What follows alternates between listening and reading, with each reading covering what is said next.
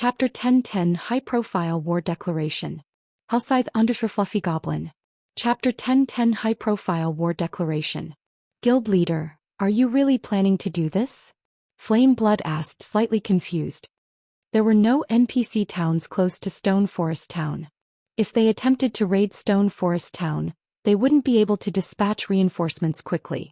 On the other hand, Zero Wings members could utilize the guild transfer scroll to reach the town in an instant. Even when they died, they would revive inside the town. To put it simply, this town was easily defensible. Although Stone Forest Town's protection period was over, players could hire NPC guards. Although the levels of the enlisted NPCs would not be as high as the level 150 NPC guards hired during the protection period, recruited NPCs were still 10 to 15 levels higher than current players. With Stone Forest Town being one of Zero Wing's primary revenue sources, after its protection period had ended, Zero Wing had hired 500 level 50 and above Tier 1 NPC guards to defend it. In addition, many of Zero Wing's members were garrisoned in the town. Zero Wing had also constructed basic mana pulse cannons, which the guild had used in its war against the Star Alliance around the town. In the last war, Zero Wing had introduced everyone to the weapon's attack range and destructive power. Hence, raiding Stone Forest Town would not be easy. It was likely that they would have to sacrifice a significant number of players to take the town. The other Heaven's Burial members also turned to Singular Burial, wearing confused expressions. While they had considered raiding Stone Forest Town before, it was too early for that. God's domain was only starting to transition into the era of mounts. They should wait a little longer. I understand your concerns. However, I have already considered this problem. Since we are going to make a move, I am confident in our success. Singular Burial chuckled. However, I would like to invite Miss Ling to elaborate on this point. Everyone shifted their gaze towards Ling Jingxian, questioning looks filling their eyes. I've received news that Zero Wing has recently contacted several major companies to gain financial support. In addition, the Dragon Phoenix Pavilion has begun to move against Zero Wing and is dealing with Zero Wing's branch guild in Lake Heart City. In response, Zero Wing has dispatched quite a number of their members to the Black Dragon Empire. Hence, the guild's member population in Stone Forest Town has decreased significantly. However, most importantly, Zero Wing has begun to show signs of activity in White River City. They have even recalled their guild's strongest Dark Gods Legion. As long as Zero Wing is focused on hunting down Dark Guild members, the latter will think of a way to pin down Zero Wing's main forces for as long as possible. After that, both Blackwater and Heaven's Burial can take the opportunity to attack Stone Forest Town. Ling Jingshuan's explanation had caught these upper echelons' interest. If Zero Wing pitted everything it had to defend Stone Forest Town, they would never be able to capture the town. However, now that Zero Wing's members were scattered, it would be a piece of cake to take Stone Forest Town with the strength of both guilds. I have a question. Daybreak Fog suddenly declared.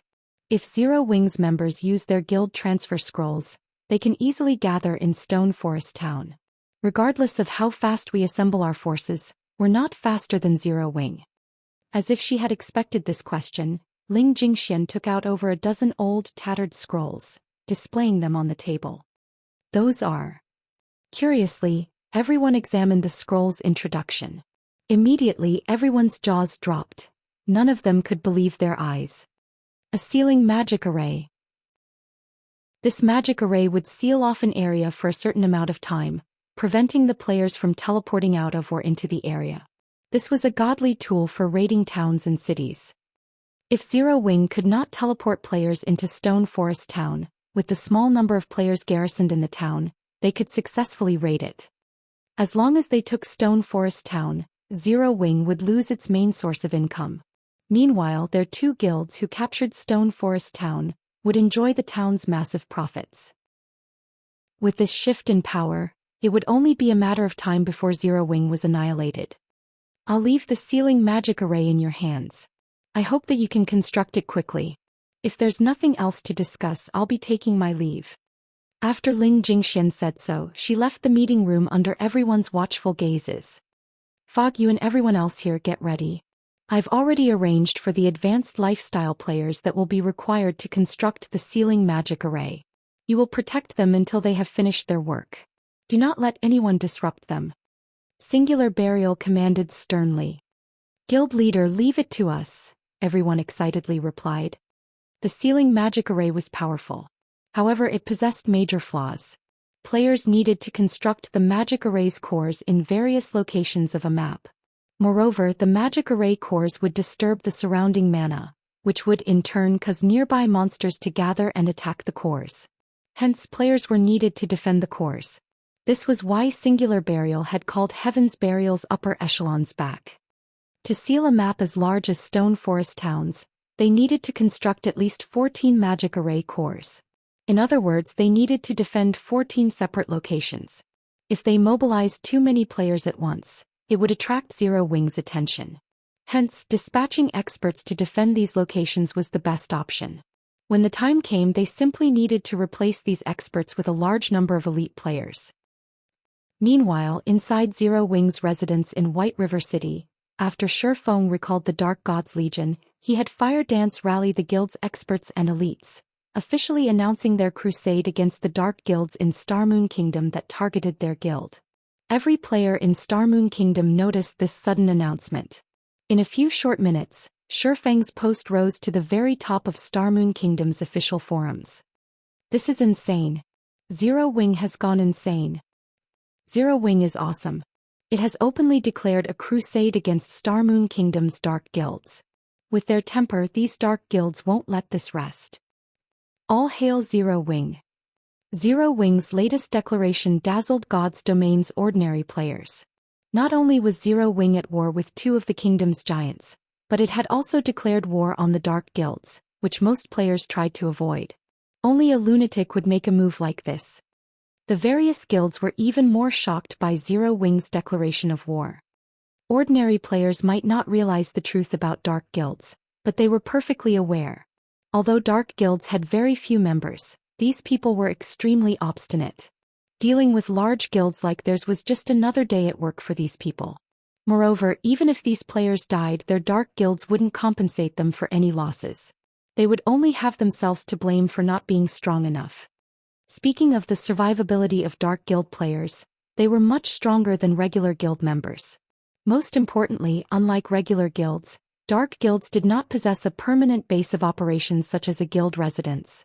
Instead, they operated like independent players. A simple bar was enough of a base for them. They could easily move between towns controlled by the forces of darkness. Hence, it was very difficult to launch a concentrated attack against dark guilds. Regarding sustainability, regular guilds were even less of a match for their dark cousins. Dark guilds players could level up by killing other players. This was not an option for regular guild players. If an extended war occurred between a regular guild and a dark guild, the latter would only exhaust their enemy to death. Hence, regular guilds generally overlooked dark guilds as none of them wanted an unnecessary confrontation. Logically, Zero Wing should have been more focused on dealing with Blackwater and Heaven's Burial after it realized that its enemies had hired dark guilds to take action. After all, dark guilds were merely hired guns. It was easy enough to hold them at bay. Once their employers were gone, they would go back to their normal lifestyle. Yet not only had Zero Wing ignored Blackwater and Heaven's Burial, but it had also provoked the various dark guilds deliberately. Zero Wing's priorities were clearly skewed. Chapter 10-11, High Alert Mode. Hellscythe _ Fluffy Goblin. Chapter 10-11, High Alert Mode. A measly guild like Zero Wing dares provoke all of our dark guilds? They must be tired of living. If we don't annihilate Zero Wing, the other guilds will start to think that we're weak. I had only planned to humor the Blackwater Corporation. However, now it's personal. Our dark guilds will not rest until Zero Wing's name has been erased from Starmoon Kingdom. Shortly after Zero Wing announced its crusade, the various dark guilds' upper echelons issued their response. Originally, there hadn't been many dark guild players in White River City. However, after Zero Wing's declaration, cloaked players began to flood into the city. Moreover, Zero Wing's members experienced more ambushes in the fields around White River City. Guild leader, now that the members from the various dark guilds have gathered, our guild's parties can't leave the city. Only larger teams have any sense of safety in the fields. Some of those dark guilds have even begun to boldly stalk our guild residence's entrance, trailing anyone who leaves and finding an opportunity to ambush them, Aqua Rose reported, frowning. She didn't understand what Shifeng was trying to do. They could deal with a single dark guild. Now, however, members from over a dozen dark guilds had gathered in White River City. The city was practically a hub for red names now, yet Zero Wing couldn't do anything about it.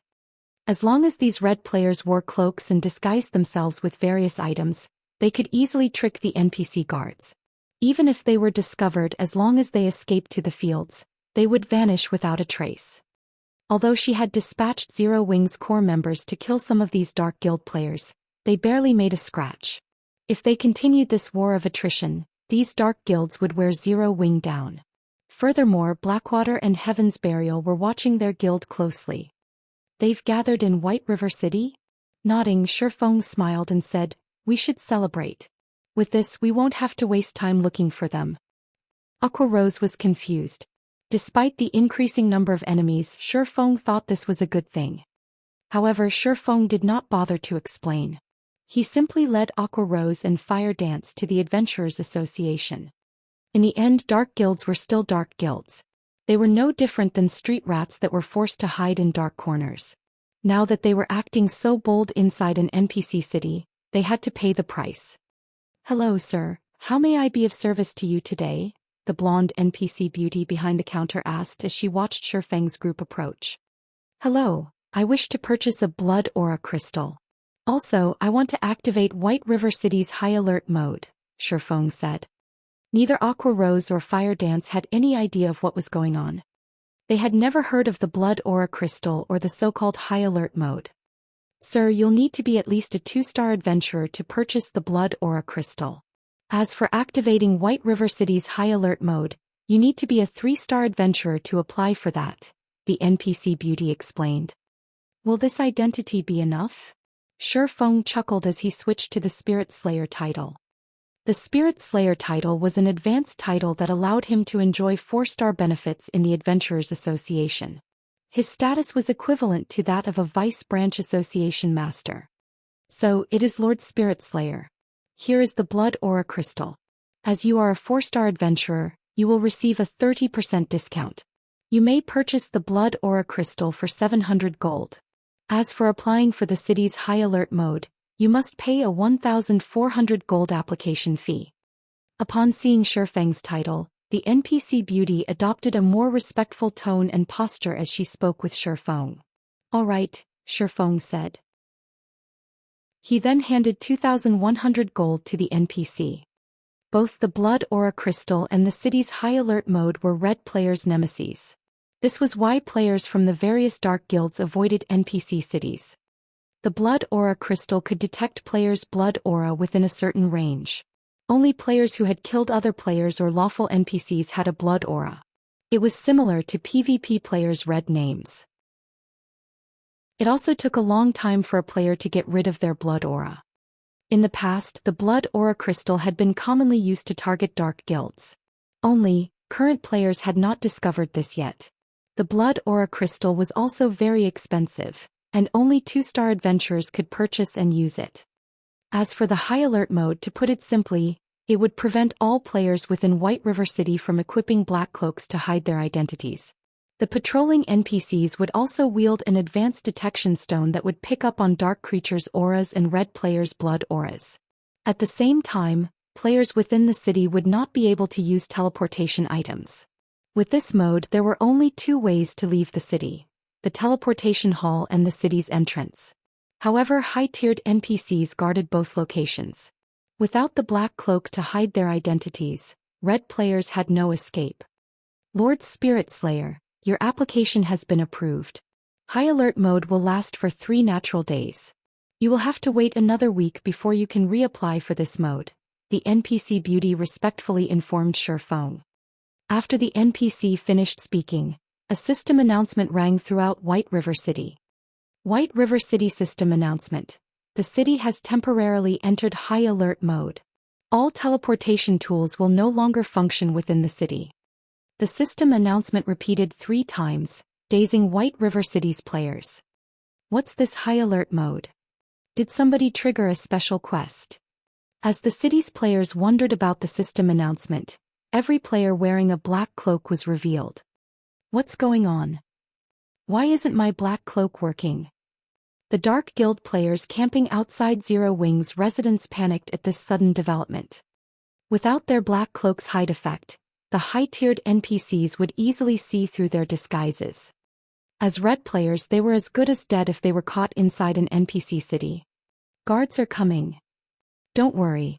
They're only patrol guards, not high-tiered NPCs. We just need to be careful. Once this high-alert mode ends, we can leave the city safely. You're right. Only advanced identification skills can see through our disguises. Just as these red players started to relax, the patrol guards over 200 yards away charged towards them. Without hesitation, the NPC guards began to slaughter these Dark Guild players. For a time, battles broke out across White River City, shocking the city's ordinary players. After a few minutes, all Dark Guild members within White River City were dead. Not one had survived the NPC guards' onslaught. However, this was not the worst part. It was common knowledge that, in White River City, the punishment for attacking another player was quite severe. If the city's NPCs caught these Dark Guild members who had killed countless players, these players' only real option was to delete their accounts and start all over. Chapter 10-12. Profitable Investment. Hellscythe _ Fluffy Goblin. Chapter 10-12. Profitable Investment. Haha. Now that Zero Wing has provoked so many Dark Guilds, I can't wait to see how the guild gets out of this. Even I am starting to pity Zero Wing. Gentle Snow can't get her priorities straight either, refusing to join Underworld. I wonder how much she's regretting that decision. Young Master Feng, should we head to White River City and take care of Zero Wing's members too? That's a nice idea. Now that so many guilds are targeting Zero Wing, we can disguise ourselves and use this opportunity to rake in some profit. If we can get rid of 10 or so Zero Wing core members, we can upgrade everyone's equipment. If we're lucky, we might even get a cut of White River City. My position in the organization will rise again, and I won't have to listen to that damnable woman anymore. Currently, Feng Xianyang led a team to grind level 42 mine gnomes, using them to power level to level 40. However, as his team lacked good equipment, they couldn't afford to venture too far into the mine. If they could upgrade their equipment, they could increase their grinding speed. However, when Feng Xianyang thought about how he had been forced to lead this team personally, he was indescribably frustrated. He had been one of Underworld's middle managers. Now, however, he had been reduced to leading a team to grind monsters. This was all due to Underworld's upper echelon's sudden focus on Yulon. They had even transferred Maple City's management, as well as 5 other major cities, to Yulon. This was a nightmare. Just you wait. When Zero Wing falls, I'll poach Zero Wing's top players and regain possession of Overwhelming Smile. Feng Xianyang inwardly chuckled. Zero Wing's elite members and experts were extraordinarily strong. If Zero Wing were defeated, these people would refuse to join guilds like Blackwater or Heaven's Burial. At that time, he simply needed to offer an appropriate price to recruit them.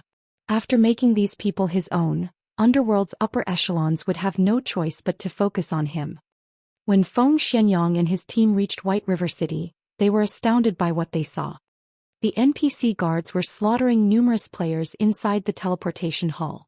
In the face of the level 180 guards, level 40 expert players were infants. The NPCs only needed one hit to defeat each player. One cloaked player who had just teleported into the city died before he had even realized what had happened.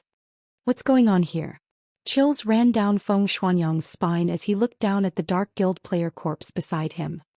Feng Xianyang wasn't the only player who wondered what was happening.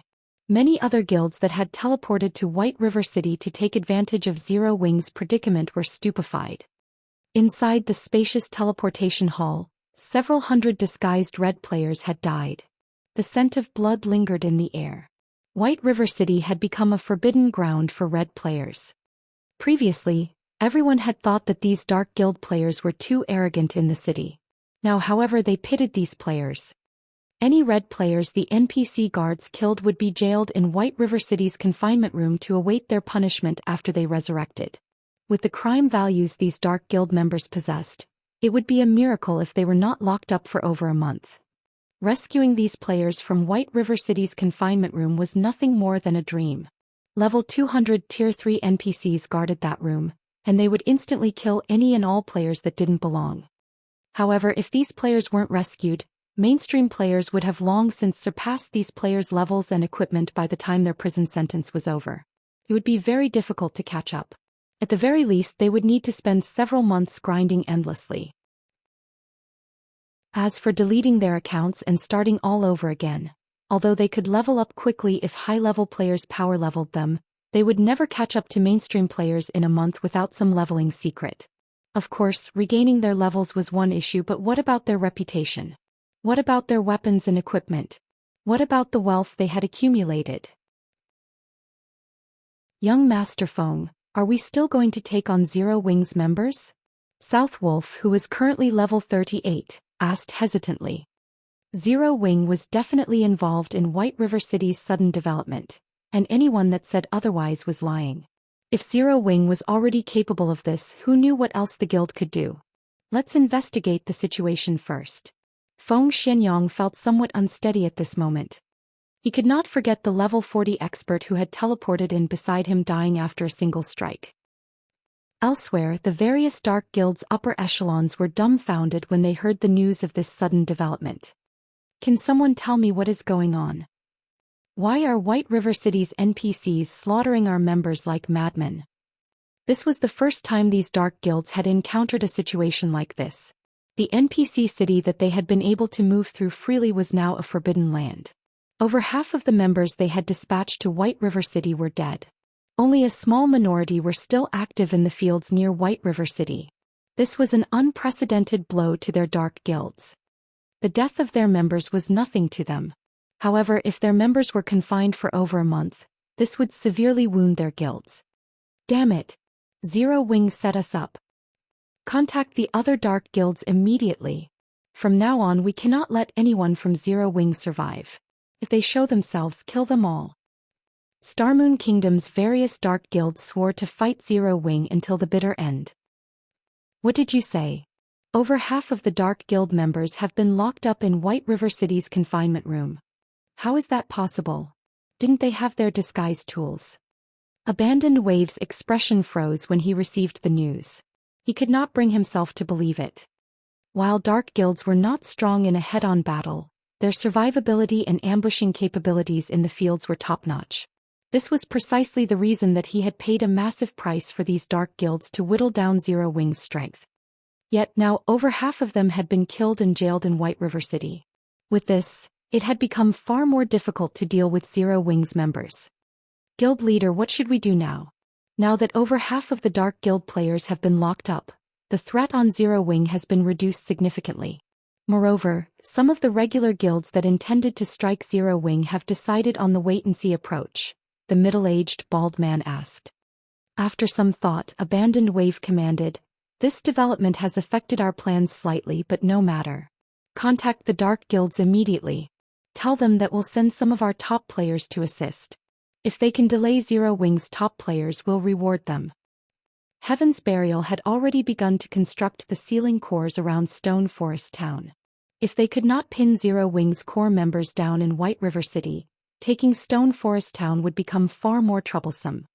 Understood. After hearing this, the middle-aged man retreated to contact the various dark guilds. Meanwhile, inside White River City, Feng was in a very good mood. He had simply spent some money to exterminate the pests in White River City. He had never expected such a huge windfall. After he had activated the city's high alert mode, over 10,000 red players had died and were captured. This result earned him yet another advanced title. City Protector.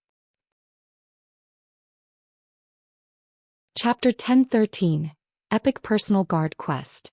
Hellscythe _ Fluffy Goblin. Chapter 1013, Epic Personal Guard Quest. When Feng heard the system notification, he was dazed for a long moment. He had never thought that he could obtain an advanced title like this. It was already difficult to obtain a basic title, let alone an advanced title. Now, just by spending 1,400 gold, not only had he dealt with the eyesores in the city, but he had also earned himself an advanced title. No one would believe this. In the past, many large guilds had willingly spent over 10,000 gold for an accurate clue that led to an advanced title, not to mention the method of obtaining one. City Protector? While Shi Feng was relatively familiar with the basic titles throughout God's domain, his understanding of advanced titles was quite shallow. After all, advanced titles were extraordinary. Nobody would casually reveal information about them. City Protector, advanced title. A hero that has protected the city from the dark forces' influence.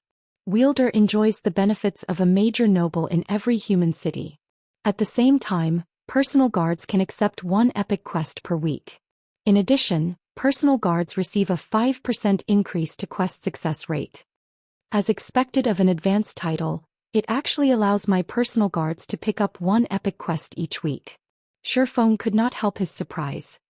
Personal guards' development speeds depended on the quests they accepted from the Adventurers Association. The higher the quest's rank was, the better the EXP and items it would award. However, there were not many personal guard quests to choose from in the Adventurers Association. Even Dark Gold quests only appeared about once a week, much less epic quests. One would be extremely lucky if they picked up an epic quest once a month. If his personal guards could complete an epic quest once a week, their improvement speed would be unimaginable. They also had a 5% success rate. Even if he allowed Dark Gold guards like Kite and Anna to challenge a Dark Gold quest, their success rate was only 50%. If they were very well equipped, their success rate could top out at 80%. As Shi Feng understood it, even extremely well-equipped Dark Gold guards only had a 30% chance of completing an epic quest. Otherwise, ordinary Dark Gold guards only had a 20% chance for success. As for Fine Gold guards, even with top-tier equipment, they'd be lucky if they had a 10% success rate. Hence, the City Protector title's 5% increase to his guard's quest success rate was amazing. Thinking up to this point, Shi Feng immediately replaced his Spirit Slayer title with the City Protector title. He then summoned Kite and Anna to his side. Both Kite and Anna had leveled up significantly after some time away from Shi Feng. The last time he saw the two NPCs, both were only level 60. Now, however, both had reached level 65. Meanwhile, Aqua Rose and Fire Dance, who stood beside Shi Feng, were shocked upon seeing Kite and Anna. How are they so strong? Aqua Rose asked curiously. She had long since become a Viscount of White River City and could recruit her own personal guard. After mobilizing the guild's strength and Shi Feng's guidance, she had managed to recruit a Fine Gold guard. Moreover, this Fine Gold guard was a Guardian Knight, which was an excellent match for her class. She had been overjoyed when she found this personal guard. After that, she had spared no effort to nurture her personal guard, helping the NPC accept all sorts of high-ranking quests. Her personal guard had only recently reached level 60. Who knew how many more quests the NPC had to complete to reach level 65? However, the NPC was already considered very high level. After all, the personal guards that other guilds' upper echelons recruited were usually around level 55 to 58. In terms of strength, those personal guards were nowhere near a match for hers. Yet right now, not only had both of Shi Feng's personal guards reached level 65, but the NPC's auras felt like that of two level 65 Great Lords.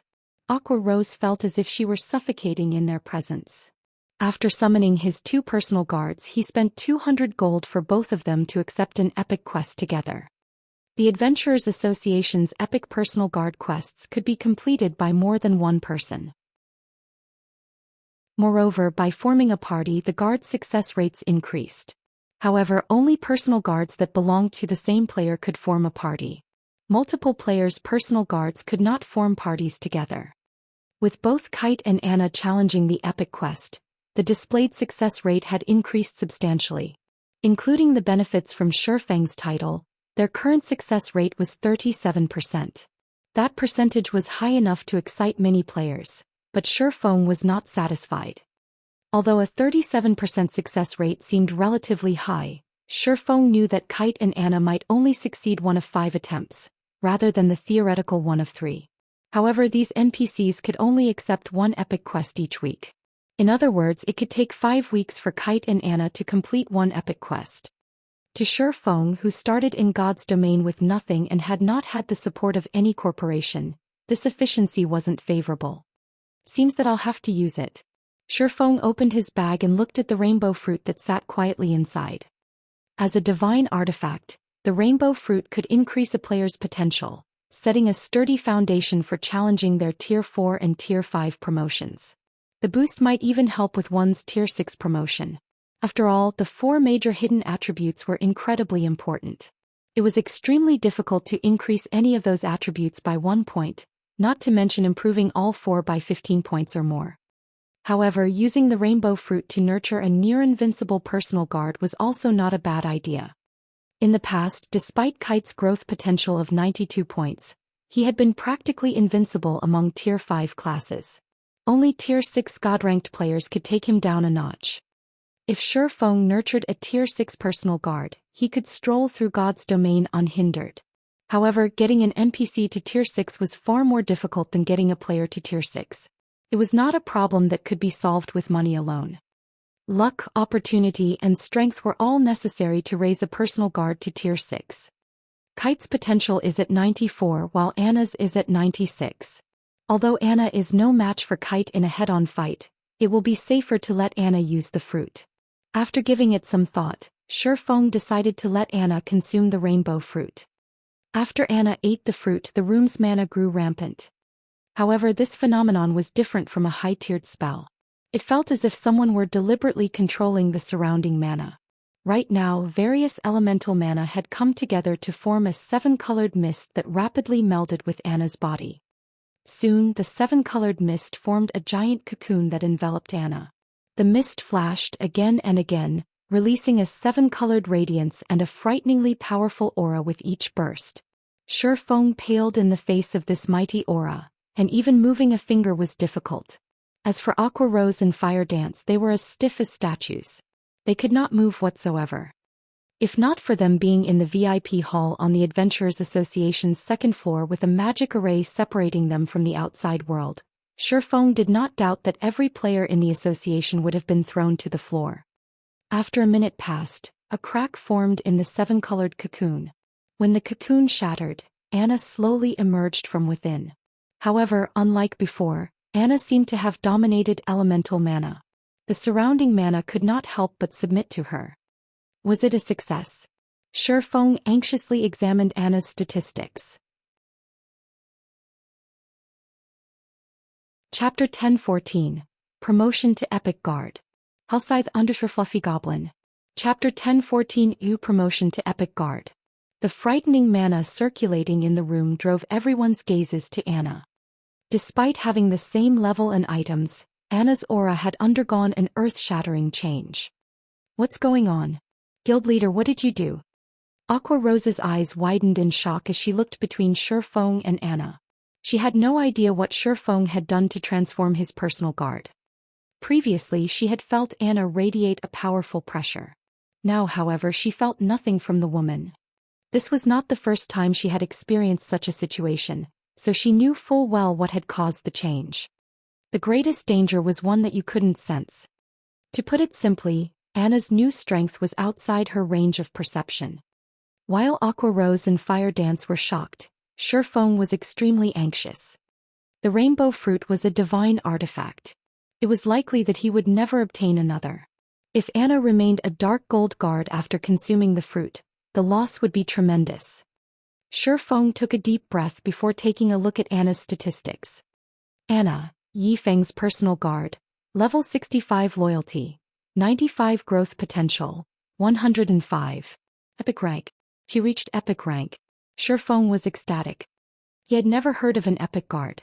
As to whether or not epic guards had existed in the past, he had no idea. He had merely been the guild leader of a second-rate guild back then. He had not been privy to many of God's domain's secrets. However, he was certain of one thing. Even among epic guards, one would be hard-pressed to find one with a growth potential as high as 105 points. In God's domain, the importance of an NPC's growth potential grew as they reached higher levels. At higher levels, even an extra point would result in a massive boost to the guard's attributes with each level up. Hence, even personal guards of the same rank and level could have drastically different attributes. Take Kite for example. Although his growth potential was only 2 points higher than it had been, after he reached the same level and tier that he had been in the past, his strength would surpass his past self by a minimum of 10%. If it came down to a battle, the present kite could easily suppress and defeat the past kite within a short time. Moreover, this was only a 2-point difference for Dark Gold rank. There was even less need to mention Epic rank. There had not been any clear standards in the past for Epic Guards. Any NPC whose growth potential exceeded 100 points was considered an Epic Guard. Currently, Anna's growth potential exceeded Kite's by a whopping 11 points. By the time Anna reached level 70 or 80, he had no doubt that she would defeat Kite even in a melee battle. In terms of combat power, even the current Anna could defeat Kite. As both NPCs continued to level, the gap between them would only grow wider. In the end, even Kite would have to look up to Anna. Amazing. Anna's promotion to Epic rank has raised the Epic Quest success rate to 67%. I doubt even a full party of Dark Gold guards could achieve such a percentage. Shifeng was speechless. With her promotion, Anna had learned many new skills. She now had 3 Tier 2 curses, one more than before. Most importantly, she had learned a Tier 2 domain skill. With this domain skill, Anna was practically invincible among Tier 2 classes. Unless the other party also possessed a domain skill, even 2 kites were no match for Anna. Following which, Shifeng had Kite and Anna set out to complete their epic quest. The sooner they completed it, the more they could improve their strength. Guild leader, I've just received news that Blackwater has dispatched many of their top players. From the looks of it, it seems that they were sent to help those dark guilds. Meanwhile, the members of the various dark guilds have joined forces. Not only are they targeting parties, but they've also begun ambushing 100-man teams, Aqua Rose reported once she received this information. In addition, Blackwater has opened another shop in White River City and is selling cast steel armor kits and mana mixtures in large quantities. They've even reduced their prices. They've already lured a lot of players to their shop. They've also started purchasing rare herbs and ores at high prices from all over Star Moon Kingdom. It looks like they're getting serious. Getting serious, huh? Shifeng smiled. Since they want to play this game, then we'll get serious as well. Saying so, Shifeng purchased 100 cloaking scrolls from the Adventurers Association. The cloaking scrolls were unique to the Adventurers Association. Only 3-star adventurers could purchase them, and each scroll cost 20 gold. The cloaking scroll were considerably useful to players adventuring in the fields. When used, the scroll provided a cloaking buff to players within a 20-yard radius, which prevented them from being tracked, searched, and perceived. It also increased these players' movement speeds by 10% for 2 hours. This was a must-have tool for escaping and pursuing enemies. Unfortunately, only the person who purchased items from the Adventurers Association could use them. 2-star adventurers could purchase a scroll similar to the cloaking scroll, but the scroll was only effective on themselves. Following which, Shifeng gathered the Dark Gods Legion's members and Zero Wing's main force in the guild hall. He then used the Blood Aura Crystal and Cloaking Scroll. Everyone immediately obtained a buff. White River City Region Snowy Forest. The Snowy Forest was a level 40 to level 50 high-resource map. Usually, White River City's various large guilds came here to level. Now, however, this had become the main battlefield in the war between Zero Wing and the various dark guilds. Godfire, you really are amazing. You actually defeated that level 39 expert from Zero Wing in 3 moves. A level 39 mighty berserker in spiked armor gushed with admiration as he gazed at a level 40 emaciated youth wearing dark gray mage robes. As their dark guilds had agreed to work together, they no longer operated individually or in small parties. They now moved in large teams. After experiencing several battles together, everyone on this team admired this level 40 elementalist. It's nothing. Zero Wing's experts are noobs. They couldn't dodge my great fire dragon technique. If I were fighting our guild's experts, they would have easily dodged an attack like that rather than succumbing to my chain attacks, the youth named Purgatory Godfire said, laughing. Godfire, you're too humble. I've heard that you are the top 5th elementalist in your guild. Among the elementalists in Star Moon Kingdom, only a handful are as strong as you, another level 40 masked assassin said. Others might not realize Godfire's strength, but he knew. After all, Godfire's Dark Guild was far from ordinary. The Elementalist was a member of Smiling Angel. It was a top-tier dark guild that operated in multiple kingdoms and empires. The guild was many times stronger than their dark guilds, which only operated in Starmoon Kingdom.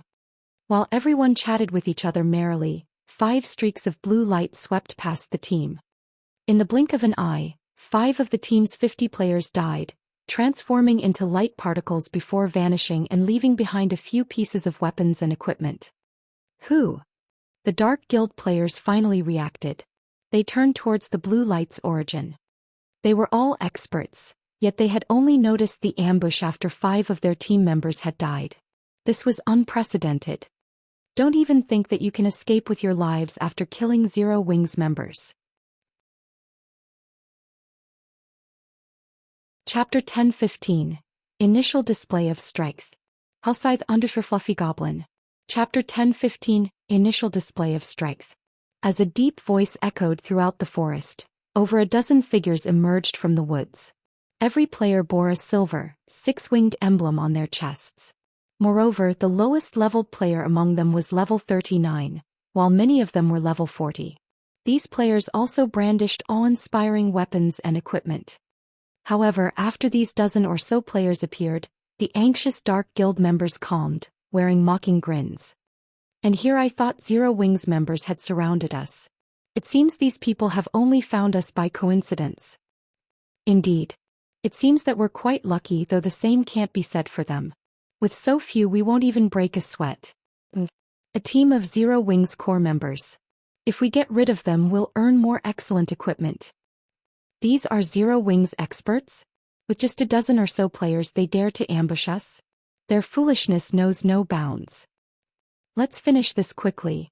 If we waste any more time, Zero Wings' other members will catch up. While Zero Wings' sudden appearance had given them a scare, after a closer look, the difference in strength between them was clear. Based on each team's numbers, the outcome of this battle was obvious. Although they had lost 5 players, they still had more than 40 team members.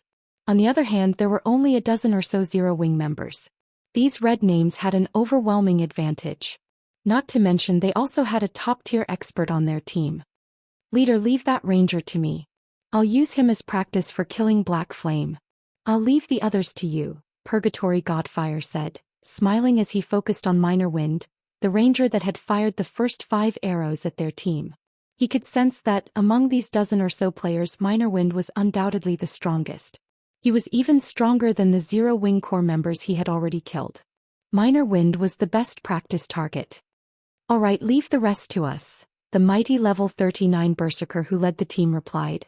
He realized that even he could not take down the level 40 ranger, Minor Wind. Leaving the ranger to Purgatory Godfire was definitely the best choice here. However, as soon as this mighty berserker finished speaking, his expression darkened. Before anyone realized it, a figure had appeared behind Purgatory Godfire, a snowy white dagger sinking into the elementalist's head and forcing him into a fainted state. Immediately, the player thrust another dagger towards Godfire's back. This sudden development even stunned the elementalist. He had failed to notice the sneaking assassin. However, Purgatory Godfire was no ordinary expert. In the moment of extreme peril, he activated Blink. Not only did he avoid the backstab, but he also cancelled the fainted state and appeared 15 yards away from his enemy. Unfortunately for him, as soon as Purgatory Godfire used Blink, the black figure followed by using shadow steps and appeared behind him once more, the gleaming dagger resuming its attack.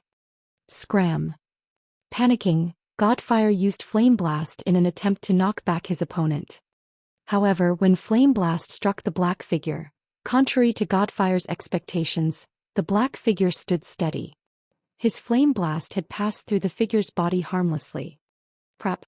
An afterimage. Godfire immediately realized that he had been fooled. Although he tried to rectify his mistake by casting Ice Wall to guard his back, the black figure landed a kidney strike, forcing him back into a fainted state, before his Ice Wall could even take shape. The figure instantly followed up with an absolute strike, transforming into a shadowy streak that passed through Purgatory Godfire's body. When the figure reformed, it spun in the air and launched backstab on Purgatory Godfire's side, stealing the Elementalist's last strand of HP. How are you so fast? Could you be Zero Wing's #1 expert? Fire Dance. It seems that I truly have rotten luck. As Godfire's HP was about to reach 0, his eyes focused on the black-robed assassin. As far as he could remember, only Zero Wing's Fire Dance possessed this kind of ability. Smiling Angle, his dark guild, had even labeled Fire Dance as a unique combatant. Should any of the guild members encounter her in battle, they were warned against taking her on alone. They should enlist the help of 3 or more people to deal with her at the very least. The group must have an expert member as well. Big Sis Fire doesn't need to dirty her hands with the likes of you. I Flying Shadow am more than enough. You're 10 years too early to think of fighting Big Sis Fire. The black figure expressed its disdain in response to Purgatory Godfire's words. However, Flying Shadow had not lied. Despite having reached the half-step refinement realm after much difficulty, when he had sparred with Fire Dance, he had not even had a chance to retaliate. Meanwhile, Purgatory Godfire had not even reached the half-step refinement realm. He was nowhere near good enough to be Fire Dance's opponent. Although Godfire wanted to say something, his vision began to gray. In the end, none of his words left his mouth. Godfire is dead. How can he be dead? The other Dark Guild members were stupefied when they watched the expert die. They had all witnessed Purgatory Godfire's strength personally. Even their Dark Guild's top experts were no match for him, yet against Flying Shadow, Godfire had stood like a child before a master. These players even wondered if they were dreaming. Although they had heard rumors of Zero Wing's many powerful experts, Flying Shadow's strength was insane. While these Dark Guild members struggled to recover from their daze, dozens of arrows and spells bombarded them. In the blink of an eye, another 7 died. Damn it! We've encountered some troublesome experts. Retreat. The leading berserker commanded. After examining the situation on the battlefield, he understood the difference between their teams. Although they had a numerical advantage, it was only temporary. If the battle dragged on, more Zero Wing members would arrive. This was an extremely unfavorable situation. However, as soon as he issued his command, Minor Wind fired 9 blue arrows from a distance, sealing his path of retreat. Don't even think about killing me that easily. As one of the Dark Guild's team leaders, he had the strength to earn the position. Immediately, he activated Whirlwind Slash to block the incoming arrows. Ping. However, when the Berserker's battle axe collided with the 4th arrow, the weapon was repelled. The remaining arrows then struck this team leader, eliminating his HP. Without a leader, the surviving Dark Guild members fell into chaos. After all, most of them were from different Dark Guilds. They were barely familiar with each other, much less in sync. Not that they lacked someone in command, Zero Wing's members swept them down like flies. Although some had tried to escape, none could outrun Flying Shadow and Minor Wind. After a short moment, the Dark Guild team consisting of nearly 50 players died at the hands of Zero Wing's team. At the same time, inside Snowy Forest, a large number of teams formed by the various Dark Guilds were also being ambushed by Zero Wing's Dark Gods Legion and main force. As the Dark Guild members died, Shifeng posted their death count on the official forums. In less than an hour, a total of 3,586 Dark Guild members operating near White River City died. Moreover, this number continued to climb by the minute. Chapter 10:16. Unsealing the Advanced Book of Magic. Hellscythe _ Fluffy Goblin. Chapter 10:16. Unsealing the Advanced Book of Magic. Shortly after Shifeng publicized the death count on the official forums, players throughout Starmoon Kingdom were in an uproar. The various guilds who watched from the sidelines and planned to take advantage of Zero Wing's misfortune were particularly stupefied. Dark guilds were famous for their abstinence and resilience. Although they had few members, taking down a Dark Guild in a field battle was extremely difficult for regular guilds unless they wanted to invest far more players and resources into the endeavor. Unfortunately, that was just too costly. Furthermore, on the off chance that the operation failed, the guild would suffer. This was why most regular guilds avoided provoking Dark Guilds. Yet not only had Zero Wing lured over half of the Dark Guild members into a death trap, but the guild had also begun to plow over the remaining members like a bulldozer. These dark guilds were toothless and clawless beasts against Zero Wing. They posed no threat to the guild whatsoever. Zero Wing's methods were truly incredible. Most importantly, until this point, Zero Wing had suffered little to no losses during its hunt for the Dark Guild members. At the end of the day, strength decided the field battle's victors. If the teams Zero Wing had dispatched were not strong enough, they would never achieve such frightening results. This development inspired the various large guilds to re-evaluate their opinions of the strength of Zero Wing's Dark Gods Legion and main force.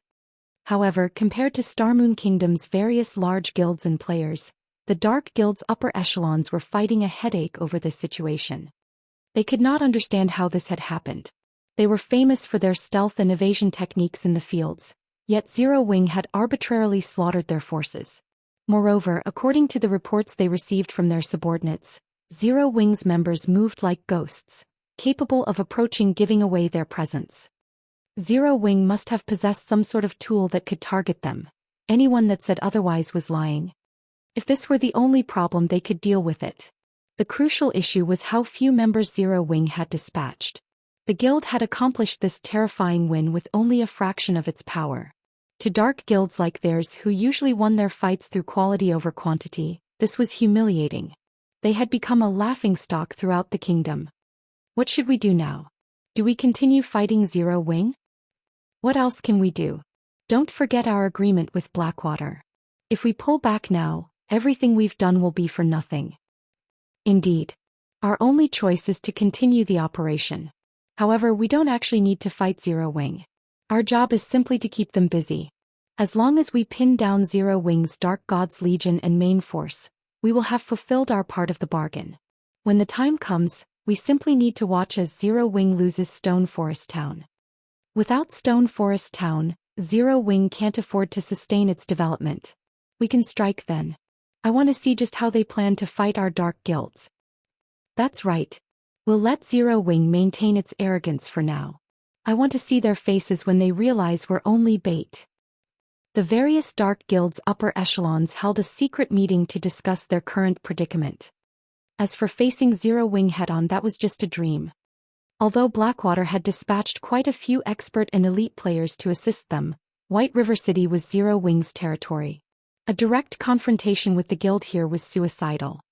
Even if the Blackwater Guild were willing to pay the price for such a confrontation, it would only result in heavy damage to Zero Wing's strength and reputation. If Zero Wing wanted to stage a comeback, it had everything it needed. However, if Blackwater captured Stone Forest Town and severed Zero Wing's main source of income, Blackwater would only need to suppress Zero Wing financially, and it would eventually collapse into itself. When the Dark Guild representatives concluded their meeting, the various Dark Guild members around White River City split up, acting independently. With this, Zero Wing would have a harder time dealing with them. After the Dark Guild's weak behavior, the various large guilds that had watched the situation began to withdraw to their own territories, afraid that they would suffer the same circumstances as these dark guilds. Despite Blackwater clearly being the mastermind behind all of this, Zero Wing had deliberately chosen not to target Blackwater's members. Rather, it had decided to teach the assisting dark guilds a vicious lesson. After realizing this, they had no desire to take that risk. Guild leader, your plan is brilliant. The guilds that have been watching from the shadows are too afraid of becoming our next target and have withdrawn, Aqua Rose said. She hadn't been able to hide her smile when she received the report. The players from the various large guilds have split up. Although they are somewhat more bothersome to deal with now, if we invest a little more time, we'll eradicate them sooner or later. Even if the dark guilds intend to oppose us, I'm afraid they won't be able to. Not only had the dark guild's defeat increased Zero Wing's morale, but it had also improved the world's evaluation of Zero Wing. Some major companies which had been pessimistic about Zero Wing's chances had begun to express their interest in cooperation. Only Shifeng rejected all of these offers. However, he had not done so because he no longer lacked money. Rather, these corporations demanded a cut of Zero Wing's shares in exchange for their cooperation. Shifeng would not tolerate that. Crap. Zero Wing is too arrogant. Do they really think that a small guild like Zero Wing can stand against the Blackwater Corporation? Without our support, the Blackwater Corporation will, sooner or later, reduce Zero Wing to nothing. The various corporations' representatives were enraged when they received the blatant rejection. Guild leader, should I utilize my family's authority to invest some of the Star and Moon Group's funds? Aqua Rose asked somewhat worriedly. The Blackwater trading firm dropped its prices again and again. They were now taking a loss with almost every item they sold. However, Aqua Rose had to admit that it was quite effective.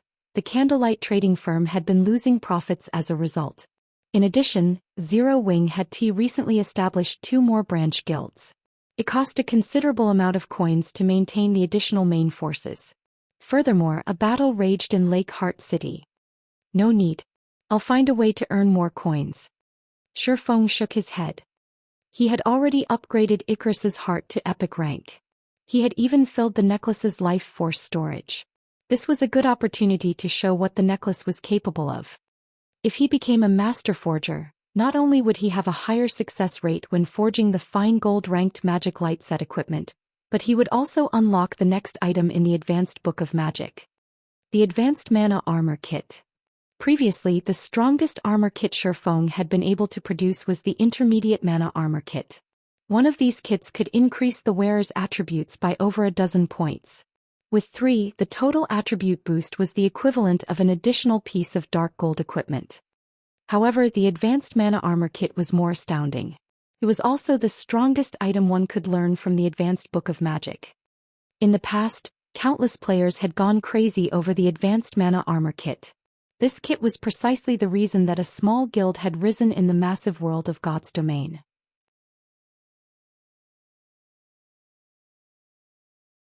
Chapter 1017, Advanced Mana Armor Kit. Hellscythe Undershirt Fluffy Goblin.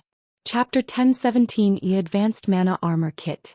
Star Moon City, Heaven's Burial's residence. Although the Dark Guild's defeat had significantly increased Zero Wing's prestige in Star Moon Kingdom, this outcome had not affected Heaven's Burial in the slightest. There was still a long line of players queued up outside the guild's residence. Rather, things had become even more lively outside the guild residence. After the majority of the Dark Guild members had been confined in White River City, Heaven's Burial announced its recruitment for a large number of lifestyle players. It had even publicly announced that lifestyle players who joined the guild could receive guidance from a few of the virtual gaming world's well-known lifestyle masters, easing the difficulty of reaching the master rank in the future. The master rank was every lifestyle player's goal. It was also an opportunity for countless lifestyle players to get rich overnight.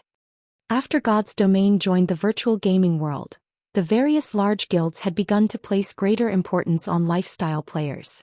After all, many things in God's Domain required lifestyle players. This increased the value of well-known lifestyle players in the virtual gaming world. In God's Domain, some lifestyle players' status could even rival that of top-tier experts. Many super guilds even began to compete to recruit lifestyle players who had a list of achievements in previous virtual reality games. Among them, the Super Guild Battle Wolves had paid an astronomical price to recruit one player who had been known as one of the top 5 Grandmaster lifestyle players in the virtual gaming world. Moreover, the Battle Wolves had made this Grandmaster their chief forger. Becoming one of a Super Guild's forgers was already quite difficult, much less becoming the chief forger. A chief forger's status was the equivalent of the vice guild leaders. Although they did not dream of such a lofty position, if they could become master lifestyle players in God's Domain, they would be set for life. However, reaching the master rank in God's Domain was easier said than done. If they were guided by someone with experience, though, it would be easier to become masters in the future. This was precisely the reason that Star Moon Kingdom's lifestyle players had flocked to join Heaven's Burial. Not only that, but other kingdoms' lifestyle players also began to rush towards the guild after hearing about its recruitment. Uncle Seven, why are you in such a hurry to meet me? If you had something urgent to say, couldn't you have just called me? Why make the trip back? Singular Burial asked, chuckling as he looked at the 50-plus-year-old man as he frantically rushed into the guild leader's office. If this were something that could have been conveyed in a call, I would have done so. This is important enough to make the trip. I also have a surprise for you, Seven Treasures said, laughing. A surprise. Singular Burial responded skeptically. I knew you wouldn't believe me. Here, take a look. What do you think this is? Seven Treasures retrieved a design from his bag and placed it on the table. This is... Singular Burial was stunned after reading the design's introduction. Although the design was very common, the words, light stone, attracted Singular Burial's attention. As the guild leader of Heaven's Burial, not much surprised him. Even an epic weapon wouldn't faze him. However, he had to admit that the light stone forging design that Seven Treasures had laid before him had been a surprise. The light stone was practically the Candlelight trading firm's symbol. Despite Heaven's Burial and Blackwater working together, neither of their guilds had been able to damage the Candlelight trading firm overmuch. This was due to the light stones. Who in God's domain did not want to level up faster? However, when darkness fell over God's domain, the fields became much more dangerous. If one were not an elite or expert player, they would struggle. And if one were unfortunate enough to lose their life, their progress would go to waste. Hence, light stones were a must-have item to level up at night in God's domain. In addition, as the light stone's price was quite low, it became a must-have tool for ordinary players. This secured the Candlelight trading firm's position, leaving no room for competition. However, now that Heaven's Burial had the light stone forging design, the Candlelight trading firm would no longer hold the monopoly over the light stones. Uncle Seven, where did you find these? Singular Burial asked. Only one forging player could learn from a single forging design, and the number of light stones one person could produce was limited. The Heavenly trading firm still wasn't a threat to the Candlelight trading firm. This would barely impact Candlelight's business. In the Towers of Death. One of our guild's teams obtained one by accident while grinding monsters there, Seven Treasures said, laughing merrily. After obtaining this design, I immediately notified the guild's elite teams to grind in the Towers of Death. Soon we'll have far more light stone forging designs. Wonderful.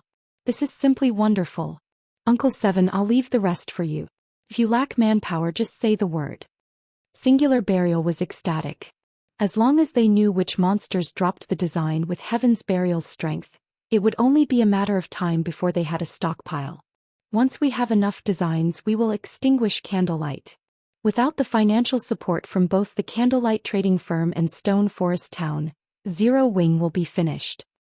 Oh, isn't that why I'm here, trying to borrow some of the Funeral Legion's members? The monsters are too high-leveled. Our ordinary elite's grinding speed is too slow. They need experts to lead them, Seven Treasures explained, nodding.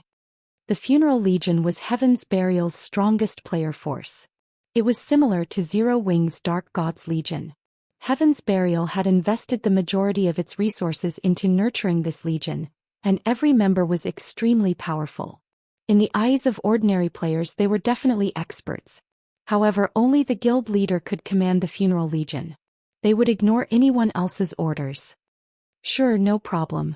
I'll give you command of 400 members.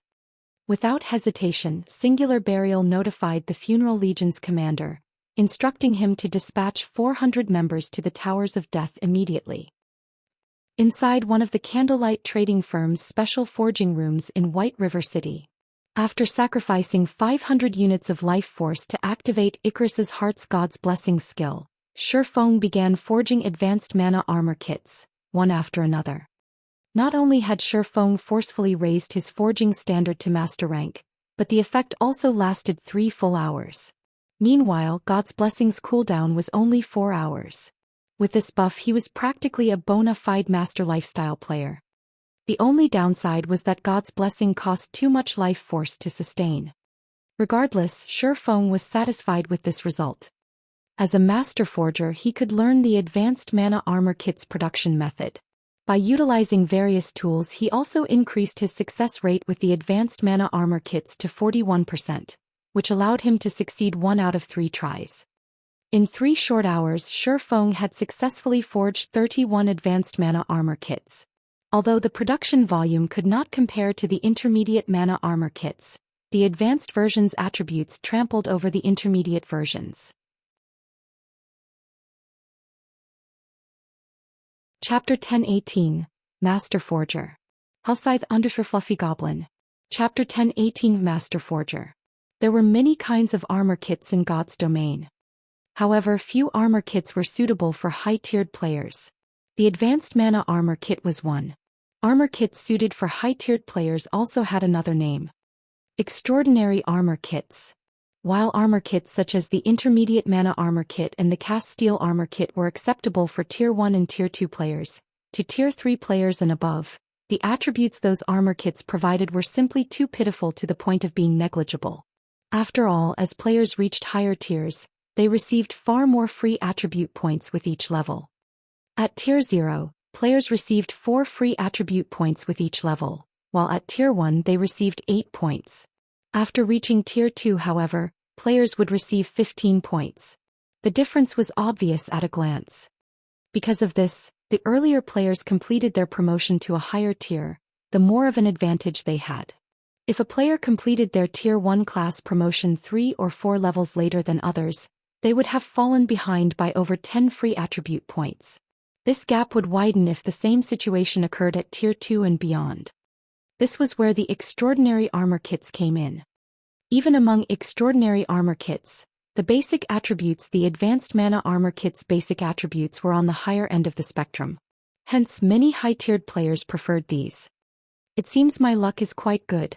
The attribute increases are all above the standard. Shifeng was very satisfied with the Advanced Mana Armor Kits he had forged. Advanced Mana Armor Kit. When Physical Armor Kit is equipped, Defense plus 600, Strength increased by 3%, Endurance increased by 4%, Agility increased by 3%. Maximum binding limit per character. 3 cannot be bound to level 40 equipment or below. When Magical Armor Kit is equipped, Defense plus 240, Intelligence increased by 3%, Endurance increased by 4%, Vitality increased by 3%. Maximum binding limit per character. 3 cannot be bound to level 40 equipment or below. When 3 kits were equipped, they would increase each of a player's basic attributes by roughly 10%. This was a considerable increase for ordinary players, not to mention expert players, who wore full sets of excellent equipment. A 10% increase to a player's basic attributes could increase one's combat power by roughly 20% to 30%. With such a huge boost to combat power, a player with 3 Advanced Mana Armor Kits could easily defeat a player possessing the same combat standards, weapons and equipment, who did not have any armor kits equipped. Hence, many high-tiered players would flock to purchase the Advanced Mana Armor Kits. What a pity! Shifeng felt a twinge of sadness as he looked at the Advanced Mana Armor Kits he had produced. Although the Advanced Mana Armor Kit was very good, its flaws were obvious. These armor kits took significantly longer to produce than the Intermediate Mana Armor Kits. Moreover, only he could produce them. Its production volume was fated to be low. He'd be lucky to produce enough for Zero Wings core members. At most, he could use the Advanced Mana Armor Kits to attract players to the Candlelight trading firm. These kits were not profitable products right now. Following which, Shifeng waited for an hour to pass before he used another 500 units of life force to activate God's Blessing, continuing to craft the Advanced Mana Armor Kits. Once Shifeng had made 100 armor kits, he switched to forging the Magic Light set equipment. While the Advanced Mana Armor Kit provided a powerful increase to a player's attributes, its true purpose was to help high-tiered players. To current players, its increase was extremely limited. After all, current players' basic attributes were still relatively low. Compared to the armor kits, the Magic Light set equipment was far more valuable to current players. As a level 50 fine gold set equipment, the attributes it provided were far superior to a level 45 dark gold equipment. The set's total attributes could even put a Tier 1 set equipment to shame. Although Shifeng had obtained the Magic Light set equipment forging design, he had been an advanced forger. He hadn't been confident of successfully forging the level 50 fine gold set equipment. Only after reaching the master rank was he confident of succeeding. If a player could equip the fine gold ranked Magic Light set as soon as they reached level 50, aside from players who owned multiple epic items, they would surpass every player of the same level. If the Magic Light set were dark gold rank, even a player with multiple epic items would be no match. Moreover, Players were not necessarily required to reach level 50 to equip the Magic Light set. As long as they possessed weapons or equipment that reduced level requirements, they could equip the set below level 50. This was one of the benefits of owning epic or growth-type equipment. Shi Feng possessed the 7 Luminaries Ring and the even more powerful Heavenly Dragon's Breath, which decreased items' level requirement by 5 and 10 levels, respectively. Shi Feng was currently level 44. He was fully capable of equipping the level 50 Magic Light set right now. There were also a few players within the guild that possessed weapons, equipment, or tools that lowered level requirements. Although none of those items were as impressive as the Heavenly Dragon's Breath, they still enabled their owners to equip the Magic Light set before reaching level 50, gaining overwhelming attributes. Shi Feng was incredibly pleased. Following which, Shi Feng went into action. While he had been in the Trial of God, the Candlelight trading firm had purchased plenty of emeralds in Emerald City. He had more than enough to make numerous Magic Light sets. Aside from the emerald requirement, which was a powerful mana conductor, the Magic Light set also required mana stones. Hence, Shi Feng took out a pile of magic crystals and began his alchemical synthesis. After the 1-hour cooldown of God's Blessing ended, Shi Feng stood before a large mound of mana stones. He then activated God's Blessing once more and began to forge the Magic Light set equipment. Compared to the advanced mana armor kit, forging the Magic Light set was significantly more difficult. Even with his various tools, Shi Feng barely managed a 45% success rate. He needed roughly 3 attempts to produce a complete set. However, Shi Feng was satisfied with this result. If any other master forger attempted to craft the set, they'd be lucky if they achieved a 35% success rate. Rather than producing 1 set out of 3 tries, they should thank the high heavens if they produced 1 set out of 5 tries. Forging 1 complete fine gold-ranked Magic Light set required 18 mana stones. Meanwhile, 50 magic crystals were needed to synthesize 1 mana stone. According to Magic Crystal's current market price, each Magic Light set would need 225 gold's worth of magic crystals. With the other materials, crafting the Magic Light set was abhorrently costly. If an ordinary master forger tried to forge the set, their production cost would be well over 1,000 gold. There were not many guilds throughout God's domain who could afford such a steep price. Fortunately, Shi Feng had a sufficiently high success rate. When he was lucky, he could forge 1 set every 2 tries. With his normal luck, he produced 1 set in 3 tries. By crafting these himself, Shi Feng saved hundreds of gold. After 3 hours, maybe due to his high luck attribute, he produced a total of 5 Magic Light sets with his 9 attempts. As for the remaining 4 sets, they were defective products at secret silver rank. Even so, he could still make decent money from these defective products. After all, once players reached level 50, secret silver set equipment would still be relatively rare. Even guild elites would generally wear level 50 mysterious iron equipment. As Shi Feng had nothing better to do while he waited for God's Blessing's cooldown, he took out the epic treasure chest he had obtained from the Trial of God. He hadn't carried any mana stones on him while he had been in the trial. Now that he had a pile of them, he could use this opportunity to open the treasure chest. The last epic treasure chest Shi Feng had opened had surprised him. It was especially true for the Beastmaster's Compendium. Now that he had obtained another epic treasure chest, Shi Feng grew nervous. Silently he began to pray. Please don't be an epic item. Please don't be an epic item. Epic items were the most worthless items one could obtain from an epic treasure chest. The truly valuable items were designs and recipes. Following which, Shi Feng sacrificed 200 units of life force and activated Divine Providence, instantly increasing his luck by 70 points. He then activated the epic treasure chest.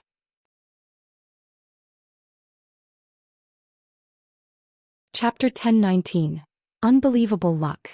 Hellscythe _ Fluffy Goblin. Chapter 1019. Unbelievable Luck. When Shi Feng opened the epic treasure chest, a purple radiance enveloped the forging room. Had he opened the chest in the middle of White River City, he would have attracted everyone's attention. As the purple light faded, the room's mana density increased significantly and remained that way for quite some time. There were a total of 3 items in the epic treasure chest.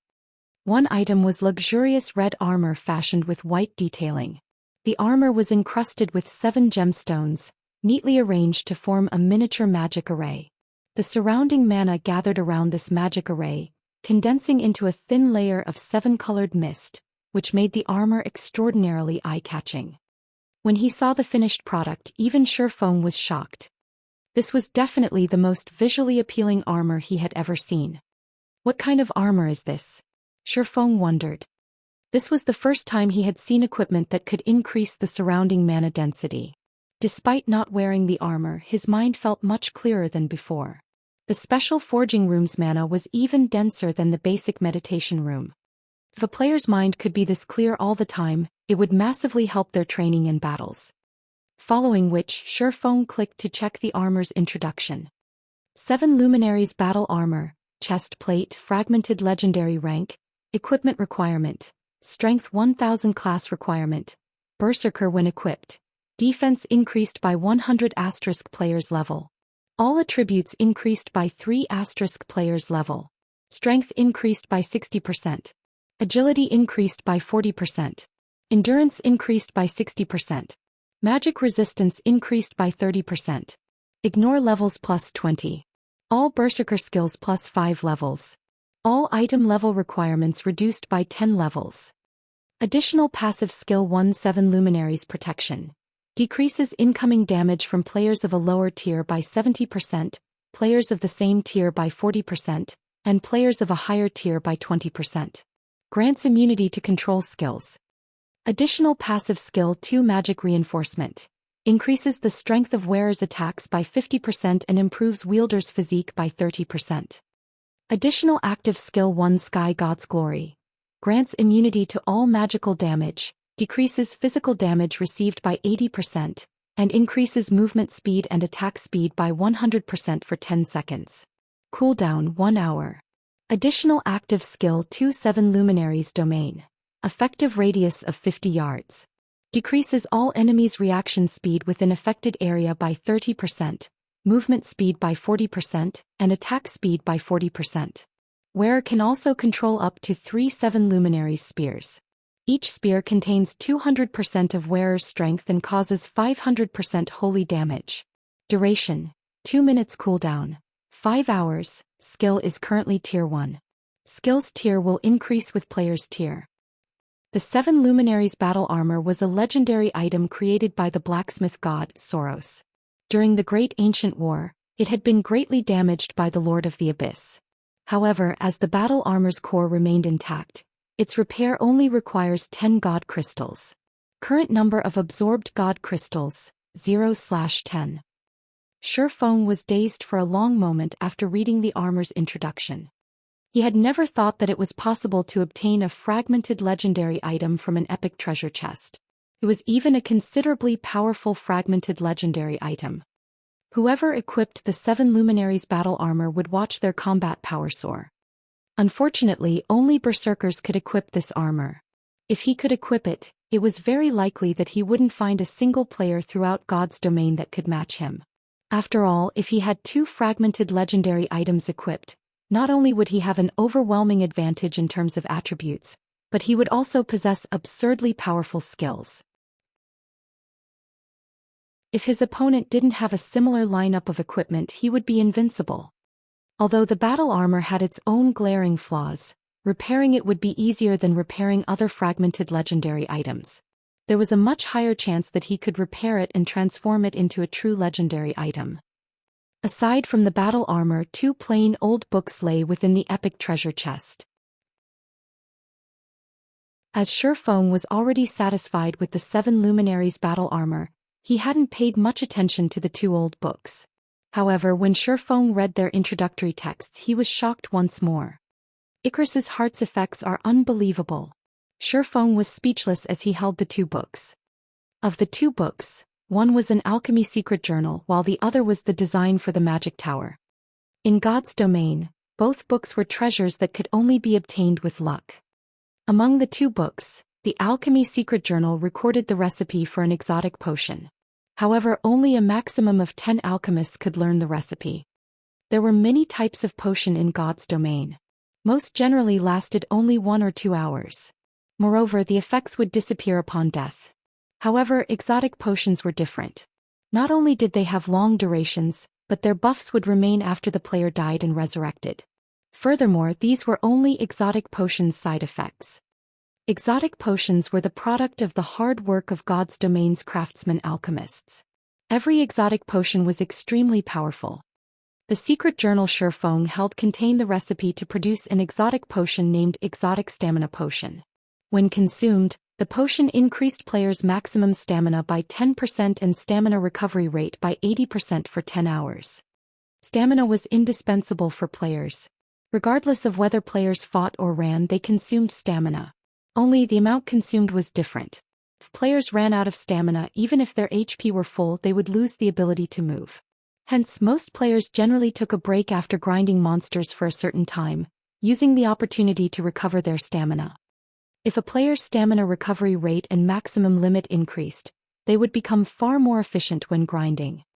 Hence, in God's domain, all items capable of increasing a player's stamina or their stamina recovery rate were extremely valuable. Although the exotic stamina potion was not as effective as the blood refining crystal's life essence, its effects were still considerably good. It was useful to both expert and ordinary players. With this alchemy secret journal, the Candlelight trading firm's business would reach a whole new level. However, compared to the alchemy secret journal, the magic tower construction design was truly useful to Zero Wing right now. In God's domain, players could purchase defensive weapons in the Adventurers Association after capturing a town successfully or while constructing a town. Defense turrets were one of the most common defensive weapons. Not only did they possess massive firepower, but their attack range was also relatively large.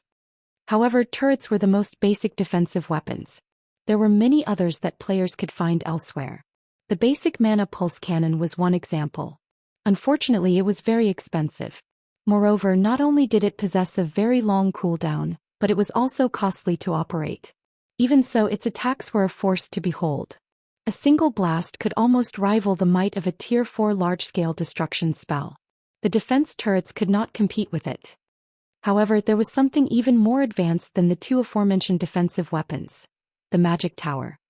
Not even 8 defense turrets were a match for the defensive capabilities of a single magic tower. This was precisely the reason that the basic tower had become a mainstream building in Shifeng's past. Unfortunately, constructing a magic tower was very difficult. Now that Shifeng had the design, he would need a lot of resources to build it.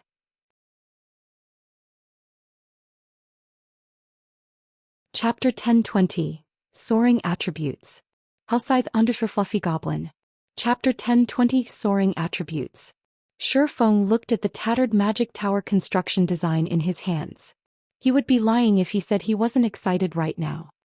In reality, the magic tower was not very valuable to God's domain's current guilds. It wasn't even worth as much as the alchemy secret journal. To Shifeng, however, its value far surpassed that of a fragmented legendary item. If he constructed a city in Starmoon Kingdom, the city's potential profits would even be enough to tempt super guilds to strike against them, disregarding all costs to themselves. After all, a city was much larger than a town. No measly town could compare to the population a city could hold. One could also construct a larger variety of buildings in a city. Most importantly, players seeking entertainment would flock to the city, which could impact its economy in a massive way. Then there was the Mana Tower, which would allow resident players within the city to accumulate the double EXP buff. With Zero Wing's current strength, going up against super guilds was suicidal. Once the city's protection period ended, Zero Wing wouldn't be able to defend the city with its own strength. When the time came, others would take the city from them.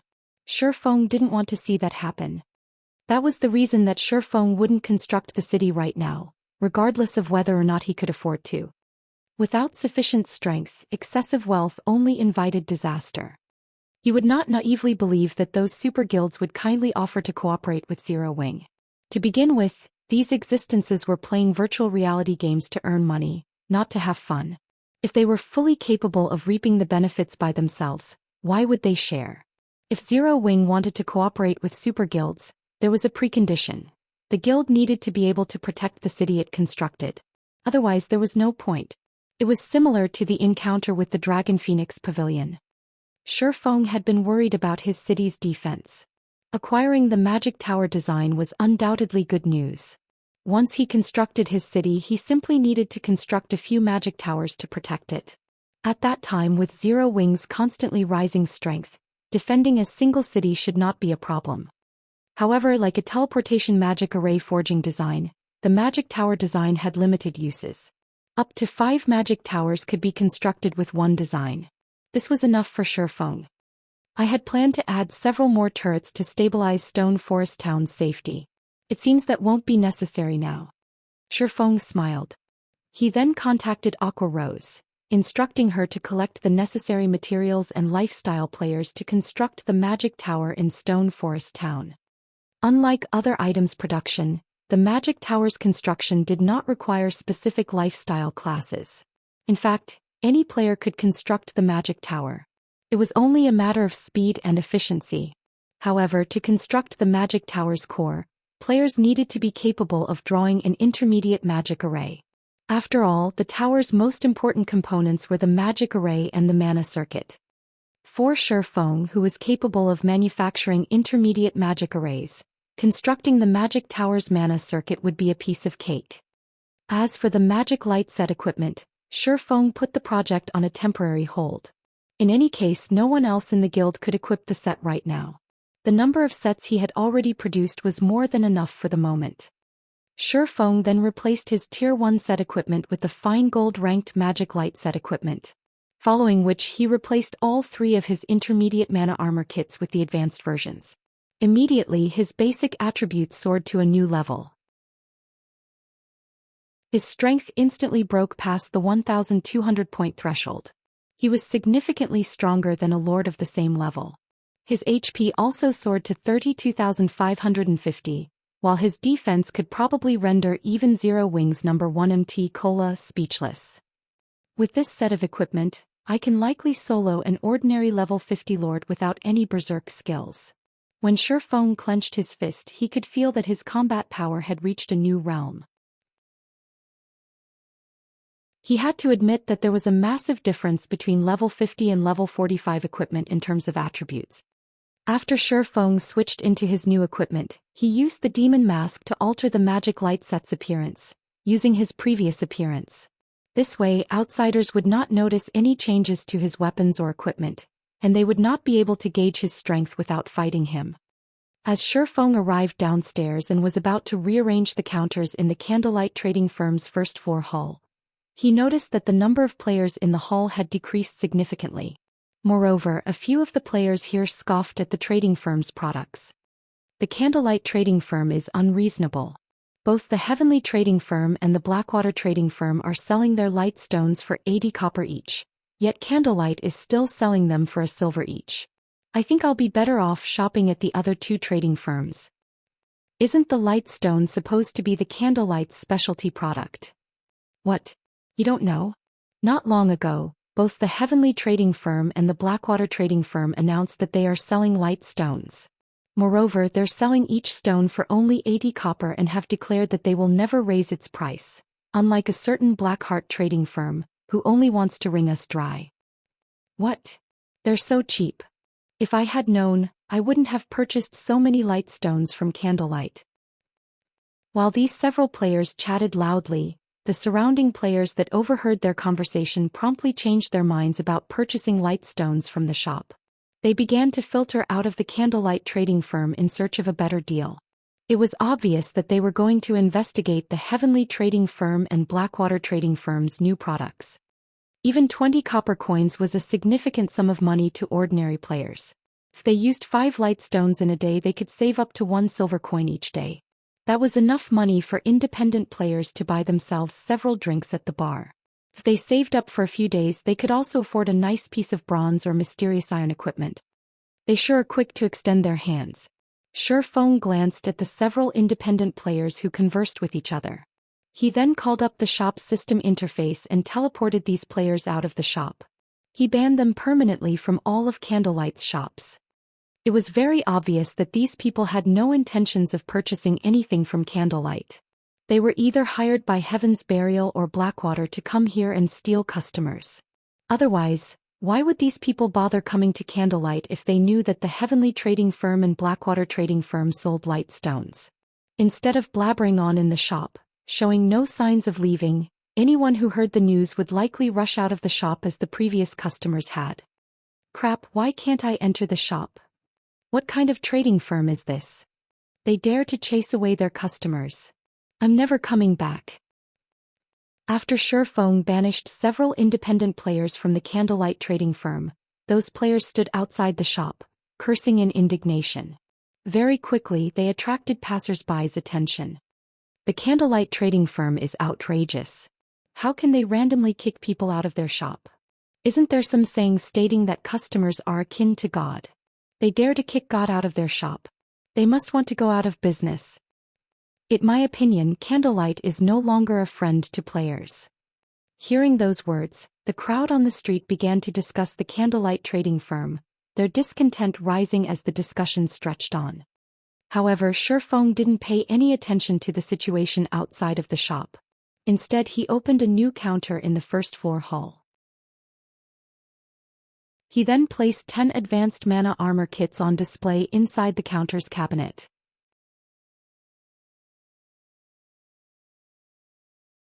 Chapter 1021.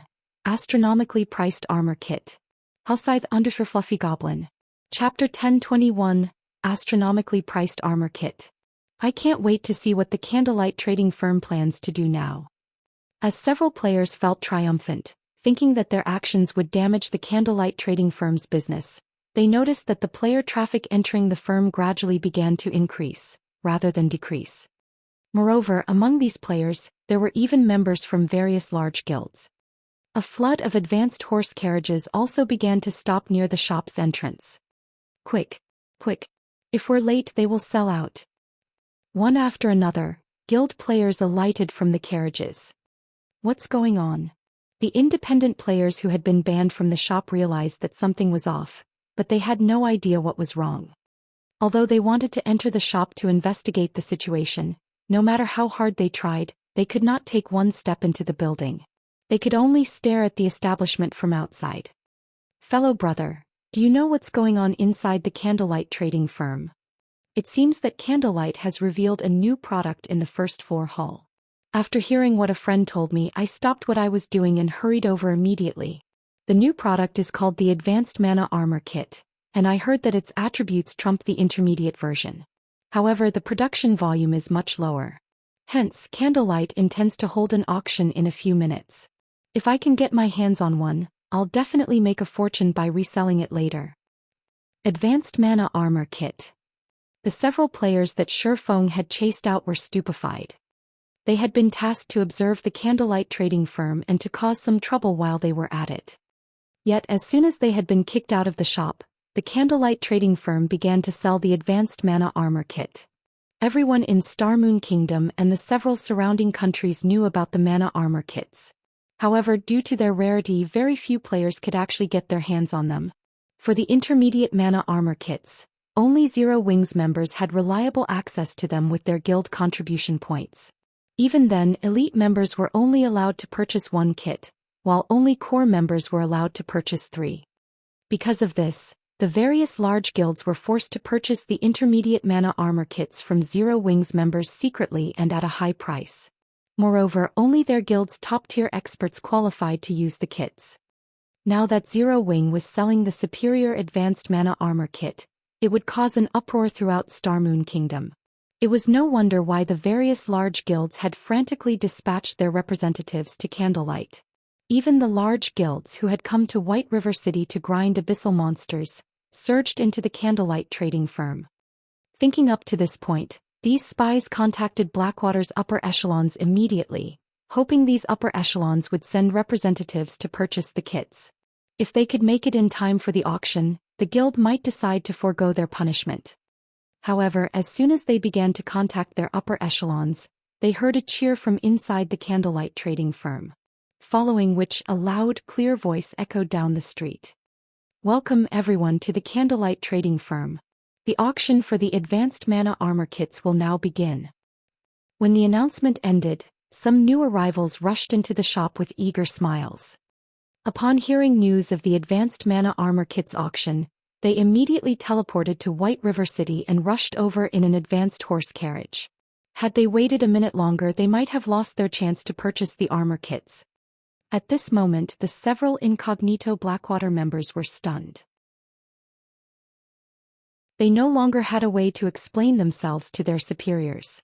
Even if someone from White River City's Blackwater trading firm headed this way now, they wouldn't arrive for at least another 10 minutes. By then the auction would be over.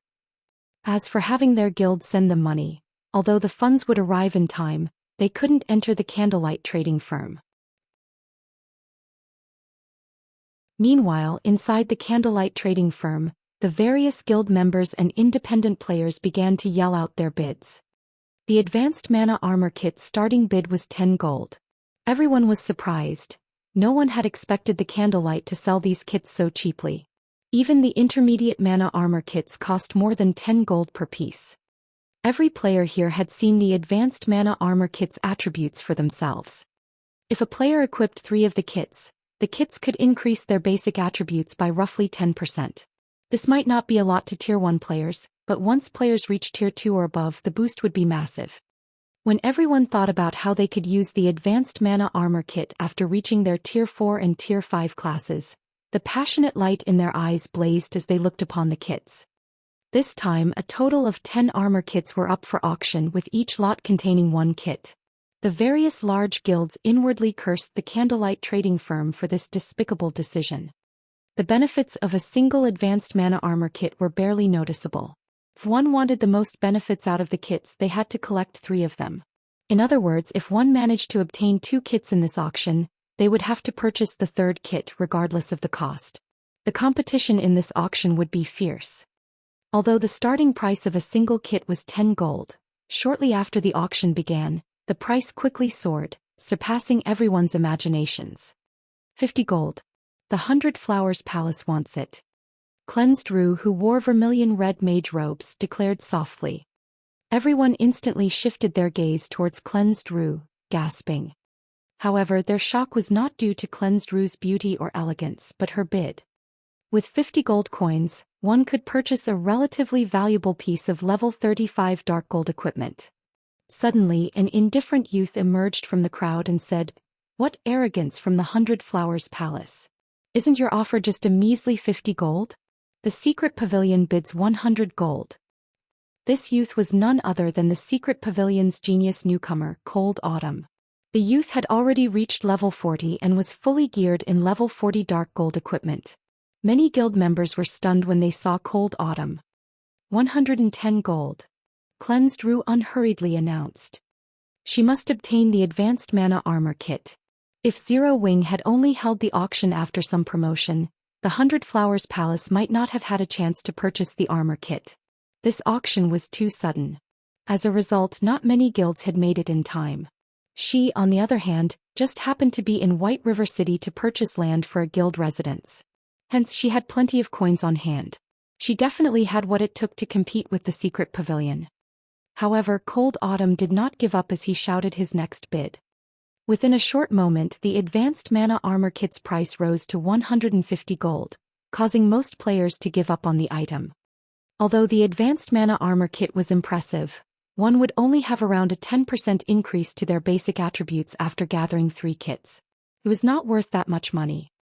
Just as everyone thought that the Advanced Mana Armor Kit would go to the 100 Flowers Palace, a woman wearing green mage robes raised her hand and called out, "I bid 200 gold.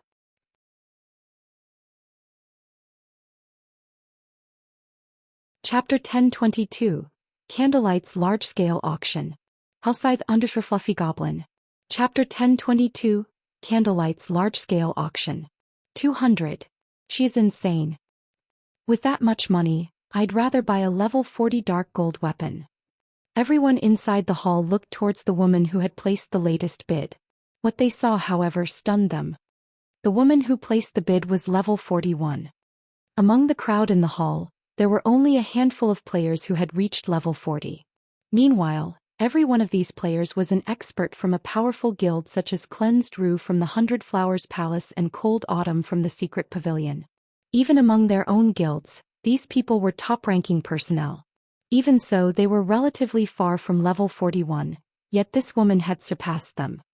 More importantly, such a powerful expert did not wear a guild emblem on her person, which was truly surprising. Alluring Summer? Who is she? When she saw the woman who was no less attractive than herself, Cleansed Rue was astonished. She had practically memorized all of the well-known experts' names in Starmoon Kingdom. She also knew about many powerful experts who hid from the public eye in the various large guilds. However, logically, it was impossible for an ordinary expert to be able to reach level 41 at this stage of the game, much less an independent player. Cleansed Rue wasn't the only one surprised by Alluring Summer's presence. Even Cold Autumn was shocked. The secret pavilion's information network was extensive. However, despite his search, he found no information relating to Alluring Summer. Not only did this woman feel dangerous, but she was also clearly wealthy. Logically, a person like this should not be able to hide from the public. The secret pavilion's records even included the notable achievements players from some cities had accomplished, yet they included nothing about Alluring Summer. This was too strange. To Cleansed Rue and Cold Autumn, 200 gold was not much money. However, neither of them was a fool. At this point, the advanced mana armor kit's price was already way above its actual value. Hence, in the end, they decided to let Alluring Summer have it. Following which, the auction for the advanced mana armor kits became a bidding competition between these three players. In the end, however, Alluring Summer purchased the second and third armor kit for 200 gold each, astounding everyone who took part. It would have been fine if a guild player had purchased the armor kits for such a high price. After all, large guilds like the 100 Flowers Palace and the Secret Pavilion had many members. Naturally, they could get their hands on a lot of money. To ordinary players, however, 200 gold was undoubtedly astronomical. Even expert players could not produce that much money. Yet an independent expert like Alluring Summer had spent 600 gold on just 3 advanced mana armor kits. Her wealth invoked questions about her origins. Moreover, judging by the woman's expression, it did not seem as if she particularly minded spending 600 gold. For a time, everyone was concerned about Alluring Summer's identity. They were very curious about this woman's identity. Some large guild representatives even messaged Alluring Summer secretly, stating that they wished to recruit her into their guilds and that they were willing to offer any benefits that she wanted. However, without exception, Alluring Summer deleted every message. She showed no interest whatsoever in these guilds. After Alluring Summer bought the first 3 advanced mana armor kits, Cleansed Rue and Cold Autumn split the remaining 7. In the end, the other guilds and players had wasted a trip to the Candlelight trading firm. Just when everyone thought that the auction was over and was about to leave the premise, a voice resounded through the hall once more, arousing everyone's excitement. Our auction for today has officially come to an end. In 4 days, Candlelight will hold its first large-scale auction. This will be the venue for that auction as well. However, the auction will not be limited to the advanced mana armor kits. Many other valuable items will be available. Bronze mounts will be among those items. As for the grand finale, we will be auctioning entrance slots to the holy city of Titan. We hope that you all will spread the news of our upcoming auction. As the announcement faded, everyone in the hall had chills. Although they had no idea what the holy city of Titan was, they knew what bronze mounts were. Many top-tier experts in God's domain had already reached level 40.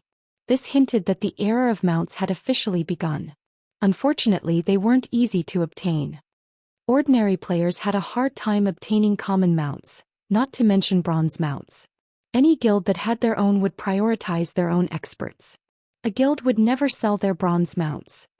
Yet, the Candlelight trading firm had publicly declared that it would sell bronze mounts in its large-scale auction. How could they not be excited? After the announcement, many independent experts started to consider joining the competition for the bronze mounts. After all, even ordinary experts only found one if they were lucky. However, if it were only a matter coins, then independent experts had a chance.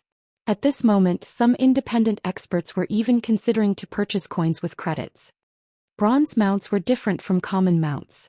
Not only were they faster, but they could also assist players in battle. This small difference might not be much to ordinary players, but to experts, it was extremely important.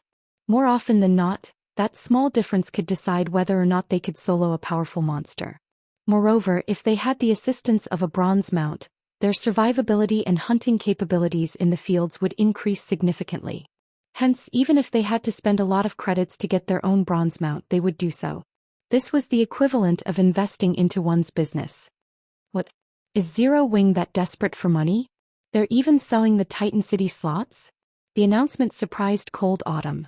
The majority of the players present might not know what the Holy City of Titan was, but he knew. After all, Pantheon had exposed the truth about the Holy City to God's domain's various superpowers. So he understood how valuable the slots to Titan City were. What an interesting guild. Everyone believes that Zero Wing will succumb to Blackwater's attack. It seems that they have underestimated Zero Wing's foundations. Cleansed Rue smiled upon hearing this announcement, her interest in Candlelight's large-scale auction growing. After the auction, players left the Candlelight trading firm one after another.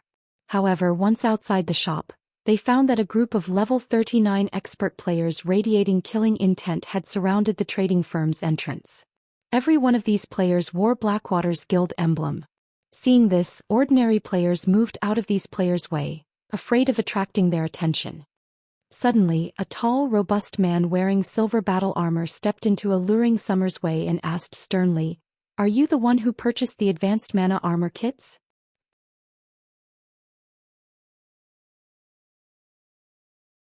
Chapter 1023. Intense Battle at the Entrance. Hellscythe Undershirt Fluffy Goblin. Chapter 1023. Intense Battle at the Entrance. When Blackwater's members blocked Alluring Summer's path, the people on the street turned to watch what was happening. Setting aside Alluring Summer's great beauty, her level 41 drew everyone's admiration. Between that and Blackwater's menacing players, this group had no difficulty attracting attention. "So he's Laughing Drunkard of Blackwater." Cold Autumn's gaze chilled when he saw the leading silver-armored man. Laughing Drunkard was one of the few experts who had risen to prominence in the Blackwater Guild. Although his battle record was limited, he had single-handedly defeated the Star Alliance's Purple Eye and a dozen or so experts, wounding the first-rate guild. He already ranked within the top 1,000 on the God's Domain experts list. Moreover, it was obvious that Laughing Drunkard had not used his full strength in his last battle. Due to this, the secret pavilion had investigated this man thoroughly. Even now, Cold Autumn could remember Yuan Tiexing's words, warning him that should he encounter Laughing Drunkard in the fields, caution would be best. His safest option was to step aside and take a long way around. Now, after observing Laughing Drunkard in detail, Cold Autumn discovered that the man radiated quite a pressure. Laughing Drunkard wore a full set of excellent level 40 dark gold equipment. The man also carried a snow-white spear across his back. Overall, the man looked like a daunting general on a battlefield. However, with his current strength, he shouldn't need to fear Laughing Drunkard to the point of avoiding contact. This left Cold Autumn confused about Yuan Tiexing's warning. While Cold Autumn watched Laughing Drunkard, the man shot the youth a look, revealing a sneer as if he had sensed Cold Autumn's gaze. He then ignored Cold Autumn and returned his attention to the woman before him. Watching Laughing Drunkard and the others, Alluring Summer nodded and said, "That's right. What business do you have with me?" "Good. We'll give you 150 gold. Sell us all of your advanced mana armor kits," Laughing Drunkard said in a commanding tone after confirming that he got the right person. "Of course you can choose not to sell them. But I can't guarantee you will leave White River City with your life." As soon as Laughing Drunkard made the threat, the dozen or so level 39 players beside him encircled Alluring Summer, sneering at the woman. Laughing Drunkard had not spoken softly. Almost every player watching his group had heard him clearly. Many players instantly voiced their complaints. That woman spent 600 gold to buy those 3 kits, yet he wants to buy them all for 150 gold? Blackwater's members are too much. Has Blackwater lost its mind? They dare extort others in broad daylight.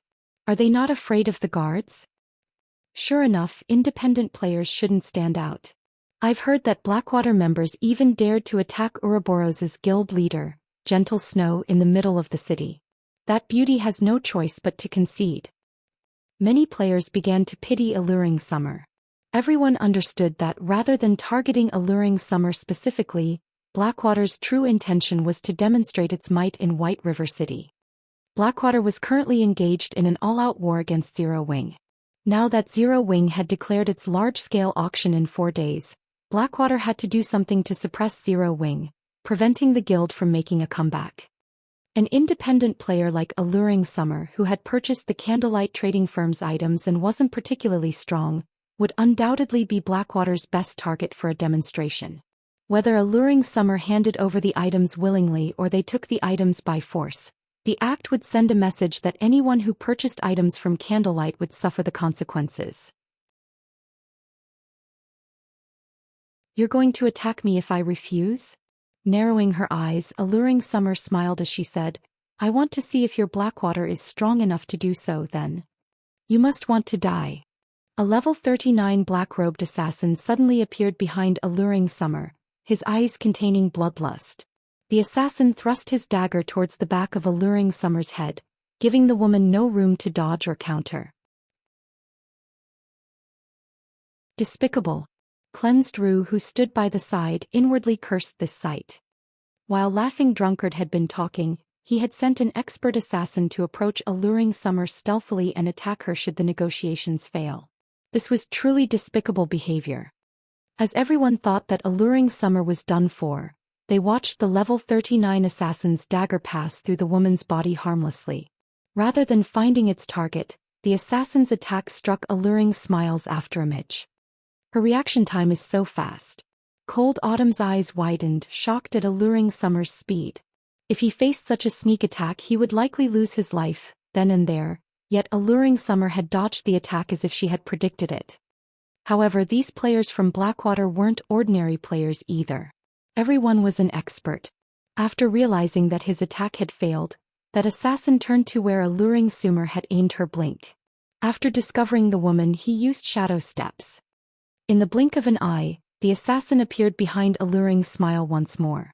With a backhand swing, he sent a backstab at Alluring Smile, the fluidity of his movements impressing many of the guild experts who watched the fight. Ping! Before anyone realized it, an ice wall had appeared behind Alluring Summer. When the dagger struck the wall and subsequently slowed, Alluring Summer tilted her body forward slightly, deftly dodging the assassin's backstab. Following which, she turned and before anyone realized it, completed chanting and tracing the runes for another spell. She then pointed her finger at the assassin. Immediately, an arc of blue lightning shot from Alluring Summer's extended finger and struck the assassin before her. However, the assassin was no fool. Understanding that the lightning attack was quite powerful, he immediately activated Vanish, utilizing the brief 1-3-second invulnerability to block the attack. It seems this chick is quite strong. Seeing that Alluring Summers was extraordinarily strong, Laughing Drunkard turned to one of the swordsmen beside him and said, "Bullet, go help take care of that chick. After this, I'll ask the boss to help you apply for training at the main headquarters." "Thank you, leader. I'll take care of her." The swordsman named Bullet licked his lips before activating Windwalk and charging towards Alluring Summer. Cleansed Rue frowned when she saw the expert assassin and expert swordsman working together against Alluring Summer. She could tell that both the assassin and the swordsman could easily rank near the top of 100 Flowers Palace's players with their combat standards. If their coordination was good, even Cleansed Rue herself was not confident of defeating them. When Bullet arrived before Alluring Summer, the latter turned suddenly once more and pointed her finger at the swordsman. Shio! Another arc of lightning flew from Alluring Summer's finger. Moreover, the lightning was even faster than before. The attack was far more powerful this time. Before anyone realized it, 3 ice walls had appeared around Bullet, preventing him from moving sideways or backward and leaving him with no choice but to defend against the attack. Ping! Bullet quickly activated parry to block the attack. However, the instant his weapon met lightning, his body was launched like a cannonball, crashing through the ice wall behind him and landing over 20 yards away. The massive power within Alluring Summer's attack made everyone shudder involuntarily. Such skilled double casting. Alluring Summer's performance surprised Cold Autumn. "It's no wonder why you dared to challenge us. So, you have a few tricks up your sleeves. Ghost, join them." I want to see how long she can hold up, Laughing Drunkard ordered. Understood. At this time a large tan berserker named Smoking Ghost stepped forward. Without hesitation he used charge on the fatigued alluring summer. Just when this level 39 berserker's weapon was about to hit alluring summer, a 3-meter-tall skeletal claw appeared beside the berserker without so much as a sound. Catching Smoking Ghost by surprise, the skeletal claw grabbed the berserker before squeezing him, releasing a loud crunch. Smoking Ghost's body transformed into a pile of ash that fell through the skeletal clawed fingers. This is... Every spectator was stupefied. They could not figure out what had happened. That had been a level 39 berserker. Even Cold Autumn and Cleansed Rue were shocked. They could not believe that such an expert had died in a single move. Suddenly, a clear voice resonated down the street. This is Zero Wings territory. Do you people from Blackwater think you can do whatever you want here? The crowd turned towards the voice's owner. They were speechless. The person who had spoken was none other than Zero Wings Vice Guild leader, Aqua Rose.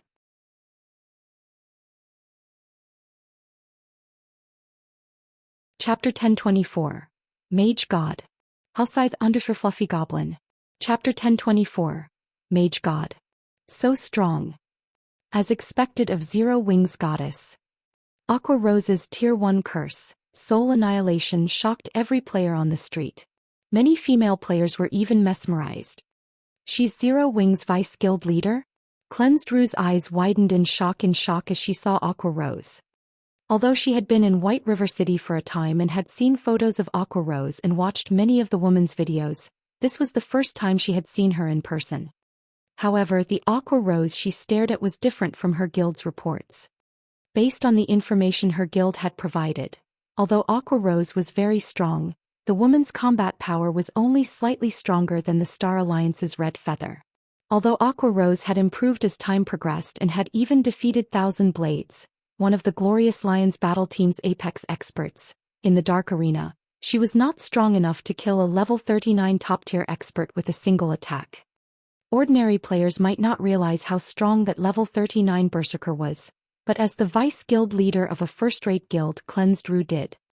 This level 39 berserker's timing was even better than the assassin and swordsman who had attacked first. He was definitely a half-step refinement realm expert. Moreover, based on Laughing Drunkard's tone, it was obvious that he was relatively confident in this berserker's strength. A half-step refinement realm expert was no noob. In a first-rate guild, said expert would rank near the top of the guild. Said expert might even become the guild's strongest player. Yet Aqua Rose had killed such an expert instantly. Cleansed Rue began to wonder if Zero Wing had bribed her information department. It had only been a short time since she had received the report on Aqua Rose. How could one person improve so quickly? Suddenly, the masked level 40 female assassin beside Laughing Drunkard asked, "Drunkard, why don't we gang up on Aqua Rose? If we kill her it will deal quite a blow to Zero Wing. Guild leader and the others will have less resistance when they strike. Forget it. We should save some of our cards for later." Lethal Gale suffered precisely because he grossly underestimated Zero Wing, Laughing Drunkard said, shaking his head as he glanced at Aqua Rose. He then said in the team chat, "Bullet, you two go all out and deal with Aqua Rose. I want to see how strong this vice guild leader is." Laughing Drunkard had planned to put on a dominant show in front of the Candlelight trading firm to suppress Zero Wing's recently rising prestige. Now, however, it seemed as if that were no longer possible. Now that Bullet and the level 39 assassin had actively attacked someone inside the city, the NPC guards would kill and jail them upon arrival. It was also obvious that the two were not capable of killing the woman named Alluring Summer. Rather than lose their lives pointlessly, they might as well use this opportunity to test Aqua Rose's strength. No matter what was said or done, Aqua Rose was Zero Wing's vice guild leader, a VIP. If they could collect some information on Aqua Rose now, it would be easier to deal with the woman in the future. This war between guilds would not be determined with just one or two big battles or several dozen minor skirmishes. Aside from an economic war, information gathering was extremely important. Information could determine a war's outcome if used during a crucial moment. Understood. After Bullet and the assassin received their command, they activated their berserk skills before turning and dashing towards Aqua Rose. Like machines, there wasn't a shred of hesitation in their eyes. Both players' attributes rose significantly, and their dangerous auras resembled that of wild beasts. The surrounding players instantly felt death loom over them, and they started to back away from these two players. After the two activated their berserk skills, each temporarily gained the combat power of a lord of the same level. Yet, as if the pressure these two players radiated were a spring breeze, Aqua Rose remained unfazed as she stood before the Candlelight trading firm's entrance. Watching the two players charge at her, Aqua Rose simply waved her staff. The ground beneath her feet turned pitch black, and as if this black shadow were contagious, it spread quickly, covering the ground around her. The shadow then enveloped the assassin and swordsman, and they instinctively jumped into the air to avoid the attack. Begone! Aqua Rose did not even bother to look at her assailants as she swiped her right index finger across the air. The pitch-black shadow rose from the ground, transforming into a pillar of black light that shot into the air. Even players several streets away saw the pillar of black light. Giving neither of the players a chance, the black pillar devoured them whole. Despite the two players activating their life-saving skills, they screamed in agony from inside the pillar. They felt as if they were trapped in hell. The spectators even began to pity them after hearing the screams. When the pillar of black light finally disappeared, only Aqua Rose and two pieces of top-tier equipment remained on the battlefield. They died. How did she do that? This scene left everyone gasping. Unlike the berserker who had died without any display of strength, Blackwater's assassin and swordsman had shown off their combat standards against alluring Summer. Thus, everyone watching the battle had a clear grasp of how strong those two experts were. Laughing Drunkard, who watched from afar, wore a dark expression. Aqua Rose was a lot stronger than he had expected. Until now she had only used two skills. This wasn't enough for him to judge her current standard. Moreover, the information he gleaned from the pillar of black light was not enough to reach a conclusion. The assassin and swordsman had died for nothing.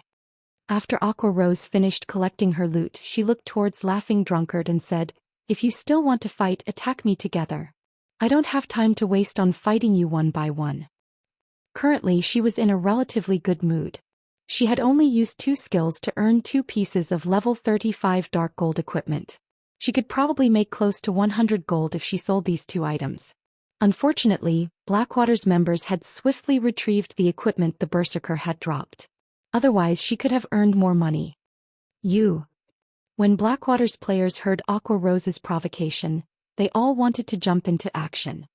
Although Aqua Rose's skills were indeed powerful, skills like those generally had very long cooldowns. If they charged at her now, they would be more than capable of defeating the Cursemancer. "We're leaving." Laughing Drunkard extended a hand to stop his teammates. "Now is not the time to fight them. We will have plenty of opportunities in the future." Saying so, Laughing Drunkard led his team away from the Candlelight trading firm's entrance, earning jeers and mocking gazes from the surrounding players for his trouble. At the same time, the bystanders began to admire Zero Wing even more than before. White River City's native players cheered. In their eyes, Zero Wing was a local guild while Blackwater was the enemy. Naturally, they would celebrate when Zero Wing suppressed Blackwater. "Aqua, isn't your transformation a little too intense? It's only been some time since we've seen each other, yet I nearly failed to recognize you." As everyone left the venue, Alluring Summer, who had silently stood by the side, smiled and greeted Aqua Rose. "Not here. Let's continue our conversation inside." Aqua Rose responded to the greeting with a smile of her own. She then led Alluring Summer into the Candlelight trading firm. The remaining players on the street were stunned. They had never expected Alluring Summer to be acquainted with Zero Wing's vice guild leader, Aqua Rose. They know each other? Why doesn't the secret pavilion know anything about this? Cold Autumn was similarly shocked. Alluring Summer's strength could not be ignored. After seeing the speed of her double casting, Cold Autumn knew that the woman was extraordinary.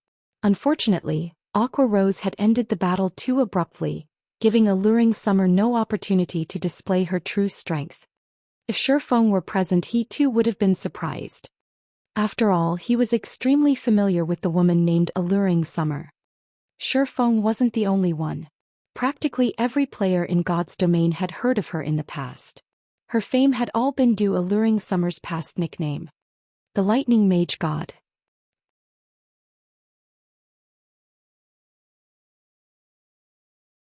Chapter 1025. Recruiting the Mage God.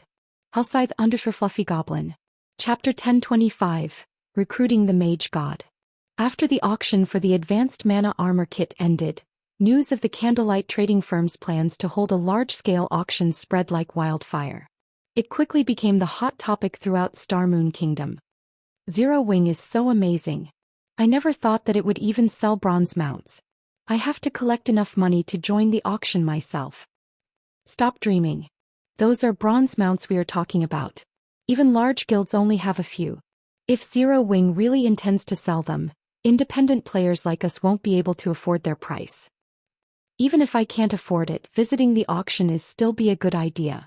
I heard that, aside from the bronze mounts, they'll be selling rare items.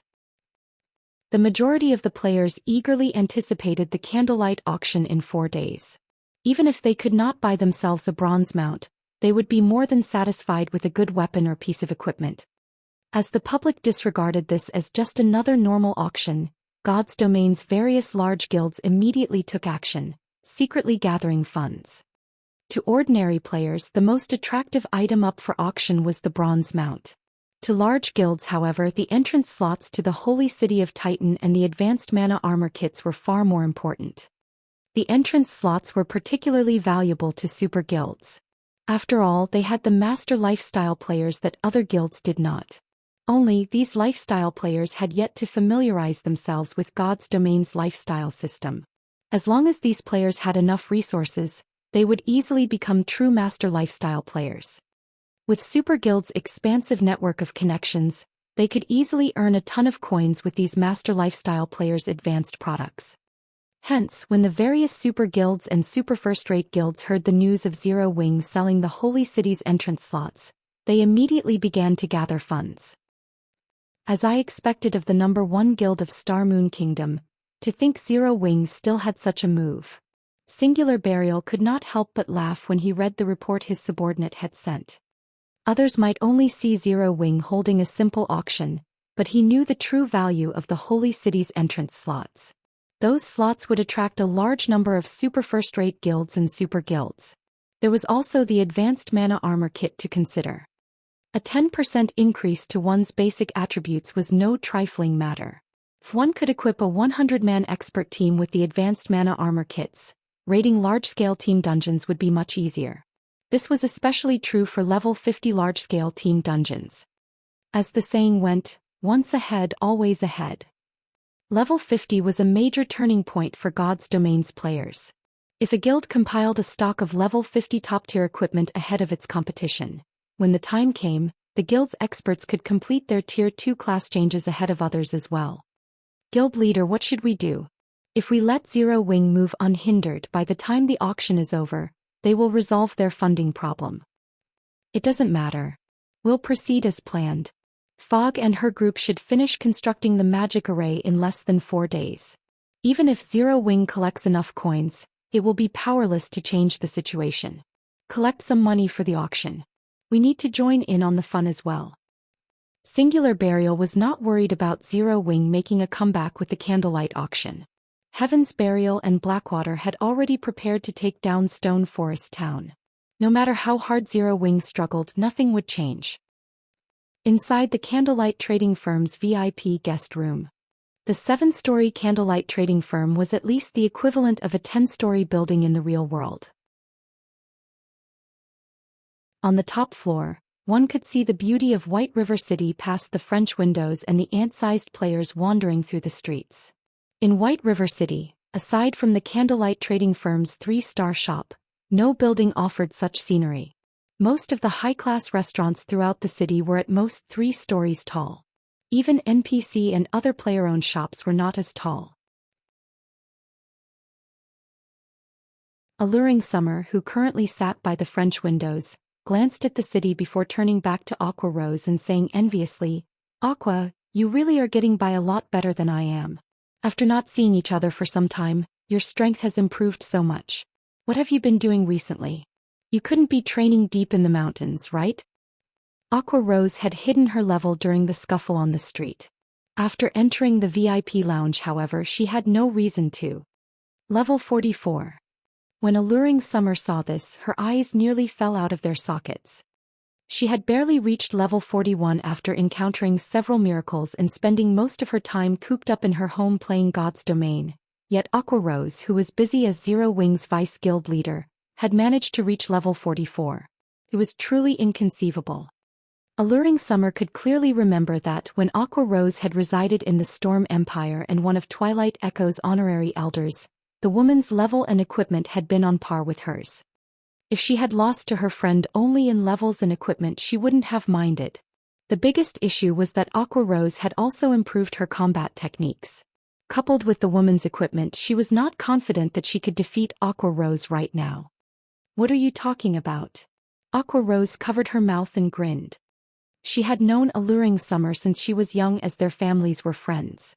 However, Alluring Summer was a far more talented gamer than herself. Due to that, this woman had always bullied her.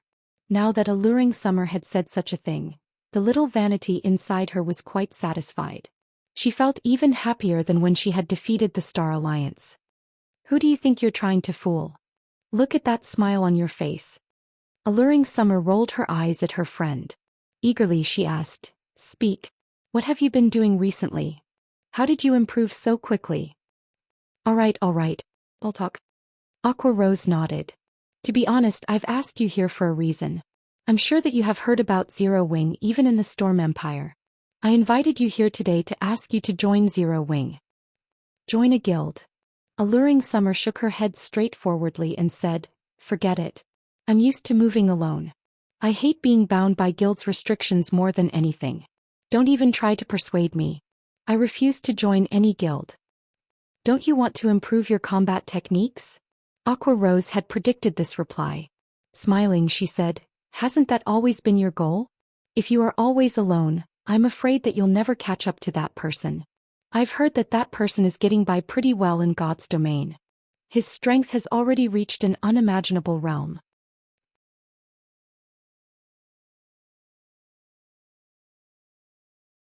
Chapter 1026, Top 10. Hellscythe _ Fluffy Goblin. Chapter 1026, Top 10. Alluring Summer fell silent at Aqua Rose's words. Others might not know why she had started playing virtual reality games, but Aqua Rose knew her end goal. "I know how that person is doing. I'm still nowhere near his strength.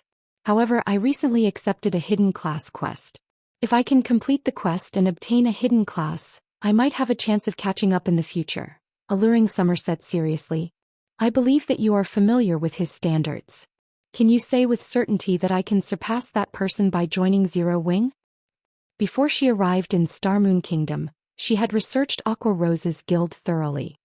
She had to admit that it was miraculous that a small unknown guild had grown to become Starmoon Kingdom's #1 guild in such a short time. However, Starmoon Kingdom wasn't much when compared to the whole of God's Domain. There were hundreds of kingdoms.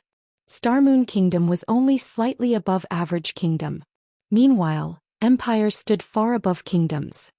Based on what she knew, there were other small unknown guilds that had taken control of entire kingdoms. There was even a third-rate guild that dominated an empire, though said third-rate guild possessed an extraordinary background.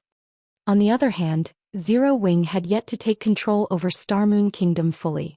Among the many rising small guilds in the game, it merely ranked among the top. It did not rank #1. Furthermore, the recently established Blackwater Guild was an extremely tough opponent for Zero Wing. In the real world, the Blackwater Corporation had begun to gather all sorts of resources. It was clear that the corporation planned a major move in God's Domain to seize some of the shares in God's Domain's market. As an international corporation, the amount of resources the Blackwater Corporation wielded was beyond imagination. Even without any tricks, it could easily defeat first-rate guilds. To put it bluntly, Zero Wing was having a hard time staying afloat right now. How could the guild possibly help her improve? When Alluring Summer had expected Aqua Rose to hesitate and fail to answer her question confidently, Aqua Rose revealed a dauntless smile and responded, "If you work hard enough after joining Zero Wing, I assure you that you will achieve your goal." If Alluring Summer had asked this question in the past, she wouldn't have been so certain. After all, she knew full well how powerful Alluring Summer's target was. It was not just a matter of being strong. That person was on an entirely different level. Only someone as talented as Alluring Summer could dream of surpassing such a person. As for herself, she had only been able to look up to him. However, things were different now. In the past, she had been barred from that person's world. However, thanks to Shifeng, she was beginning to enter it. With Alluring Summer's frightening talent, it was incredibly likely that she would surpass that person in the future. Hearing Aqua Rose's resolute answer, Alluring Summer was stunned.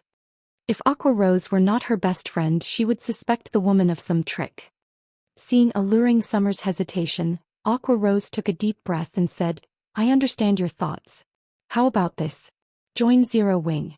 If you think remaining in Zero Wing won't help you reach your goal, I'll ask the guild leader to let you go personally. How about it?"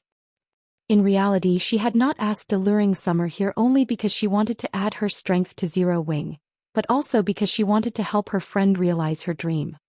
Firstly, she planned to recruit Alluring Summer as a Zero Wing Corps member and expose her to the guild's training. This was the greatest concession she could offer right now. After all, Zero Wing was not hers. She could not selfishly offer the guild's resources to an outsider. Really? Alluring Summer asked warily.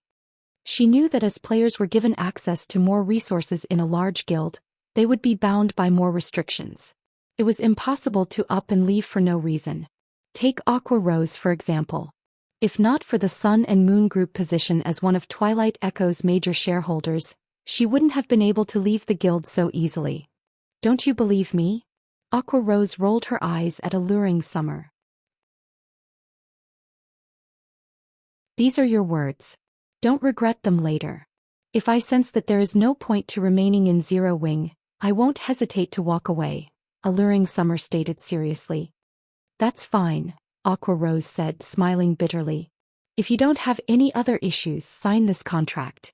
Once you sign it, you'll be one of Zero Wing's core members and can enjoy all of the benefits that come with the position. Alluring Summer then read the system-approved contract. Indeed, as Aqua Rose had said, the conditions were lax. She could leave the guild anytime she wanted. However, she would not be permitted to share any information relating to Zero Wing with others. Otherwise, she would be banished from God's domain. Alluring Summer understood the clause. After all, every guild had its secrets. After finding no faults with the contract, she signed at the bottom. After Aqua Rose confirmed that the main god system had acknowledged the contract, she sent her friend several battle videos. Since you're a core member, you are allowed to learn from these. As for how much you learn, that depends on you. If you wish to enhance your learning speed, you can fight for the 100-berry wine. If you want to improve your strength quickly, you can also apply to join Zero Wing's training grounds in the real world. There are dedicated experts there to offer pointers. If you rank within the top 10 in Zero Wing's rank matches, you may apply for the black card. With that, you can train in the simulation training system. Black card? What's that? Alluring Summer could not help but ask. I'm not allowed to offer any concrete information. You can only learn more if you rank among the top 10 in the matches, Aqua Rose said, chuckling. She had been using the black card Shifeng had sent her. She had never dreamed that Shifeng would get his hands on something so valuable. Before this, she had not realized how frightening super guilds were. Despite her previous participation in a super guild's training camp, she felt like she was learning about super guilds for the first time. During the several days she had spent in the secret pavilion's training system, she had improved significantly. Don't be so stingy. Do you think that I can't rank among the top 10 with my strength? Alluring Summer curled up her lips into a sneer. I believe that you can in the future. However, you won't make it in the upcoming rank matches, Aqua Rose said, shaking her head. Aqua, do you think that I used my full strength against those bastards on the street? I'm not trying to brag, but if I used my full strength, very few people in Zero Wing could stand against me, Alluring Summer said, annoyed. She had experienced many hardships in the Storm Empire. She had even disguised herself and defeated many well-known experts. Among them, some were even top-tier experts ranked on the God's Domain's experts list. With her standards aside from super guilds and super first-rate guilds, she would easily rank at the top of any large guild. I knew you would say that. However, take a look at these videos. Once you're done, you'll understand what I mean, Aqua Rose said, not bothering to explain further. If you still think that you're strong enough, I will find someone to spar with you. If you can defeat that person, I'll help you apply for a black card immediately. What do you think?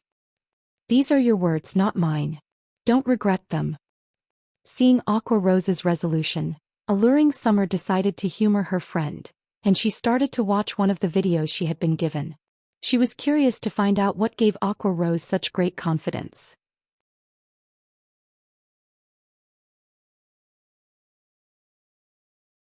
Chapter 1027. Overwhelming Strength. Hellscythe _ Fluffy Goblin. Chapter 1027. Overwhelming Strength.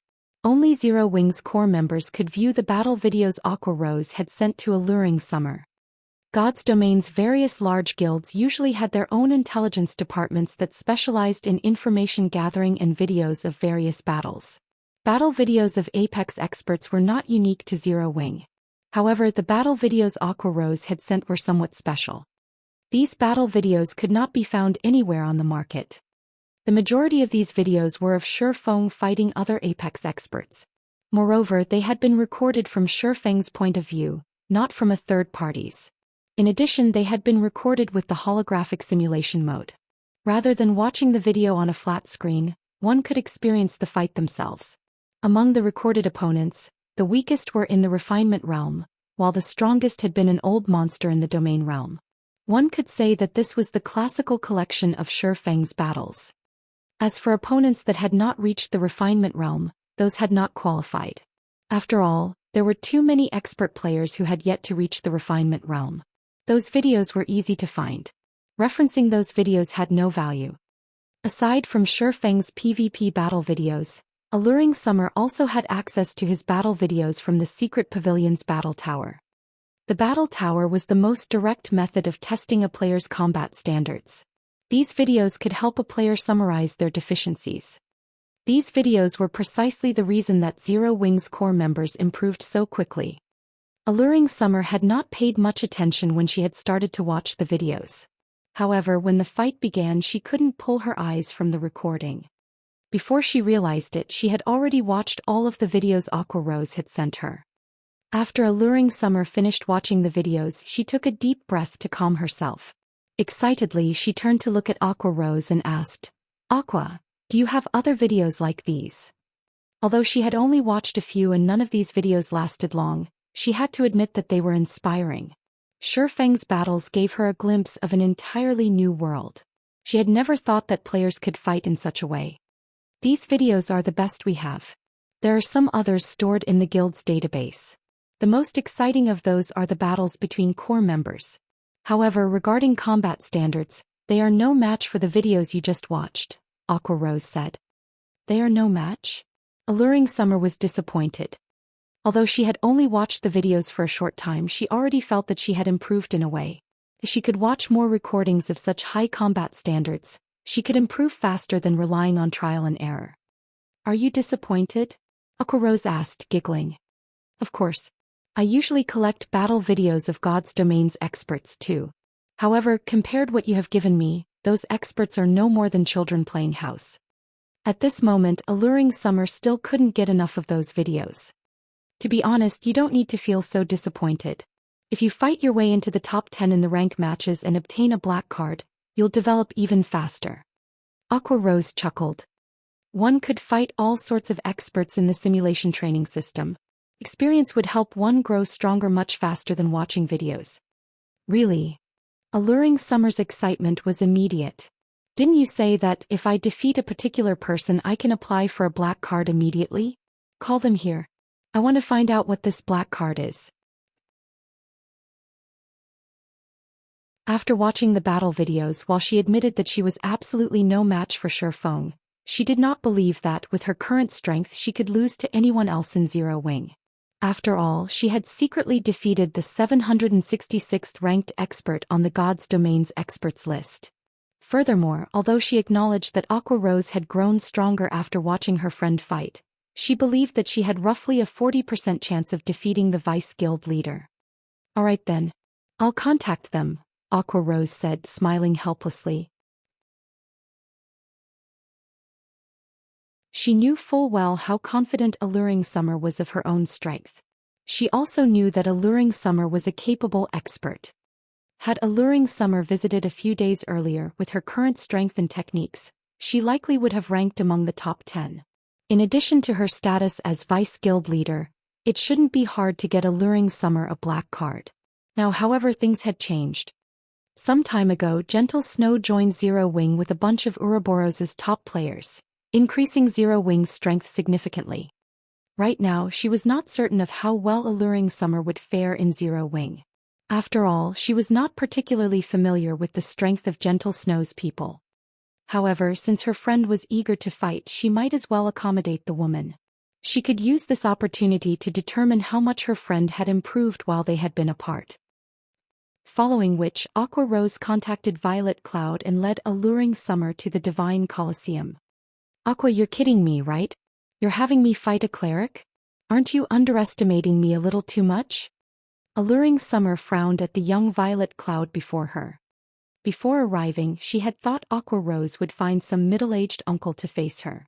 She never thought that her opponent would be such a young girl. It was common knowledge that improving one's techniques in virtual reality games was not as easy or convenient as improving one's weapons and equipment. One needed to invest a lot of time to accumulate combat experience. Aside from those extremely talented youths, very few youths became experts.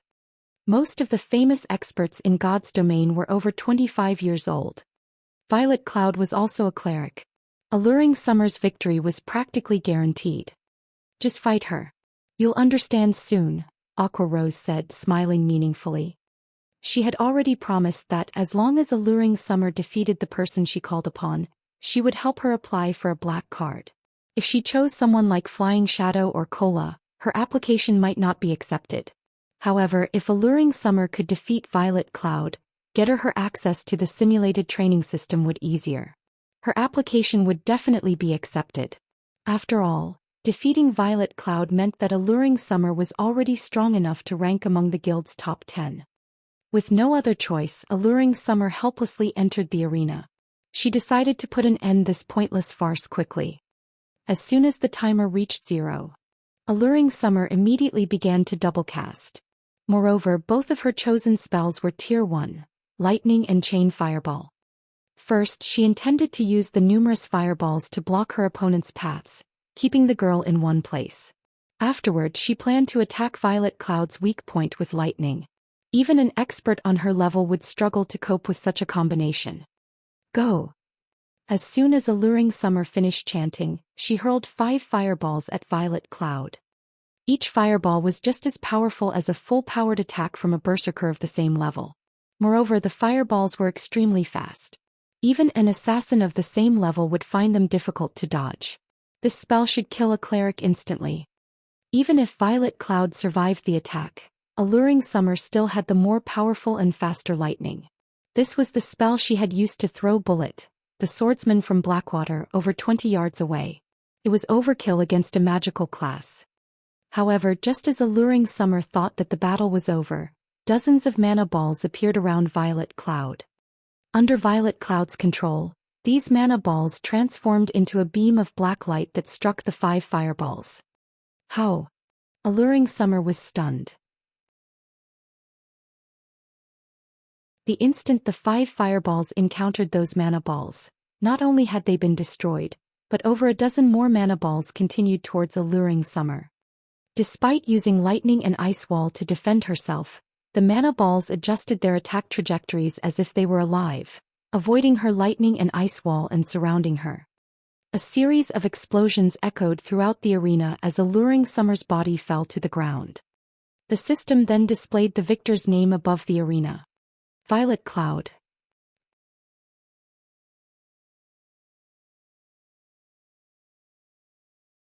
Chapter 1028, Royal Guard. Hellscythe Undersea Vampire. Chapter 1028 Royal Guard. As soon as Alluring Summer resurrected outside the arena, she turned to look at the young girl walking out of it, her face filled with shock.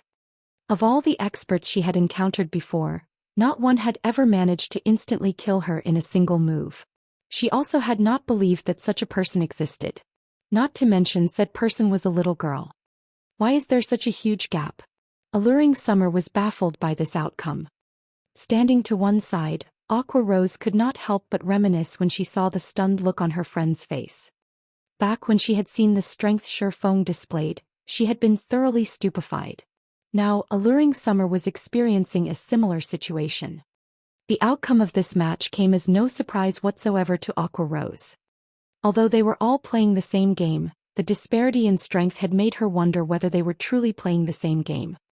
Alluring Summer was most likely pondering this same question at the moment, utterly confused by this situation.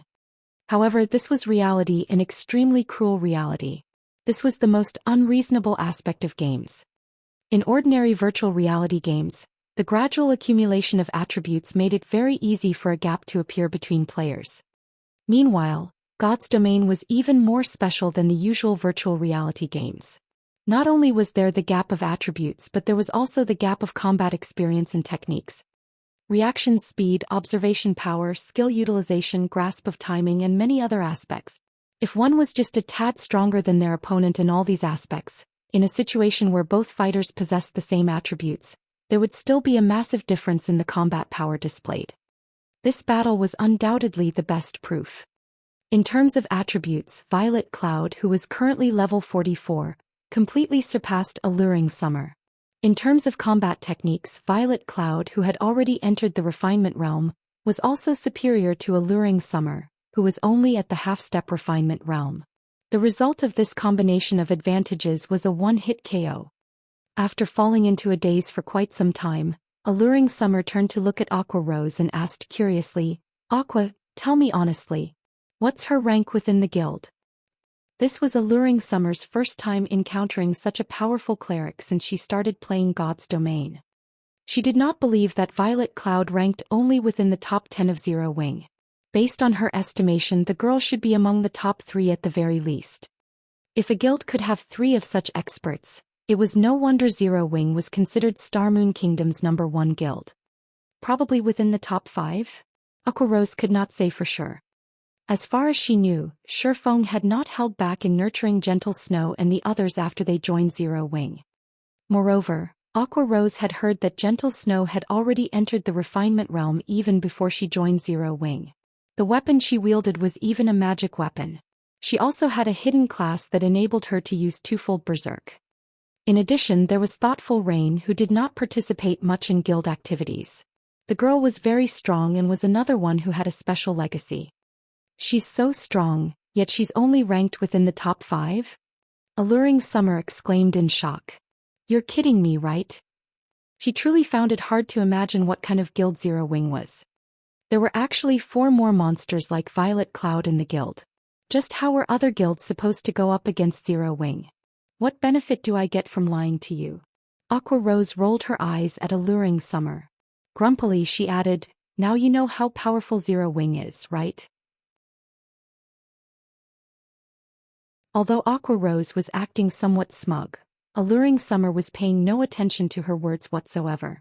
Instead, she directly rushed up to Violet Cloud, hoping to continue challenging the young girl. Before this, she had extreme difficulty finding a powerful expert to fight against. Now that this little monster was right before her eyes, how could she possibly let this chance get away? To a battle maniac like Alluring Summer, this situation was equivalent to placing fresh meat before a hungry wolf. At the same time as Alluring Summer had joined Zero Wing, a huge incident had occurred over at the distant Starmoon City. A short while ago, monsters had captured an NPC town belonging to Starmoon City, massacring every player within the town and reducing a town with a population of nearly 20,000 players to a town of death. In response, Starmoon City had announced that players could launch a crusade against this town. As long as they managed to clear out the monsters from this town, they would obtain generous rewards, including direct promotion to a Count of Starmoon City. In God's domain, the importance of reputation to players spoke volumes for itself. The higher a player's reputation was, the easier it would be for them to obtain a high-ranking or rare quest. Players could also receive discounts on their repair fees and teleportation fees. Most importantly, the number of personal guards they could hire would increase. At the Viscount rank, players were only allowed 2 personal guards. At the Count rank, however, players could have 4. Even if a player themselves was not strong, if they had 4 high-quality personal guards around them, even expert players would have to give them a wide berth. Moreover, grinding field bosses would also become a very simple task. Only, it was extremely difficult to find high-quality personal guards. Currently, even a mysterious iron guard would go for an astronomical price, not to mention secret silver and fine gold guards. However, players were no fools either. Currently, even the various large guilds had managed to find only a few mysterious iron guards, much less secret silver guards. Anyone who obtained one would definitely treat the NPC as their family heirloom. They would not sell the NPC no matter what. Meanwhile, one of the rewards for the town crusade just so happened to be an opportunity to select a personal guard from the King's Royal Guard. The King's Royal Guard. That was the gathering place of Starmoon Kingdom's elites. Only the most outstanding guards could join the Royal Guard. Their growth potential would naturally be significantly better than that of the NPCs players could find on the streets. Even if an ordinary player managed to obtain only a mysterious iron guard, they could immediately resign from their jobs in the real world and rely solely on God's domain to sustain themselves. If one obtained a secret silver guard and directly sold the NPC to a large guild, they would no longer have to worry about living expenses for the rest of their lives. Hence, the moment news of this was released, the entire Starmoon City went into an uproar. Both independent and guild players formed teams one after another and embarked on an expedition to take back the town. Many guilds and workshops even started preparing siege tools. Guild leader, should we send some men over as well? In any case, that town is not very far away from Stone Forest Town, Blackie suggested softly as he looked at Shifeng, who was currently overseeing the construction of the magic tower. No need to hurry. It'll be fine even if we head out after the tower is constructed, Shifeng replied, shaking his head. In reality, though, even he was greatly tempted by this reward. The NPCs in the Royal Guard were dragons among men. Generally, only players who had reached the Marquis rank had the opportunity to choose a personal guard from the Royal Guard. Even then, they would be required to complete a quest whose difficulty was no less than an epic quest's. Extremely few players were capable of completing it. Fortunately, this quest belonged to the category of pure reward quests, so players would not incur any punishment even if they failed. At most, they would lose their opportunity to recruit a Royal Guard. Yet now players only needed to capture a town in order to receive such a reward. Shifeng was somewhat puzzled by this situation.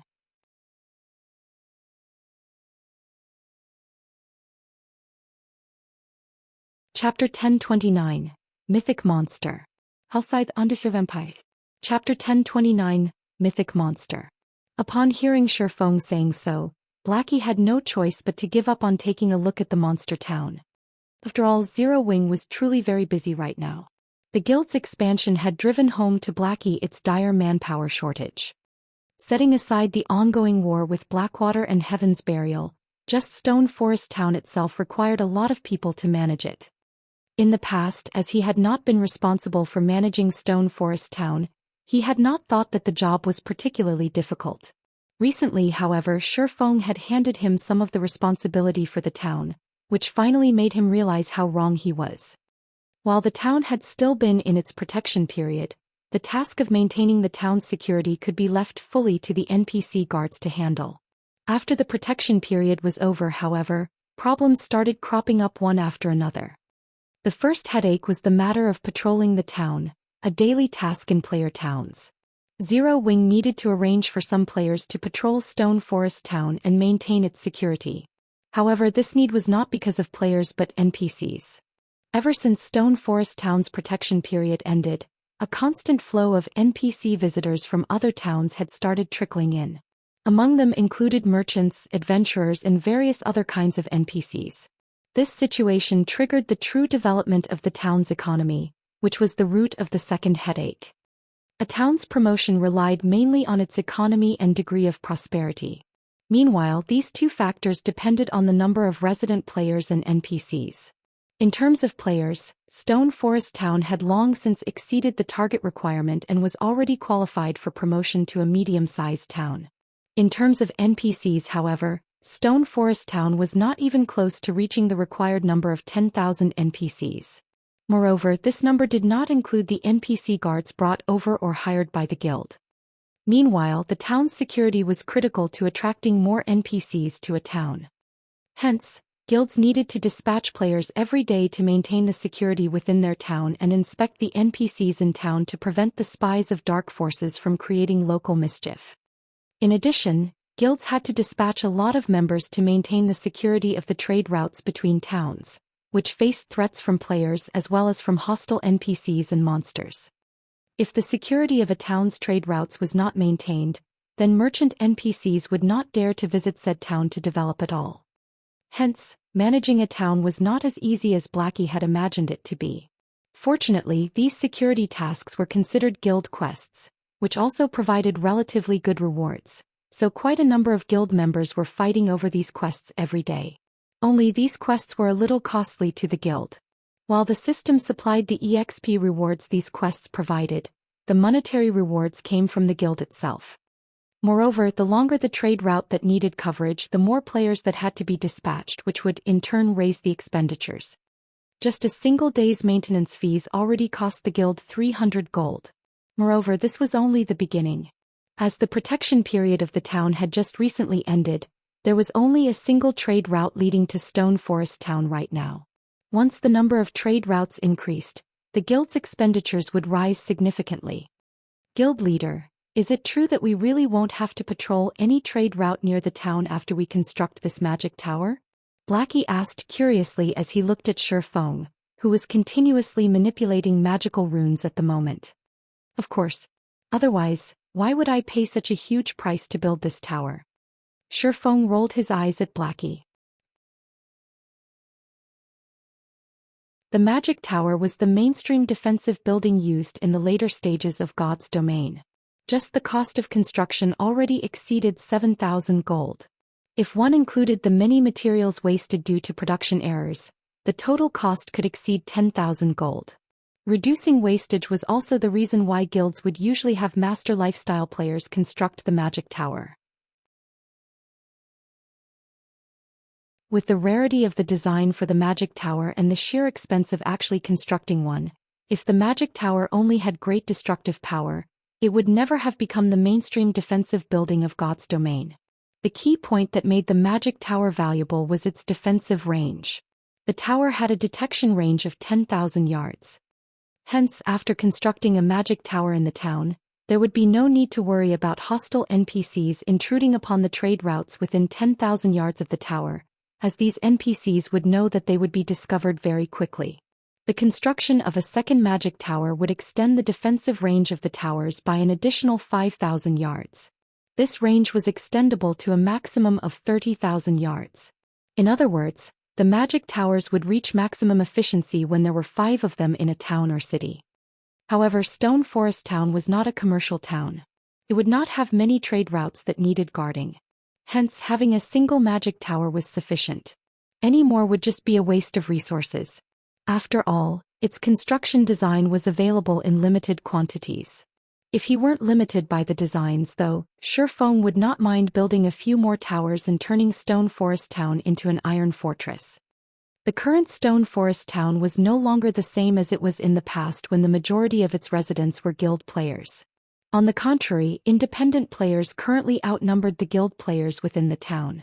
This was because the various large guilds had all shifted their focus to the Undead Gorge, as not only was the map there massive, but the monsters there were available in greater numbers as well. Whether one was trying to grind for levels or magic crystals, the Undead Gorge was an excellent choice. Most importantly, guilds wouldn't have to submit to Zero Wings exploitation by grinding at the Undead Gorge. If they grinded at the Stoneclaw Mountains, they would have to contribute a significant share of the magic crystals they earned to the repair fees and accommodation fees at Stone Forest Town. However, there would be no need to do so if they grinded at the Undead Gorge. Although it took more time to travel to the Undead Gorge as mounts became more commonplace, going from the nearest NPC town to the Undead Gorge would get whittled down to only around 2 hours. Hence, the various large guilds had placed all their focus on the Undead Gorge. However, independent players were different. Firstly, their levels were not comparable to those of elite members of guilds. Secondly, they would suffer at the hands of the guilds grinding at the Undead Gorge. Hence, the Stoneclaw Mountains had become the best option for them. Currently, if one looked at the streets of Stone Forest Town, one would find that nearly 70% of the players there were independent players. The town was even more prosperous than it was in the past. During the time Shifeng was completing the runes for the Magic Tower, news regarding the various large guilds' crusade against the monster town had spread all over the official forums. A level 60 mythic monster had actually appeared in Black Ridge Town. All guilds participating in the crusade were defeated. What? Aren't mythic monsters tier 4 monsters? If only you had seen how powerful that monster was for yourself. With just a single move, it instantly annihilated over 10,000 of the players that had gone to recapture the town. Nobody could defend against that monster's attack. Even magic barriers were useless against it. That's only the tip of the iceberg. I've heard that the monsters in that town all possess extremely high combat standards. Even ordinary players might not be able to defeat the common monsters there in a one-on-one. Most importantly, I've heard that players killed by those monsters aren't able to log into God's domain for some time. Moreover, those monsters would also grow in strength after killing players. How are we supposed to recapture that town then? The more people that go there, the stronger those monsters become. Plus, there's even a tier 4 boss guarding the town. That's as strong as the strongest NPCs in major NPC cities. Who could possibly do anything about those monsters? I've heard that the monsters inside the town have already begun spreading out into the surroundings. They aren't just staying in Black Ridge Town.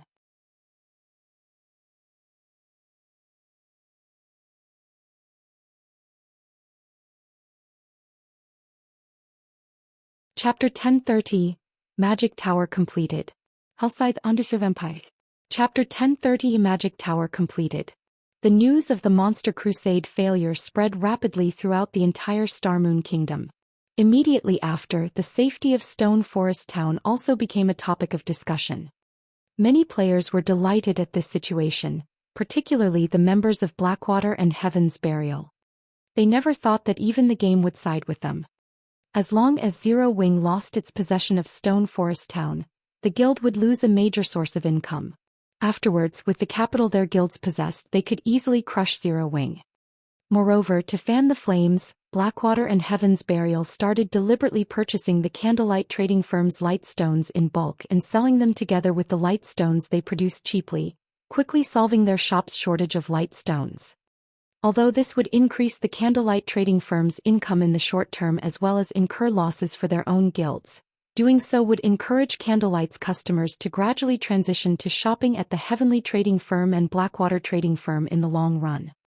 Due to this sudden development, the elite players originally planning to join Zero Wing started hesitating. After Aqua Rose received word of this development, she immediately conducted her own investigation. The joy she felt from successfully recruiting Alluring Summer vanished in an instant. Following which, Aqua Rose contacted Shifeng saying, "Guild leader, this is our overall situation as of now." In less than an hour since news of the crusade failing had spread, the Candlelight trading firm's sales of the light stones had increased by nearly 5 times. As a consequence, both the Heavenly and Blackwater trading firms had managed to plunder the popularity Candlelight had garnered through the advanced mana armor kits. As for the number of players trying to join Zero Wing, that had directly fallen by half. This was not good news for Zero Wing, which was currently in urgent need of manpower. Blackwater and Heaven's Burial sure are good. Only they would dare to do something like this. Shifeng could not help but sigh ruefully as he looked at the Candlelight trading firm's income and traffic situation. Guild leader, you're still in the mood to joke around? If they really start mass-producing light stones, we will be in so much trouble, Aqua Rose said, pouting. Moreover, you've also seen for yourself how bad Stone Forest Town's situation is by now. Based on our investigations, those monsters' numbers are continuously increasing. Current estimates put them at over 100,000 already. Moreover, they've also begun spreading out. It won't be long before they come attacking Stone Forest Town. Shi Feng took a look at the report sent over by Aqua Rose. In one of the video recordings he had spotted a familiar figure. This figure was none other than the one-horned humanoid monster. Only, it had improved significantly compared to when he first saw it. At this point it had already reached level 53. Its HP had undergone a qualitative transformation as well, rising from being over 1 million to 6 million. Now the humanoid monster was at the standard of a level 50 lord. Back then, it had only been at the standard of a level 40 chieftain. Its improvement speed was truly terrifying. Fortunately, these one-horned monsters were very few. The majority of the monster army consisted of level 50 to level 60 wild beast-type monsters. Their intelligence and combat standards were clearly beneath the humanoid monsters. Even so, these wild beasts already possessed the combat standards of ordinary players. This situation was a disaster for ordinary players. If these monsters continued developing, Shi Feng did not doubt that the entire Star Moon Kingdom would fall into danger.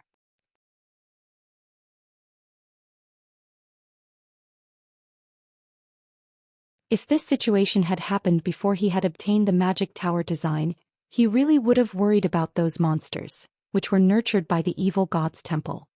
Now, however, things were different. As long as Stone Forest Town's magic tower got constructed, aside from NPC cities and some of the more fortified NPC towns, Stone Forest Town would definitely be the safest place in Star Moon Kingdom.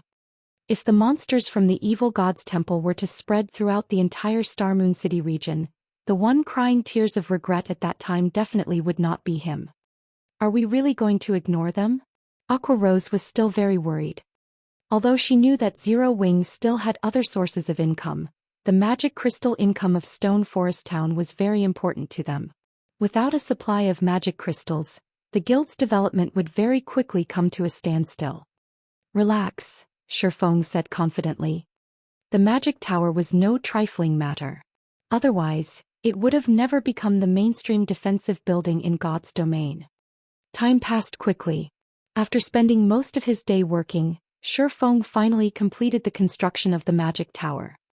The instant the tower was done, Shi Feng's EXP rose tremendously. His forging proficiency also increased directly by 500 points. To an advanced forger like Shi Feng, raising his proficiency by even a single point was a very difficult task. He needed to make multiple advanced items for that to happen. Normally, an advanced forger would have to spend the entire day working in order to gain 500 proficiency. At the same time as the construction was completed, the magic tower, which he had situated in the center of Stone Forest Town, released a blue pulse that gave everyone within the town the feeling they were under observation. What's this thing?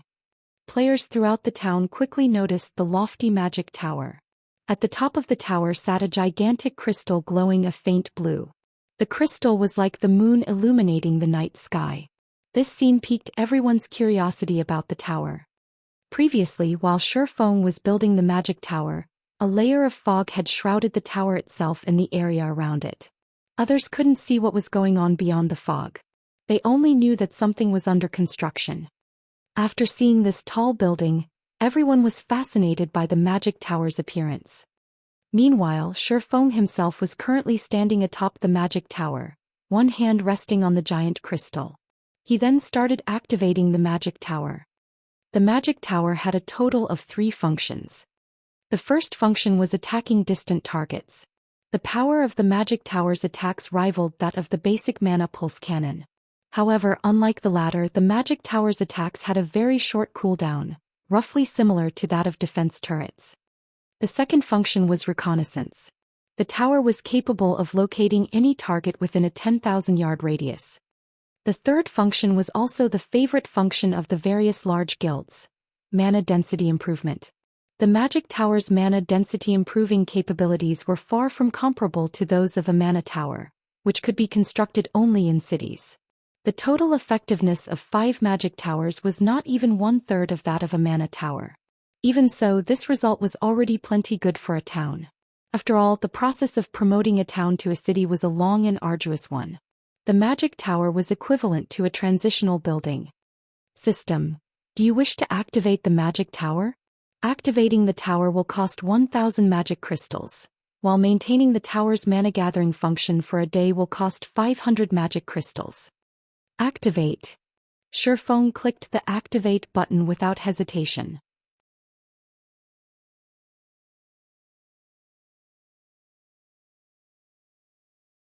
Chapter 1031. When water rises, the boat rises with it. Hellscythe Undersea Vampire. Chapter 1031. When water rises, the boat rises with it. After Shifeng tapped on the semi-transparent light blue screen before him, 1,500 magic crystals instantly disappeared from his bag. Immediately, the gigantic crystal atop the magic tower released a dazzling light blue beam that shot 400 yards into the air before bursting apart and spreading over the entire stone forest town like an opened umbrella. This spectacular sight stunned all the players within the town. What's going on? Is Zero Wing setting up a magic barrier? Everyone could not help but start discussing the magic tower. However, while most people were chatting, a few expert players with sharp senses suddenly discovered that the density of the ambient mana was actually rising gradually. Are you guys feeling it? The mana density in the town seems to be rising. Yeah, now that you mention it, my mind does feel a lot clearer than before. Wait, take a look at your status windows. There's an extra buff in mine. As experts voiced their findings in surprise one after another, more and more players also noticed the changes that had occurred to the town. When someone mentioned the appearance of a buff in their status window, everyone promptly called out their status windows as well.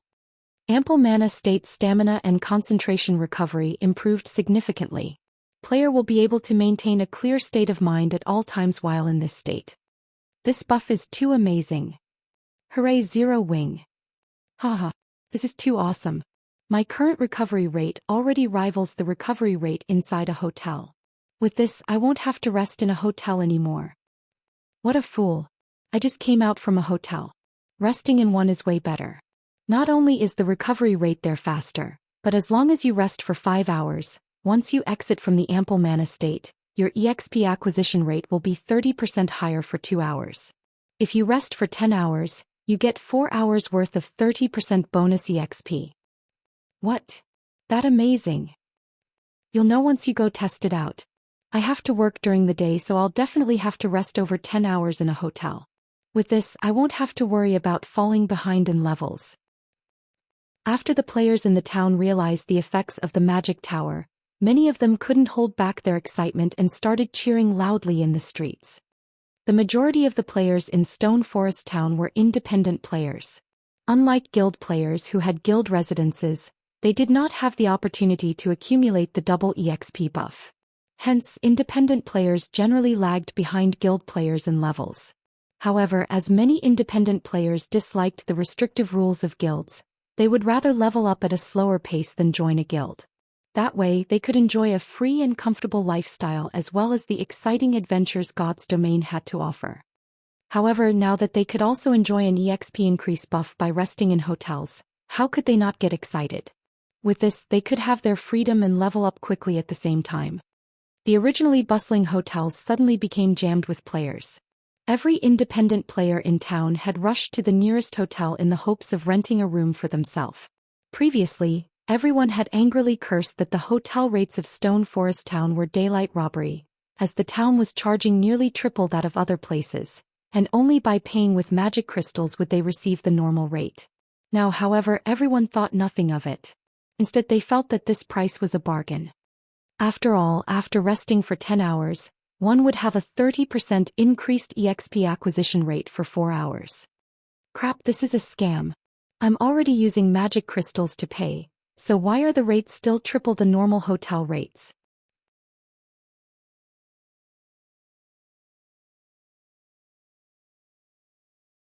Hence, they had no choice but to grit their teeth and rent a room. Moreover, every player would rent for at least 10 days. Otherwise, when demand for the hotel rooms skyrocketed in the future, they might not get an opportunity to rent one. Guild leader, this magic tower is simply amazing. It's only been a few minutes, but every hotel in Stone Forest Town is already at capacity. Right now, many players are even complaining that there are too few hotels in town and are demanding that we build more, Blackie reported, smiling. Originally, Renting a room for a day in one of Stone Forest Town's hotels cost only 50 copper. Now, even after jacking up the price to 1 silver 50 copper, the many hotels in town still could not keep up with demand. Moreover, this price was for transactions in magic crystals. If players were using coins, they would have to pay 3 silver per day. Ignore the matters regarding the hotels for now.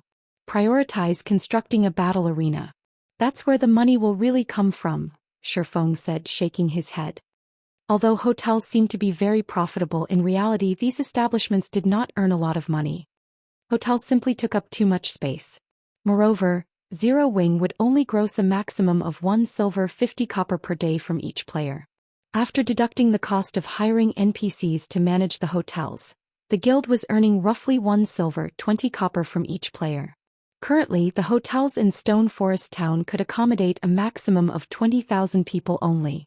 In other words, Zero Wing could earn 240 gold per day at most through the hotels. A large sum of money to ordinary large guilds, but to Zero Wing this was a drop in the bucket. Moreover, 20,000 players were not even 1/10 of Stone Forest Town's population. Even so, the current number of hotels occupied over half of the town's lands. Originally, the reason why Shifeng had constructed so many cheap hotels was to earn magic crystals. However, now that he had the magic tower, there was another building that could earn him even more money: the battle arena. The battle arena was a place where players could fight against each other. Due to the magic tower, the mana density in the entire town had increased. This situation would be of great assistance to players, just like in the trial tower of the Divine Colosseum. Under the effects of Stone Forest Town's environment, players could maintain a very clear state of mind. Fighting under such a state would be of great help in improving their strength. However, inside a player-constructed town, PvP was prohibited. The only place players could fight against each other in a town was at a battle arena. When the time came, the 200,000 or so players residing in Stone Forest Town would definitely head to the battle arena to improve themselves through PvP. At that time, the money Zero Wing could earn through the battle arena would no doubt far surpass the income they were currently making from the hotels. I'll get it done right away. Blackie's eyes glowed when he heard Shifeng's explanation. At the same time, the matter regarding Stone Forest Town gradually spread throughout the entire Starmoon Kingdom. As a result, independent players who were tempted to head to the Undead Gorge started having second thoughts. Getting 4 hours of 30% increased EXP acquisition rate was no laughing matter, particularly for independent elite and expert players. This was a rare opportunity to level up quicker. If utilized properly, even if they could not completely catch up to guild players, at the very least, they wouldn't be left too far behind. Starmoon City, Blackwater's residence. Damn it! To think Zero Wing would still have such a move. Abandoned Wave's expression turned very ugly when he received the news regarding Stone Forest Town. At this rate, the more time they wasted, the more troublesome Zero Wing would become. At the same time, his heart was also filled with sheer envy, and he grew even more impatient to obtain Stone Forest Town. Following which, he looked at the subordinate standing beside him and commanded, "Immediately notify Singular Burial's side. Tell them that there's a change of plans. We're going to take action ahead of time."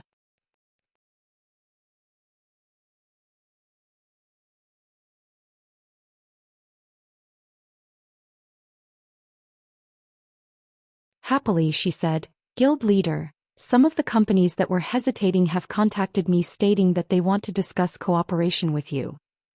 Previously, she had worried that Shifeng had been too arrogant and that none of the companies would be willing to work with them. Now, however, over 20 companies had contacted her.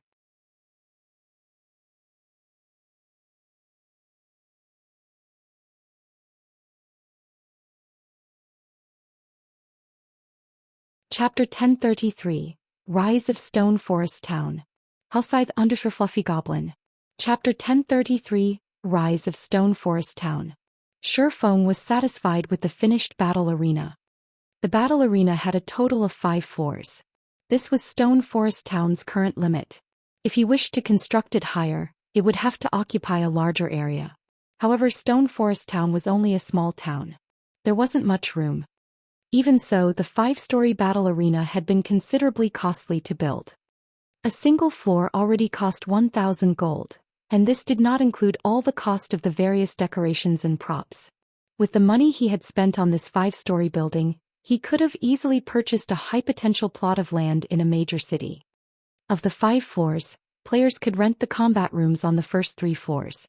Naturally, these rooms were more expensive than in NPC cities. After all, players could enjoy the ample mana state throughout the building. Hence, Shifeng had set the rent at 1 silver per hour. While ordinary players might consider this a steep price, the independent players capable of reaching Stone Forest Town all possessed relatively high combat standards. This price should not be a problem for these players. As for the 4th floor, Shifeng intended to use it to hold a weekly tournament. Champions would be awarded excellent weapons and equipment as well as coins.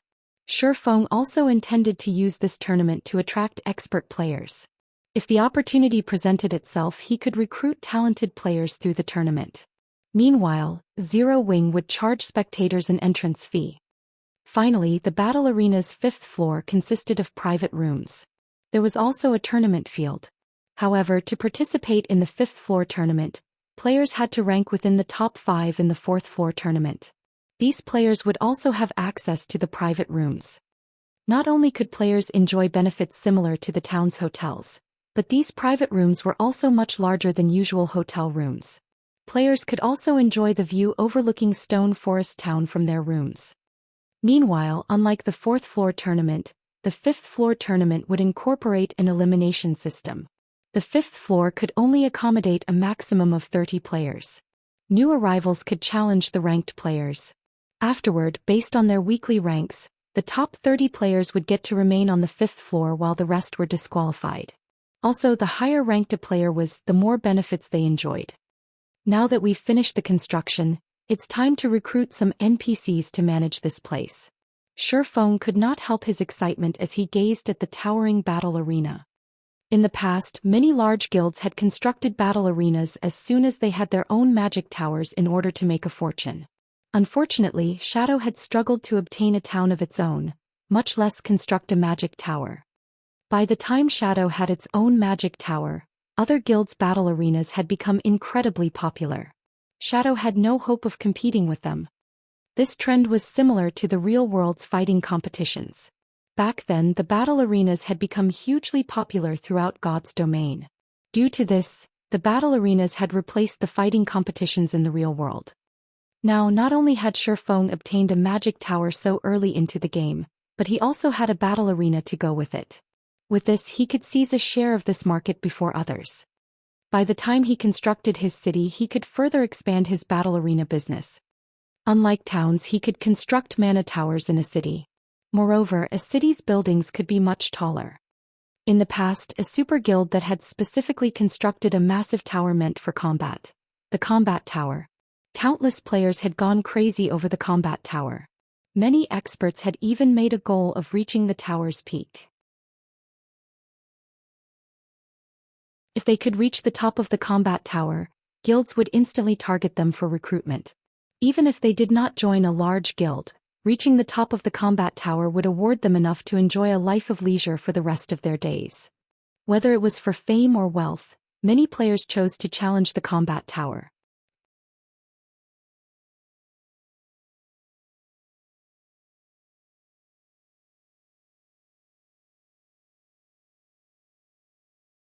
Chapter 1034, Crimson Emperor. Chapter 1034, Crimson Emperor. Upon returning to White River City, Shifeng discovered that the number of players teleporting into the city had increased, particularly the members of other guilds. All around he could see guild players. Moreover, they were extraordinarily high-leveled, with the lowest being level 39 and the team leaders being level 40 experts at the very least. This situation confused Shifeng slightly. However, he quickly shook the thought out of his head. Right now, hiring NPC managers for the battle arena had utmost importance. To avoid attention, he took an advanced horse carriage to the Adventurers Association. Shortly after Shifeng left the teleportation hall, a team of 20 players appeared inside. These players each wore an emblem shaped like a crimson flame. The lowest leveled player among them was level 40. The equipment they wore also radiated the glowing effects unique to dark gold equipment. The white-haired man standing at the head of the group was even a level 41 Guardian Knight, whose appearance suggested that he had experienced the vicissitudes of life. The man carried a diamond-shaped shield with a dragon printed on it slung on his back and a blood-red longsword inserted inside the shield. Despite this longsword clearly being a one-handed sword, the width of its guard was wider than the man's shoulders, while the length of its hilt matched a two-handed sword's. Combined with the blade, the sword was nearly as tall as he was. Seen from afar, the man appeared to wield a bloody cross. As he stood in the spacious teleportation hall, he was extremely conspicuous. Yet, despite the eye-catching composition of this team of 20, everyone who saw this team would almost immediately shift their gazes away, not daring to take a second look. The reason for such a reaction was these players' emblem, which indicated they belonged to the Dark Knight Empire's veteran super first-rate guild, Crimson Emperor.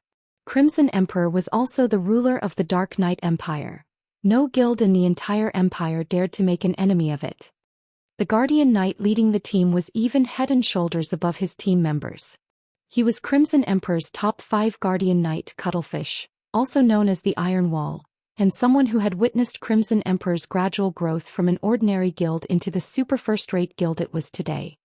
At this time, a middle-aged man on the team looked towards the leading Guardian Knight and asked, "Uncle Cuttlefish, we were in the middle of raiding a hell mode large-scale team dungeon. Why did you suddenly call us to come all the way over here?" "I've also just received a notice about this from the guild. It seems that some ancient ruins were found at the Twin Towers Kingdom. Currently, all guilds that have received news about it have already dispatched teams. Crimson Emperor naturally cannot let this opportunity pass either," Cuttlefish replied. Although he was already an old man in his 60s, his voice was just like a young man's, filled with energy. "Ancient ruins?" An elegant and slim female elementalist asked curiously, "Is there something special about those ruins? Is there really a need for us main force members to take action as well?" "That's right. The ancient ruins discovered are like a huge maze. It is massive inside, however only teams of 20 are allowed. After entering, teams are immediately teleported to an area with monsters that have a chance of dropping a kind of slate fragment. Those who complete a set can exchange for a mount inside the maze. Based on what we know so far, there are even mysterious iron mounts available for exchange. Moreover, this was only in the outer area. Currently, the various guilds are frantically fighting over the monsters inside. It is very difficult to enter the ancient ruins. The requirement for personal strength is extremely high. For efficiency's sake, the guild leader is sending us to pioneer the way," Cuttlefish explained. Everyone else on the team immediately gaped in shock upon hearing this. The importance of mounts to a guild went without saying. Just the number of bronze mounts Crimson Emperor obtained was not even enough for the guild's internal experts, much less mysterious iron mounts.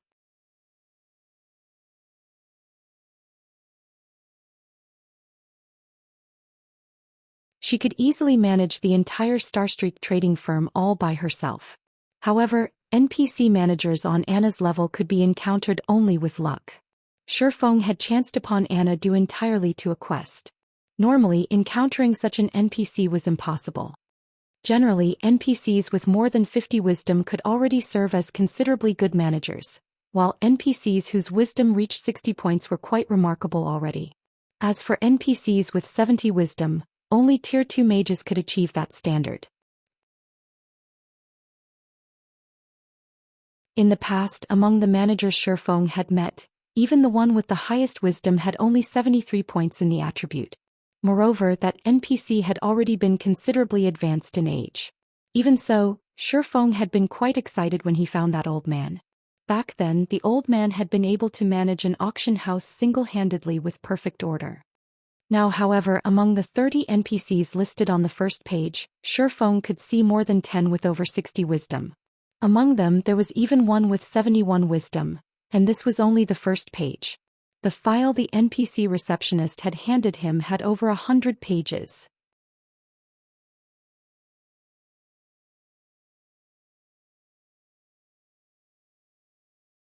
Chapter 1035. Times have changed. Chapter 1035. Times have changed. Before Shifeng realized it, he had already spent half an hour inside the serene and elegant lounge reading through the files. The more he read, the more shocked he felt. High-wisdom NPCs, which were usually difficult to encounter, were now available to him in the thousands. Shifeng had even found an NPC with 80 wisdom.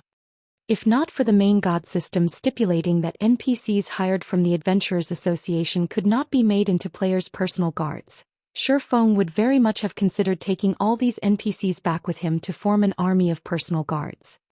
I'll choose these 10 then. After Shifeng was done going through the name list, he selected the names of 10 advanced NPCs. 9 had over 70 wisdom while 1 had 82 wisdom. In God's domain, an 82 wisdom NPC's intelligence was already equivalent to that of a Tier 3 NPC. Although Shifeng still wished to hire more, he had already reached his hiring limit. A small-sized town could hire at most 10 advanced NPCs. Moreover, hiring advanced NPCs was not a simple task. Unlike ordinary NPCs, which could be hired without limit and would only cost 2 gold coins a month in wages, one had to satisfy not only the salary demanded by these NPCs but also their conditions. Just the conditions of the 82 wisdom NPC Shifeng had pointed out could choke an ordinary guild to death. This was because said NPC actually demanded a salary of 10 gold coins per day. Shifeng also needed to pay a 1-month deposit in advance. In addition, the shop the NPC managed had to have at least 500 other workers. To an ordinary shop, having around 20 NPCs managing it would already be more than enough. One could run more than a dozen shops with 500 NPCs. Fulfilling this condition would be impossible for a single ordinary shop. Fortunately, Shifeng was running a large-scale battle arena. He needed to hire a lot of ordinary NPCs to run the establishment. Otherwise, there would be no way to cope with the large number of players visiting the arena every day. After Shifeng confirmed his choices, the NPC beauty beside him happily tallied the bill and very quickly provided him with a figure, saying, "Lord Spirit Slayer, you have chosen to hire 10 advanced managers and 500 normal managers. You will need to pay a 1-month deposit for all of them. The total is 4,000 gold. Once you complete the payment, we will have them sent to Stone Forest Town within an hour. May I know if Lord Spirit Slayer has any other requests?" "That will be all." Shifeng nodded. He then paid the 4,000 gold deposit, his heart feeling a slight sting. The average level of players had risen considerably by now, and the money they could earn was much higher than before. However, copper coins still possessed quite a significant purchasing power, not to mention gold coins. Most likely, there was not a single guild in the entire God's domain that was as generous as himself, directly spending 4,000 gold to hire NPCs to manage just a single establishment. However, Shifeng knew that this was a necessary expenditure. It was simply impossible for players to keep up with the management of a battle arena. After Shifeng was done hiring the NPCs, he checked the time. Seeing as there was not much time left before his meeting with the representatives of those major companies, he promptly left the Adventurers Association and took an advanced horse carriage to the Candlelight trading firm. Inside the VIP room on the Candlelight trading firm's 7th floor, the representatives of the various major companies had already been waiting here for quite some time now. However, none of them showed any signs of indignation. On the contrary, expressions of shock filled their faces. At this point, White River City was the most populous city in Star Moon Kingdom. Meanwhile, the Candlelight trading firm was situated in the central business district of White River City. Aside from NPC-run establishments, the Candlelight trading firm's building was the tallest one in this area. From the top floor of the building, their view of the city streets was unobstructed. They felt as if they were kings overlooking the entire city. However, this unique scenery was still only secondary when compared to the report they had just received. During this period, the number of players residing in Stone Forest Town had already hit the 500,000 mark. In the future, that number was sure to double. A player population of 1 million was equivalent to the population of a major NPC city. If they could set up a virtual store in this bustling town, said store would definitely have no lack of customers. The only problem was that Stone Forest Town was too small. If the town were a medium-sized town, then that would be perfect. However, Stone Forest Town's protection period had ended just recently. The town was only beginning to attract NPCs. It would still take a considerable amount of time to get promoted. Furthermore, Zero Wing was simply asking for too much money. With 1 billion credits, these major companies could establish a large guild of their own or invest into a second-rate guild. With the latter option, they could even obtain a considerable number of shares. By cooperating with Zero Wing, however, they would only get priority in investing into a town. They would only receive a guarantee that they could directly rent a golden land in one of the towns Zero Wing captured. The rent of these lands would be gradually deducted from this 1 billion deposit. This condition was truly a little outrageous. Of course, after they signed the agreement, if they did not wish to continue renting land from Zero Wing, they could get back their remaining deposit after half a year. However, the representatives of the various major companies still intended to negotiate this price. After all, the current situation in Starmoon Kingdom was not particularly stable. There was also the Blackwater Guild persistently plotting against Zero Wing. Hence, they intended to use this opportunity to reduce the price. Just as everyone was pondering how they should go about negotiating with Zero Wing, the doors to the lounge suddenly opened. A woman with an extraordinary figure walked into the room. Although she had hidden her face with a black cloak, judging from her graceful figure, her countenance was no doubt heavenly as well. Could this beauty be trying to cooperate with Zero Wing as well? Everyone in the room immediately started quietly discussing this beauty's identity among themselves. However, they very quickly discovered that this woman's seat was right next to the seat of honor. One could just imagine how much importance Zero Wing placed on this peerless beauty. Meanwhile, this peerless beauty was none other than Phoenix Rain. When Phoenix Rain entered the room, she too was momentarily surprised. She had never imagined that there would be so many companies interested in cooperating with Zero Wing. Moreover, these companies all possessed extraordinary backgrounds that rivaled even Aqua Rose's Sun and Moon group. After she entered, she also discovered that Aqua Rose had become significantly stronger. Although the Cursemancer had hidden her level, the aura she radiated was indubitable. In addition, Violet Cloud, who stood beside Aqua Rose, was even more amazing. Phoenix Rain herself felt a significant amount of danger coming from the young lady. As for Alluring Summer on the other side of Aqua Rose, she too was relatively powerful. A level 41 elementalist could easily rank at the top of any guild. Moreover, Alluring Summer looked to be rather young, so she should still have great potential for growth. Is this really the Zero Wing I know? After Phoenix Rain observed Violet Cloud further, she suddenly noticed that the young lady's every motion looked very natural, and this discovery shocked her greatly. She had seen Violet Cloud fighting at the Dark Arena before. Although the young lady had not moved much at that time, Phoenix Rain could still tell that Violet Cloud had yet to reach the refinement realm. Nevertheless, after just a short time, Violet Cloud had gone directly from the half-step refinement realm into the refinement realm. Violet Cloud was clearly only a teenager, yet she had actually managed to reach the refinement realm at such a young age. If she were in the Dragon Phoenix Pavilion, she would definitely be considered one of the pavilion's top geniuses and nurtured heavily. After all, even a genius like Blue Phoenix had not reached the refinement realm at Violet Cloud's age. Shortly after Phoenix Rain took her seat, Shifeng entered through the doors.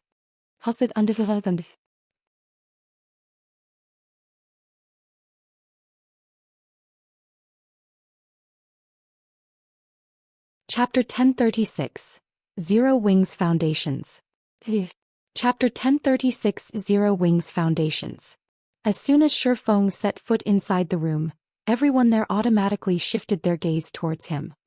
Currently, Shifeng had already disguised himself as Black Flame using the demon mask. At this moment he was dressed in pitch-black armor and wore a black cloak. Two dazzling blood-red swords hung from his waist, glowing a faint red. The aura his body radiated resembled that of an unsheathed sword, sharp and dangerous. The feeling he gave off was as if it wasn't a human walking into the room but a demon that had just escaped the abyss. The atmosphere in the lounge instantly grew heavy upon his appearance. When Shifeng's gaze swept over the representatives of the various major companies, they instinctively lowered their heads, due to the mental oppression they felt, none of them daring to make eye contact. He's Zero Wing's guild leader Black Flame? Isn't he a little too strong? Alluring Summer could not help but gasp upon seeing Shifeng. He's practically a monster. Haven't I already told you this before? Our guild leader is very strong, Aqua Rose said somewhat pridefully. As long as you develop yourself in Zero Wing, it is only a matter of time before you achieve that dream of yours. At this moment, Phoenix Rain's eyes had also widened in shock as she looked at Shifeng slowly walking over to her. Just how much has he improved again? During her last encounter with Shifeng, the latter only gave her the feeling of a sheathed sword. Now, however, his aura was entirely different. It was utterly overpowering, impressing on others the presence of a steamroller. Rather than calling him a player, he was practically a humanoid lord. Shifeng did not pay much attention to Phoenix Rain's shocked reaction. He had on the level 50 fine gold ranked magic light set equipment. His basic attributes were far superior to those using level 40 or level 45 dark gold equipment. After all, level 50 equipment was meant for tier 2 players. Phoenix Rain was naturally no match for him in terms of attributes. Not to mention he also wielded a fragmented legendary item and multiple epic weapons and equipment. Strength-wise, he had long since surpassed Lord-ranked monsters of the same level. Hence, it was only normal for Phoenix Rain to feel a massive sense of oppression when he did not suppress his aura. However, Shifeng's grandiose entrance had made the various company representatives lose their composure. Now they were no longer as confident as before. After taking his seat, Shifeng took another look at everyone present before saying straightforwardly, "Since you all wish to cooperate with Zero Wing, I believe you should have already read the agreement given to you, correct? If you have any problems, ask away. However, take note that Zero Wing will not make any changes to the conditions of cooperation no matter what." Guild Leader Black Flame. Although Stone Forest Town indeed has excellent prospects, the conditions you require are simply excessive. You could even say that they are far above Stone Forest Town's potential value. Moreover, 1 billion is no small number. If we invest that kind of money into a second-rate guild, we can take control of a significant portion of said guild's shares. Hence, after a discussion among ourselves, we believe that 100 million credits should be a more suitable amount. This way we'll have a much better time cooperating with each other in the future. After all, the current Stone Forest Town is only that big. Its value is extremely limited. There won't be a single company that will agree to your price of 1 billion. We hope that Guild Leader Black Flame can reconsider this matter. Our companies are sincerely trying to cooperate with Zero Wing. The representatives of the 20 major companies all expressed their reluctance to pay such a high deposit. Moreover, they also firmly believed that no company would foolishly agree to this condition. However, in order to get a head start in occupying the virtual market, their companies were still willing to pay a certain price. It seems you all are operating under a misconception. Zero Wing's offer of a 1 billion deposit is only the threshold for cooperation. In addition, Zero Wing is providing only 10 slots. This doesn't mean that anyone with 1 billion credits will qualify for this offer. Shifeng then chuckled and added, "If you are dissatisfied with this offer, Zero Wing won't try to force you into accepting it." Before everyone could refute his words, Shifeng took out an old book from his bag and placed it on the table. Staring at the book on the table, everyone was greatly confused at Shifeng's intentions. They then clicked to check the book's information. Magic Tower Design. Could this be? Phoenix Rain immediately thought of the tower in Stone Forest Town upon seeing the name of this book. That's right. Just like you've surmised, the tower constructed in Stone Forest Town is indeed a magic tower. It is also the cause of Stone Forest Town's mana density increase, Shifeng explained, smiling. I believe you all should have already seen for yourselves the effects of the magic tower, correct? Now, do you still think this 1 billion threshold is a little too high? Immediately, everyone in the room fell silent. Shock plastered over their faces as they looked at the magic tower design. A hint of fanaticism gleamed in their eyes. Everyone had attributed the change in Stone Forest Town to the newly constructed tower. Hence, the people from the various large guilds as well as those from companies and corporations had immediately launched investigations into the tower. They all sought to obtain a magic tower for themselves. Unfortunately, they could not find any information regarding the magic tower whatsoever. They only knew that Zero Wing had built the tower. There were also rumors floating about that the magic tower might be a one-time use quest reward. Hence, Zero Wing had chosen to set up the tower at Stone Forest Town, using the opportunity to raise the town's value. However, they never imagined that players could actually build this thing. If Zero Wing could truly build as many magic towers as it wished and only needed to pay the production cost, then the guild's potential was indeed immense. In the future, as long as the guild captured a town, it could directly construct a magic tower in it and use the higher mana density in the town to attract large numbers of players. With this, Zero Wing would have another brand new Stone Forest Town. As for Stone Forest Town being too small, that would no longer pose a problem either. At that time, even obtaining a significant portion of the virtual market share would not be a dream for their companies. No wonder he's so confident. At this moment, Phoenix Rain was eyeing the magic tower design enviously. At the same time, she also felt fortunate that she had made this trip here. With the magic tower, trying to gather players and earning money would both be extremely easy to accomplish. Standing beside Shifeng, Aqua Rose noticed the unflinching gazes of the various company representatives as well as their expressions, which stated that they would become Zero Wing's collaborator no matter what. She nearly let out a laugh. Although Shifeng had revealed the magic tower design, all everyone could see was the item's name. They could not open the book and view its actual contents. In the end, everyone had mistakenly believed that one could construct an unlimited number of magic towers with the design and did not know about the magic tower design's limitations. Of course, this could not be considered as Zero Wing being deceitful. This was simply a beautiful misunderstanding. Under the fanatic gazes of everyone, Shifeng stored the magic tower design. Smiling, he said, "You've seen the item for yourselves. As for the qualifications for cooperation, 1 billion is the minimum requirement. Or to put it more precisely, 1 billion will only get you a plot of golden land in a town. Also, Zero Wing doesn't necessarily need 10 collaborators. If none of you have any problems, let's start the auction for the first slot."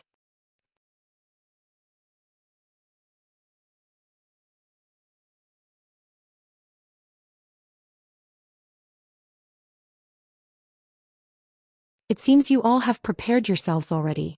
Let's begin then," Shifeng said after getting silent confirmation from everyone present. The starting bid for the first cooperation spot is priced at 1 billion credits. Every increment must be no less than 10 million. 1 billion 20 million. 1 billion 30 million. 1 billion 40 million.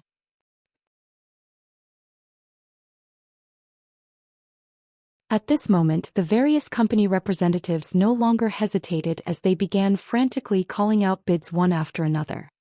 There were only 10 slots available. Even in the best-case scenario, only 10 companies could cooperate with Zero Wing. Meanwhile, there were 20 companies present. If some companies were slightly greedy and were willing to pay the price and gamble on Zero Wing's future, a single company might purchase 2 or even 3 slots. After all, however small a town was, there should still be no problem if it had 2 or 3 of the same virtual stores. The stores should not affect each other too greatly. Most importantly, the money they invested could still be taken back. They were merely placing a deposit for renting lands right now. Moreover, judging by the popularity of God's domain, they could already tell what the future of the virtual industry would look like. Most likely, it would be even more profitable than the real estate industry. Hence, the various companies intended to obtain as many cooperation slots as they could right now. Very quickly, the first cooperation slot's price had risen to 1,200 million.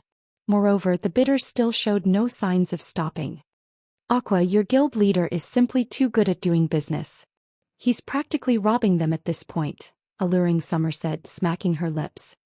This was not her first time seeing such large transactions taking place. After all, just the construction of a single 5-star hotel in the real world cost nearly 10 billion credits. It was even more expensive for 6- and 7-star hotels. However, this was definitely her first time seeing a virtual store selling for such a high price. "This is nothing. Those who want to cooperate with us in the future will have to pay an even higher price," Aqua Rose said, unfazed by this situation. Although the towns in God's domain were good, they were a far cry from being comparable to a city, particularly the first player-owned city in God's domain. If not for the fact that they could not publicize the matter of the city-building order yet, these companies wouldn't even have the qualifications to negotiate with Zero Wing.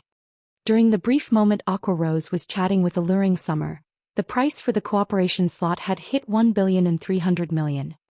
However, as the bids continued increasing and were approaching 1,500,000,000, the number of people calling out offers started dwindling. At this moment, a clear voice resounded throughout the lounge. 2 billion. Everyone instantly turned to look at the bidder in shock. This person was none other than Phoenix Rain. This woman has lost her mind. She actually bid 2 billion. Who is she? Everyone was stunned by Phoenix Rain's bid. Although they also had that kind of money, the more they could save, the better. Is there anyone willing to place a higher bid? Shifeng asked for confirmation as he swept a glance at everyone present. He was not particularly surprised by Phoenix Rain's bid. After all, she was someone capable of obtaining a battle team slot for the Dark Arena. How could her origins be ordinary? After Shifeng sought confirmation 3 times, he sent the first official contract to Phoenix Rain. Afterwards, she simply needed to place her signature on it.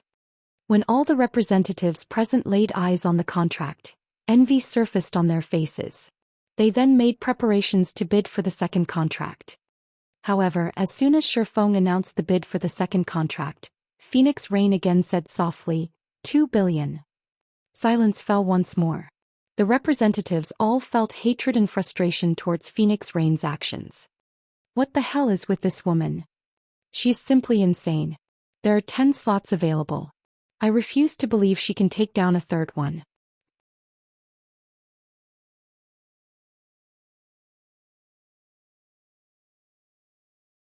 Her actions thoroughly frightened all the company representatives.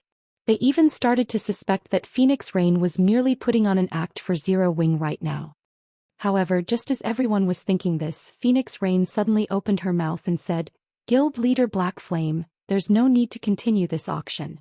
I want all the remaining slots. I hope that the two of us can sit down and discuss the matter of cooperation further instead of continuing to waste time here.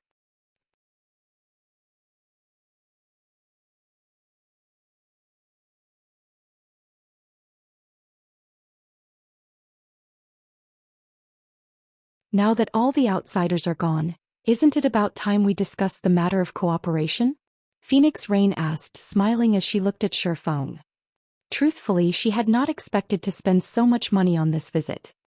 Originally, she had only thought that Stone Forest Town had potential for development and was planning to invest in the town.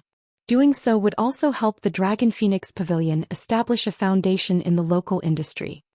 However, the Magic Tower was frankly too tempting.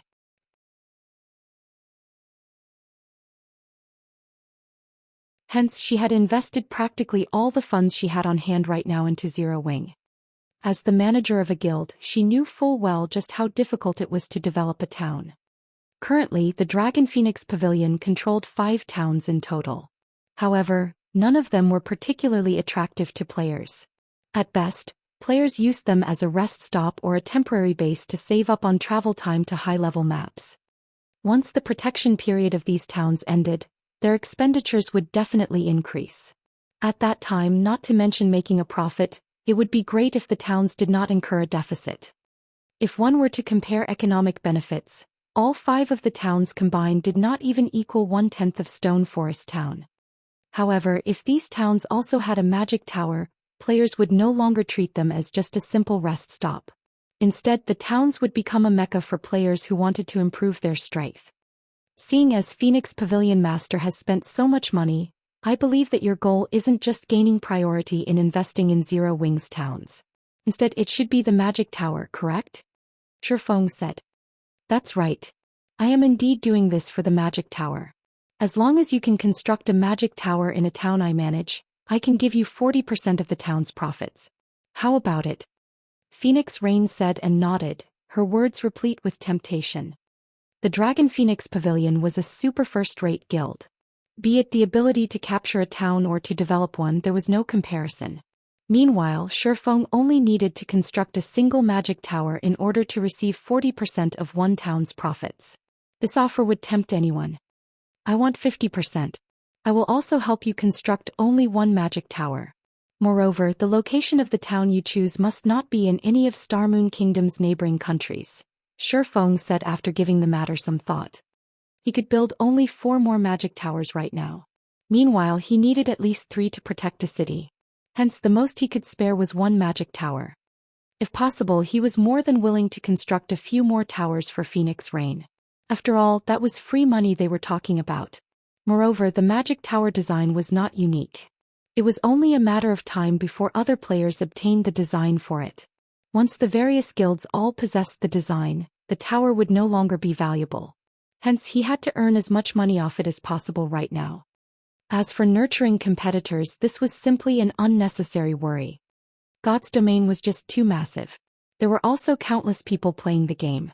On the other hand, how many players could a single town possibly contain, or even a single city?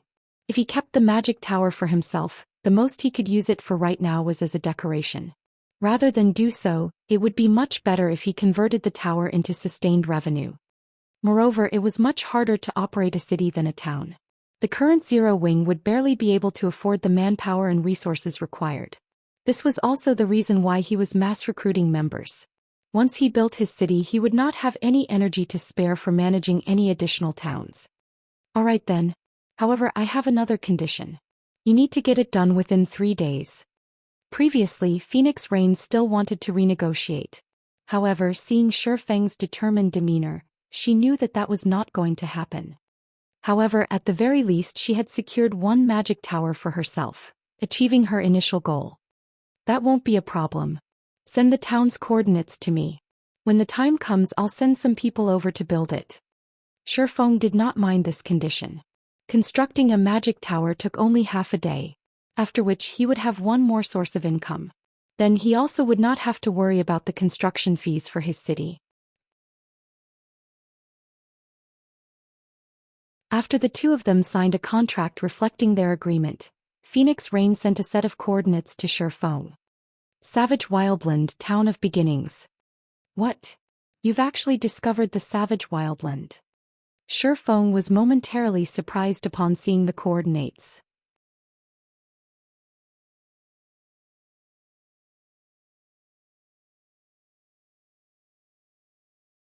Chapter 1039, Humanity's Origins.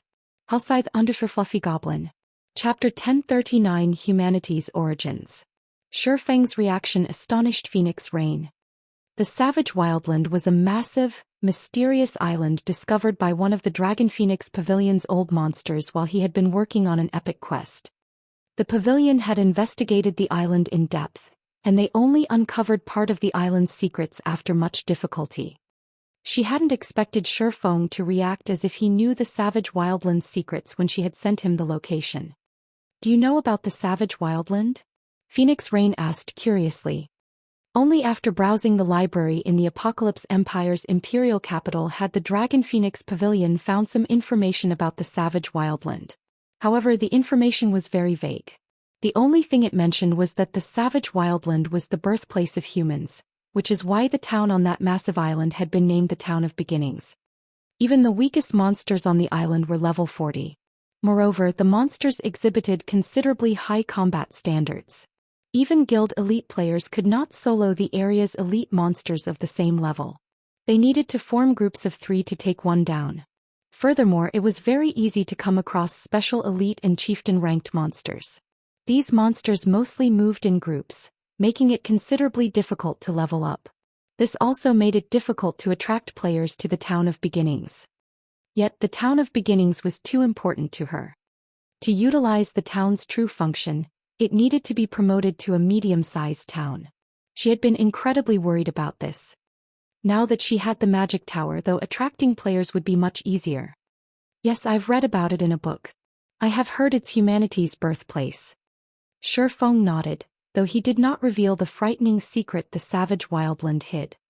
In the past, when the Savage Wildland had first appeared, it had not attracted any attention whatsoever. First, it was simply too difficult to level up there. Rather than relying on the monsters, one would be better off grinding the useless monsters in low-resource areas. Moreover, the savage wildlands monsters were quite stingy. How stingy? Even after killing over 100 monsters, they wouldn't drop garbage or a single material item. One could only obtain a handful of copper coins or cheap materials by killing chieftain-ranked monsters or above. As for obtaining weapons and equipment, that was a pipe dream. Yet, nobody had imagined that this stingy island was actually a transit point connecting to other worlds. In the island's deeper regions, one sometimes came across spatial cracks that allowed players to explore other worlds. These spatial cracks were like random dungeons. However, one had to be lucky to find one. Meanwhile, these spatial cracks were only one of the Savage Wildland's benefits. The true value of the Savage Wildland was the Otherworld transfer gate in the heart of the island. Players were only required to pay some magic crystals to utilize this gate. Unfortunately, players could only use the gate once per week. Due to this, a large number of players had swarmed the Savage Wildland in the past. However, back then the Savage Wildland had already fallen under the Super Guild Pantheon's control. Anyone who wished to utilize the transfer gate had been required to pay an exorbitant fee. Despite the many other Super Guilds' complaints, none of them had been able to do anything about it as the Pantheon ruled over the Town of Beginnings. The other Super Guilds could only watch as Pantheon regulated the area and collected massive amounts of money. Hence, the fact that the Dragon Phoenix Pavilion had taken the Town of Beginnings had truly surprised Shifeng. Initially, Shifeng had thought of searching for the Savage Wildland in this life. However, activating the island had many conditions. He also did not know which conditions he would need to trigger. Hence, he had no choice but to leave the island alone for now. He had never expected this opportunity to present itself. An Otherworld could effectively train players and help them improve their techniques. Clearing an Otherworld also granted bountiful rewards. This was the reason why transfer tools to Otherworlds were so precious and expensive.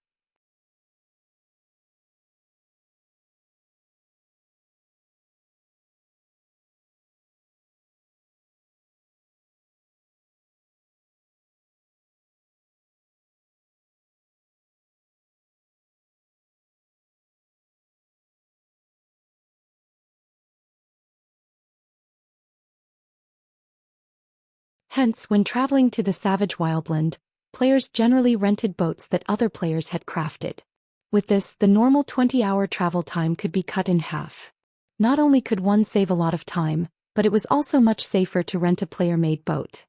However, it was not easy to purchase a shipyard in Ocean Viewing Town. The first requirement was a high enough reputation. Without that, the mayor would refuse to sell.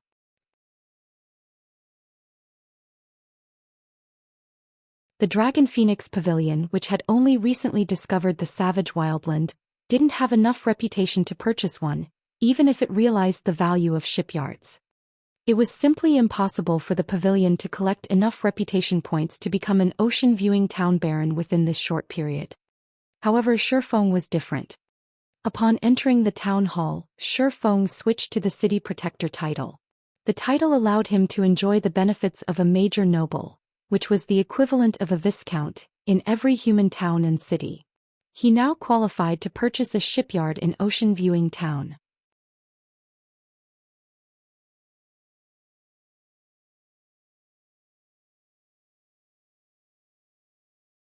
Chapter 1041, Medium Shipyard. Hellscythe Undersea Fluffy Goblin. Chapter 1041, Medium Shipyard. When Shifeng entered the town hall, there were only a few other players in the building. They were all independent players, not guild players. The lands in God's Domain's NPC cities were very expensive. Generally, only guilds could afford them. It was practically impossible to find a lone player who could afford these lands as well. However, it was a different story for NPC towns. The lands here were many times cheaper. Take Ocean Viewing Town for example. Its normal lands only cost 200 to 300 gold, while the lands around the town center cost 500 to 600 gold. Even the most expensive land, which had an excellent view of the ocean, cost around 900 gold. Generally, expert players of considerable skill could afford these lands after their Tier 2 promotion. In the past, many players who could not afford houses in NPC cities would build their houses on lands in towns with a good view or in prosperous towns. As a port town, Even without access to the savage wildland, ocean-viewing towns' lands were a valuable investment. After all, as players reached higher levels, players would unlock more in-game systems in God's domain. For example, the Maritime merchant system. In God's domain, one could earn money from other players as well as NPCs. Helping NPC merchants transport their goods was one way to do so, earning a sizable income. If one managed themselves properly, obtaining their own fleet of ships and gaining popularity among NPCs, they could make far more than expert players. This was precisely the reason that port towns had become so popular among independent players, particularly merchant players in the past. Due to such systems, even players who were weak in battle could make a living in God's domain. Sometimes, if one were lucky and encountered some miracle, one could obtain weapons and equipment that even expert players would envy.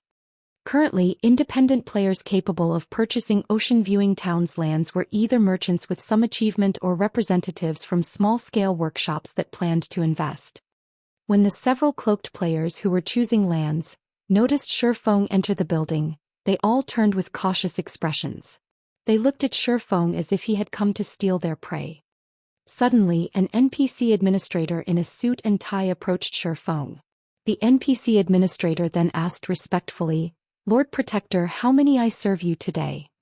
"I want to purchase a shipyard," Shifeng said. "All right. Please follow me to the second floor. The information regarding the available shipyards will be brought to you right away." Upon hearing Shifeng's request, the administrator led Shifeng to the second floor's lounge, showing Shifeng as much respect as the town's mayor. The several merchant players who had been wary of Shifeng were stupefied. Who is that? Why is Administrator Joseph showing so much respect? Is he already a baron in ocean-viewing town? That can't be right. Joseph wouldn't even treat a town's baron like that. To win over Senior Administrator Joseph, they had tried all sorts of methods to raise his favorability of them. They had done so to persuade the Senior Administrator to show them more lands. Yet Senior Administrator Joseph immediately led Shifeng to the second floor when he arrived. The second floor. Despite their struggles to become nobles of ocean-viewing town, they still didn't qualify to explore the second floor. These several merchant players could not help but envy Shifeng. Like anywhere else, one needed sufficient reputation to purchase ocean-viewing town's lands. Ordinary nobles had to remain on the first floor and choose from the town's most basic lands. Even then, not all ordinary lands would be available.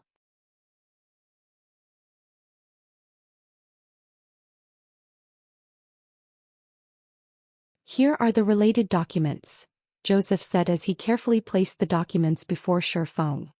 He then retreated to the side, not daring to disturb Shifeng in the slightest. 6 shipyards? Weren't there only supposed to be 5? Shifeng was somewhat surprised.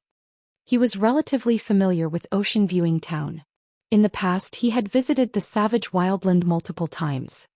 He could clearly remember that there had only been 5 shipyards. "Lord Protector, there were only 5 shipyards before.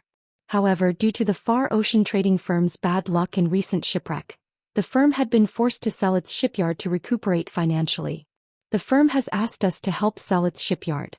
The mayor has stated that if this shipyard has not sold after a month, he will take the shipyard as collateral and issue the Far Ocean trading firm a loan. I have heard that the trading firm recently built this shipyard to produce its new cargo ship," Joseph explained in detail. New cargo ship? Shifeng's interest was immediately piqued. Ship designs were almost as rare as fragmented legendary items. Moreover, owning a design was one thing but producing the ship was another. Constructing a common ship wasn't a big deal. However, for high-quality ships, construction was extremely troublesome. Finding the raw materials alone was costly in both time and money. Most importantly, ship designs were similar to the Magic Tower design, in which both were limited-use items. Usually one could construct 10 ships from one design.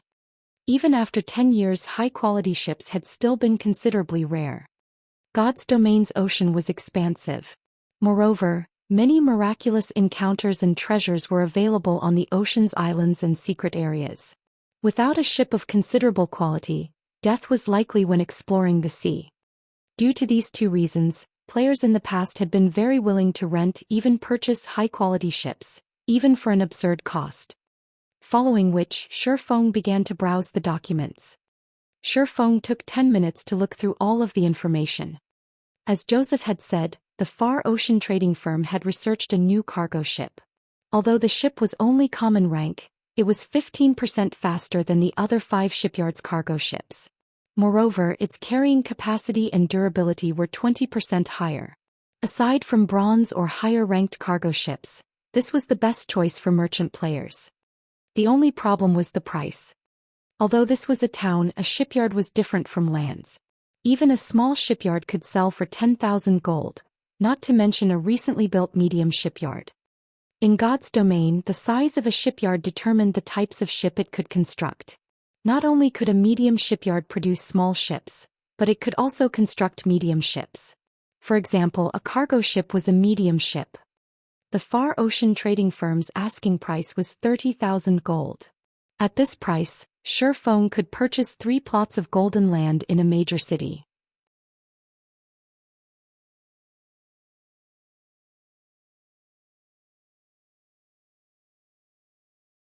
Chapter 1042, Bronze Speedboat.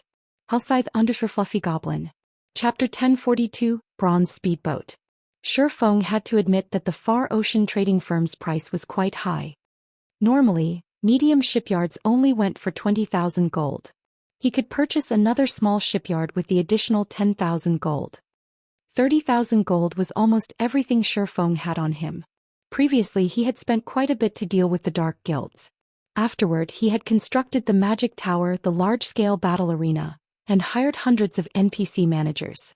The money he earned in the past several days had vanished in an instant.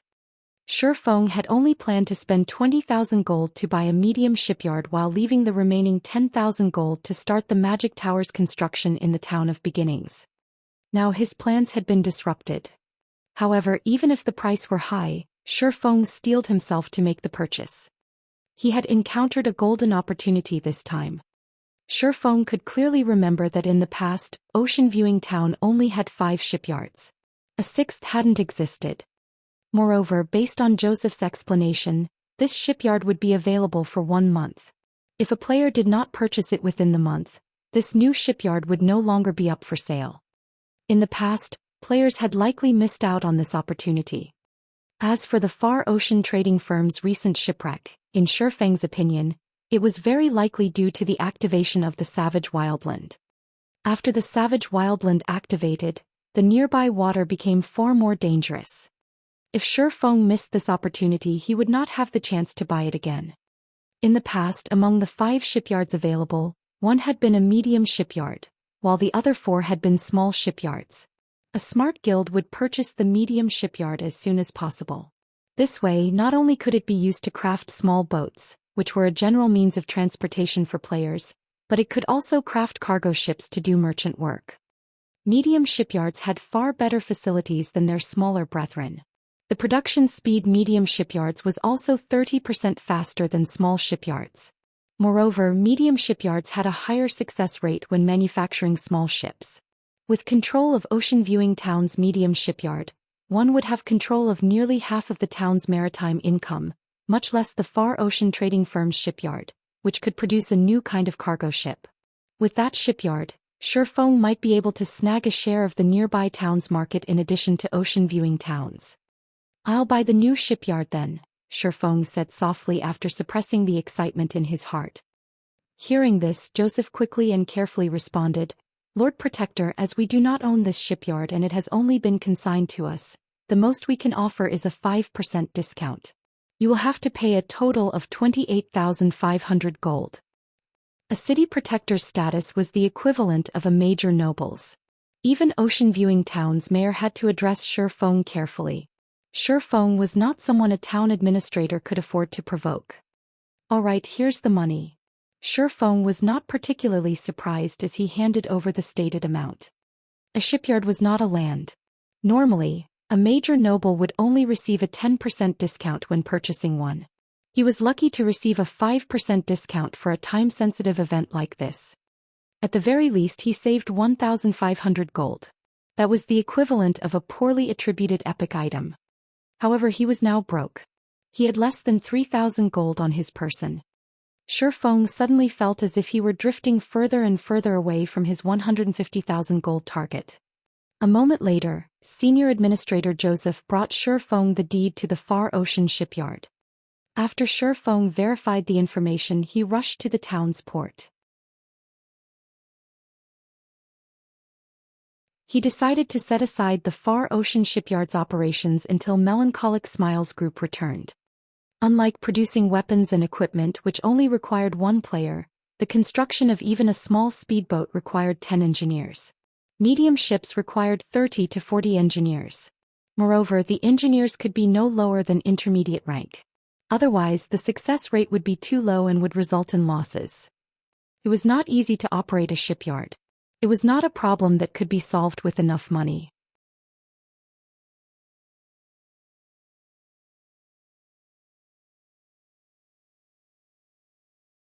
After multiple twists and turns through the market, Feng finally stood before a 2-story building called Doll's Workshop.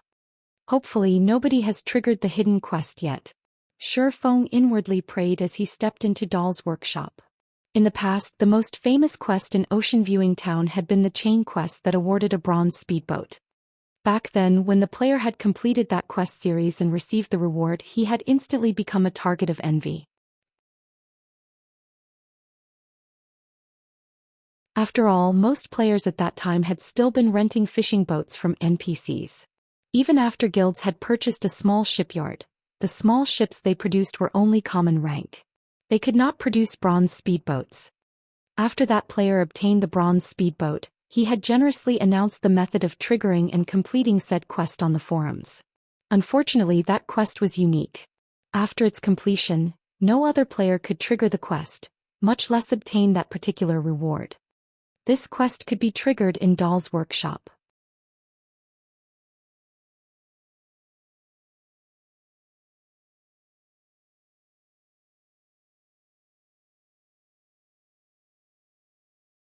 To meet with Rodney, they had spent 4 days gradually raising their favorability with the apprentice. Only then would the apprentice introduce them to Rodney to help fulfill the latter's wish. The moment the male shopkeeper's eyes touched upon the cloaked Feng, he immediately stood up and responded respectfully, "Lord Protector, I'll notify my master right away. Please wait here for a moment." The major noble of a city.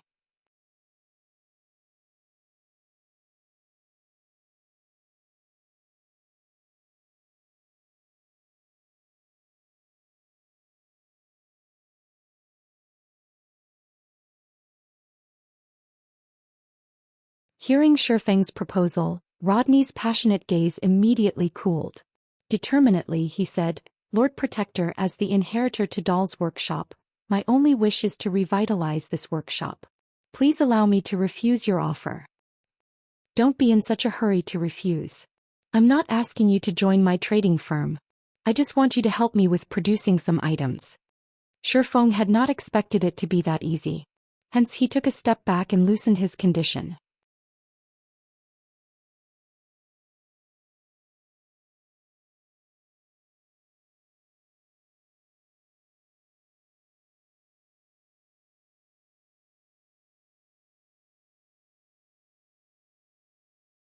After all, magic crystals were important regardless of the era. Over 50 guilds had participated in the contest for the manatite vein, with the weakest being third-rate guilds. The war had been between 3 factions led by Battle Wolves, Dragon Phoenix Pavilion and Miracle. The Maritime battle had incurred tremendous losses for all 3, with the death toll reaching the millions. Moreover, these were not the deaths of ordinary players but guild elites.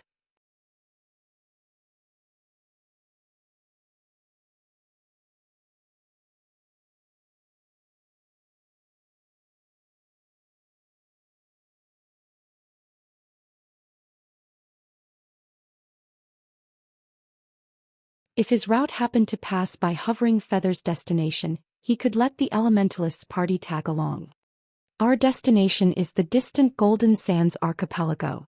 Although the way there is somewhat dangerous, very few players have headed that way. The resources are still abundant. Even if we don't find treasure chests or special party dungeons, we can harvest quite a lot of materials for money. As for the route to the archipelago, Our party already has a safe route from the secret pavilion.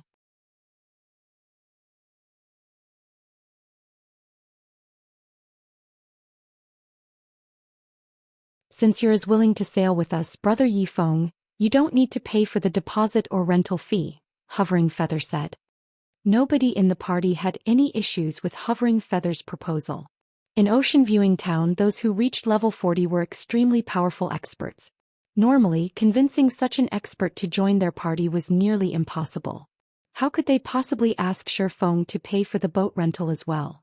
As Hovering Feather was about to rent a boat, Shifeng stopped him and said, "Please wait a minute. I have a boat, so we don't need to waste money renting one."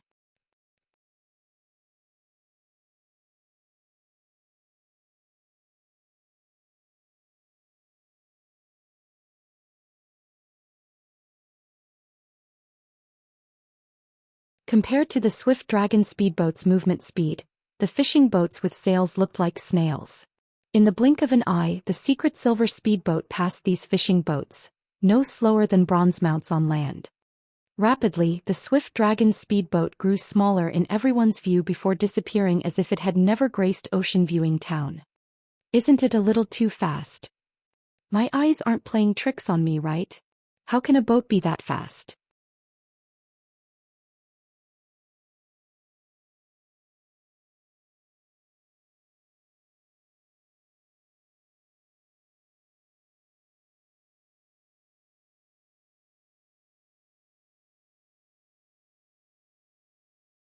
At this moment, when they looked at Shifeng again, they suddenly felt that Shifeng's figure seemed bigger than before.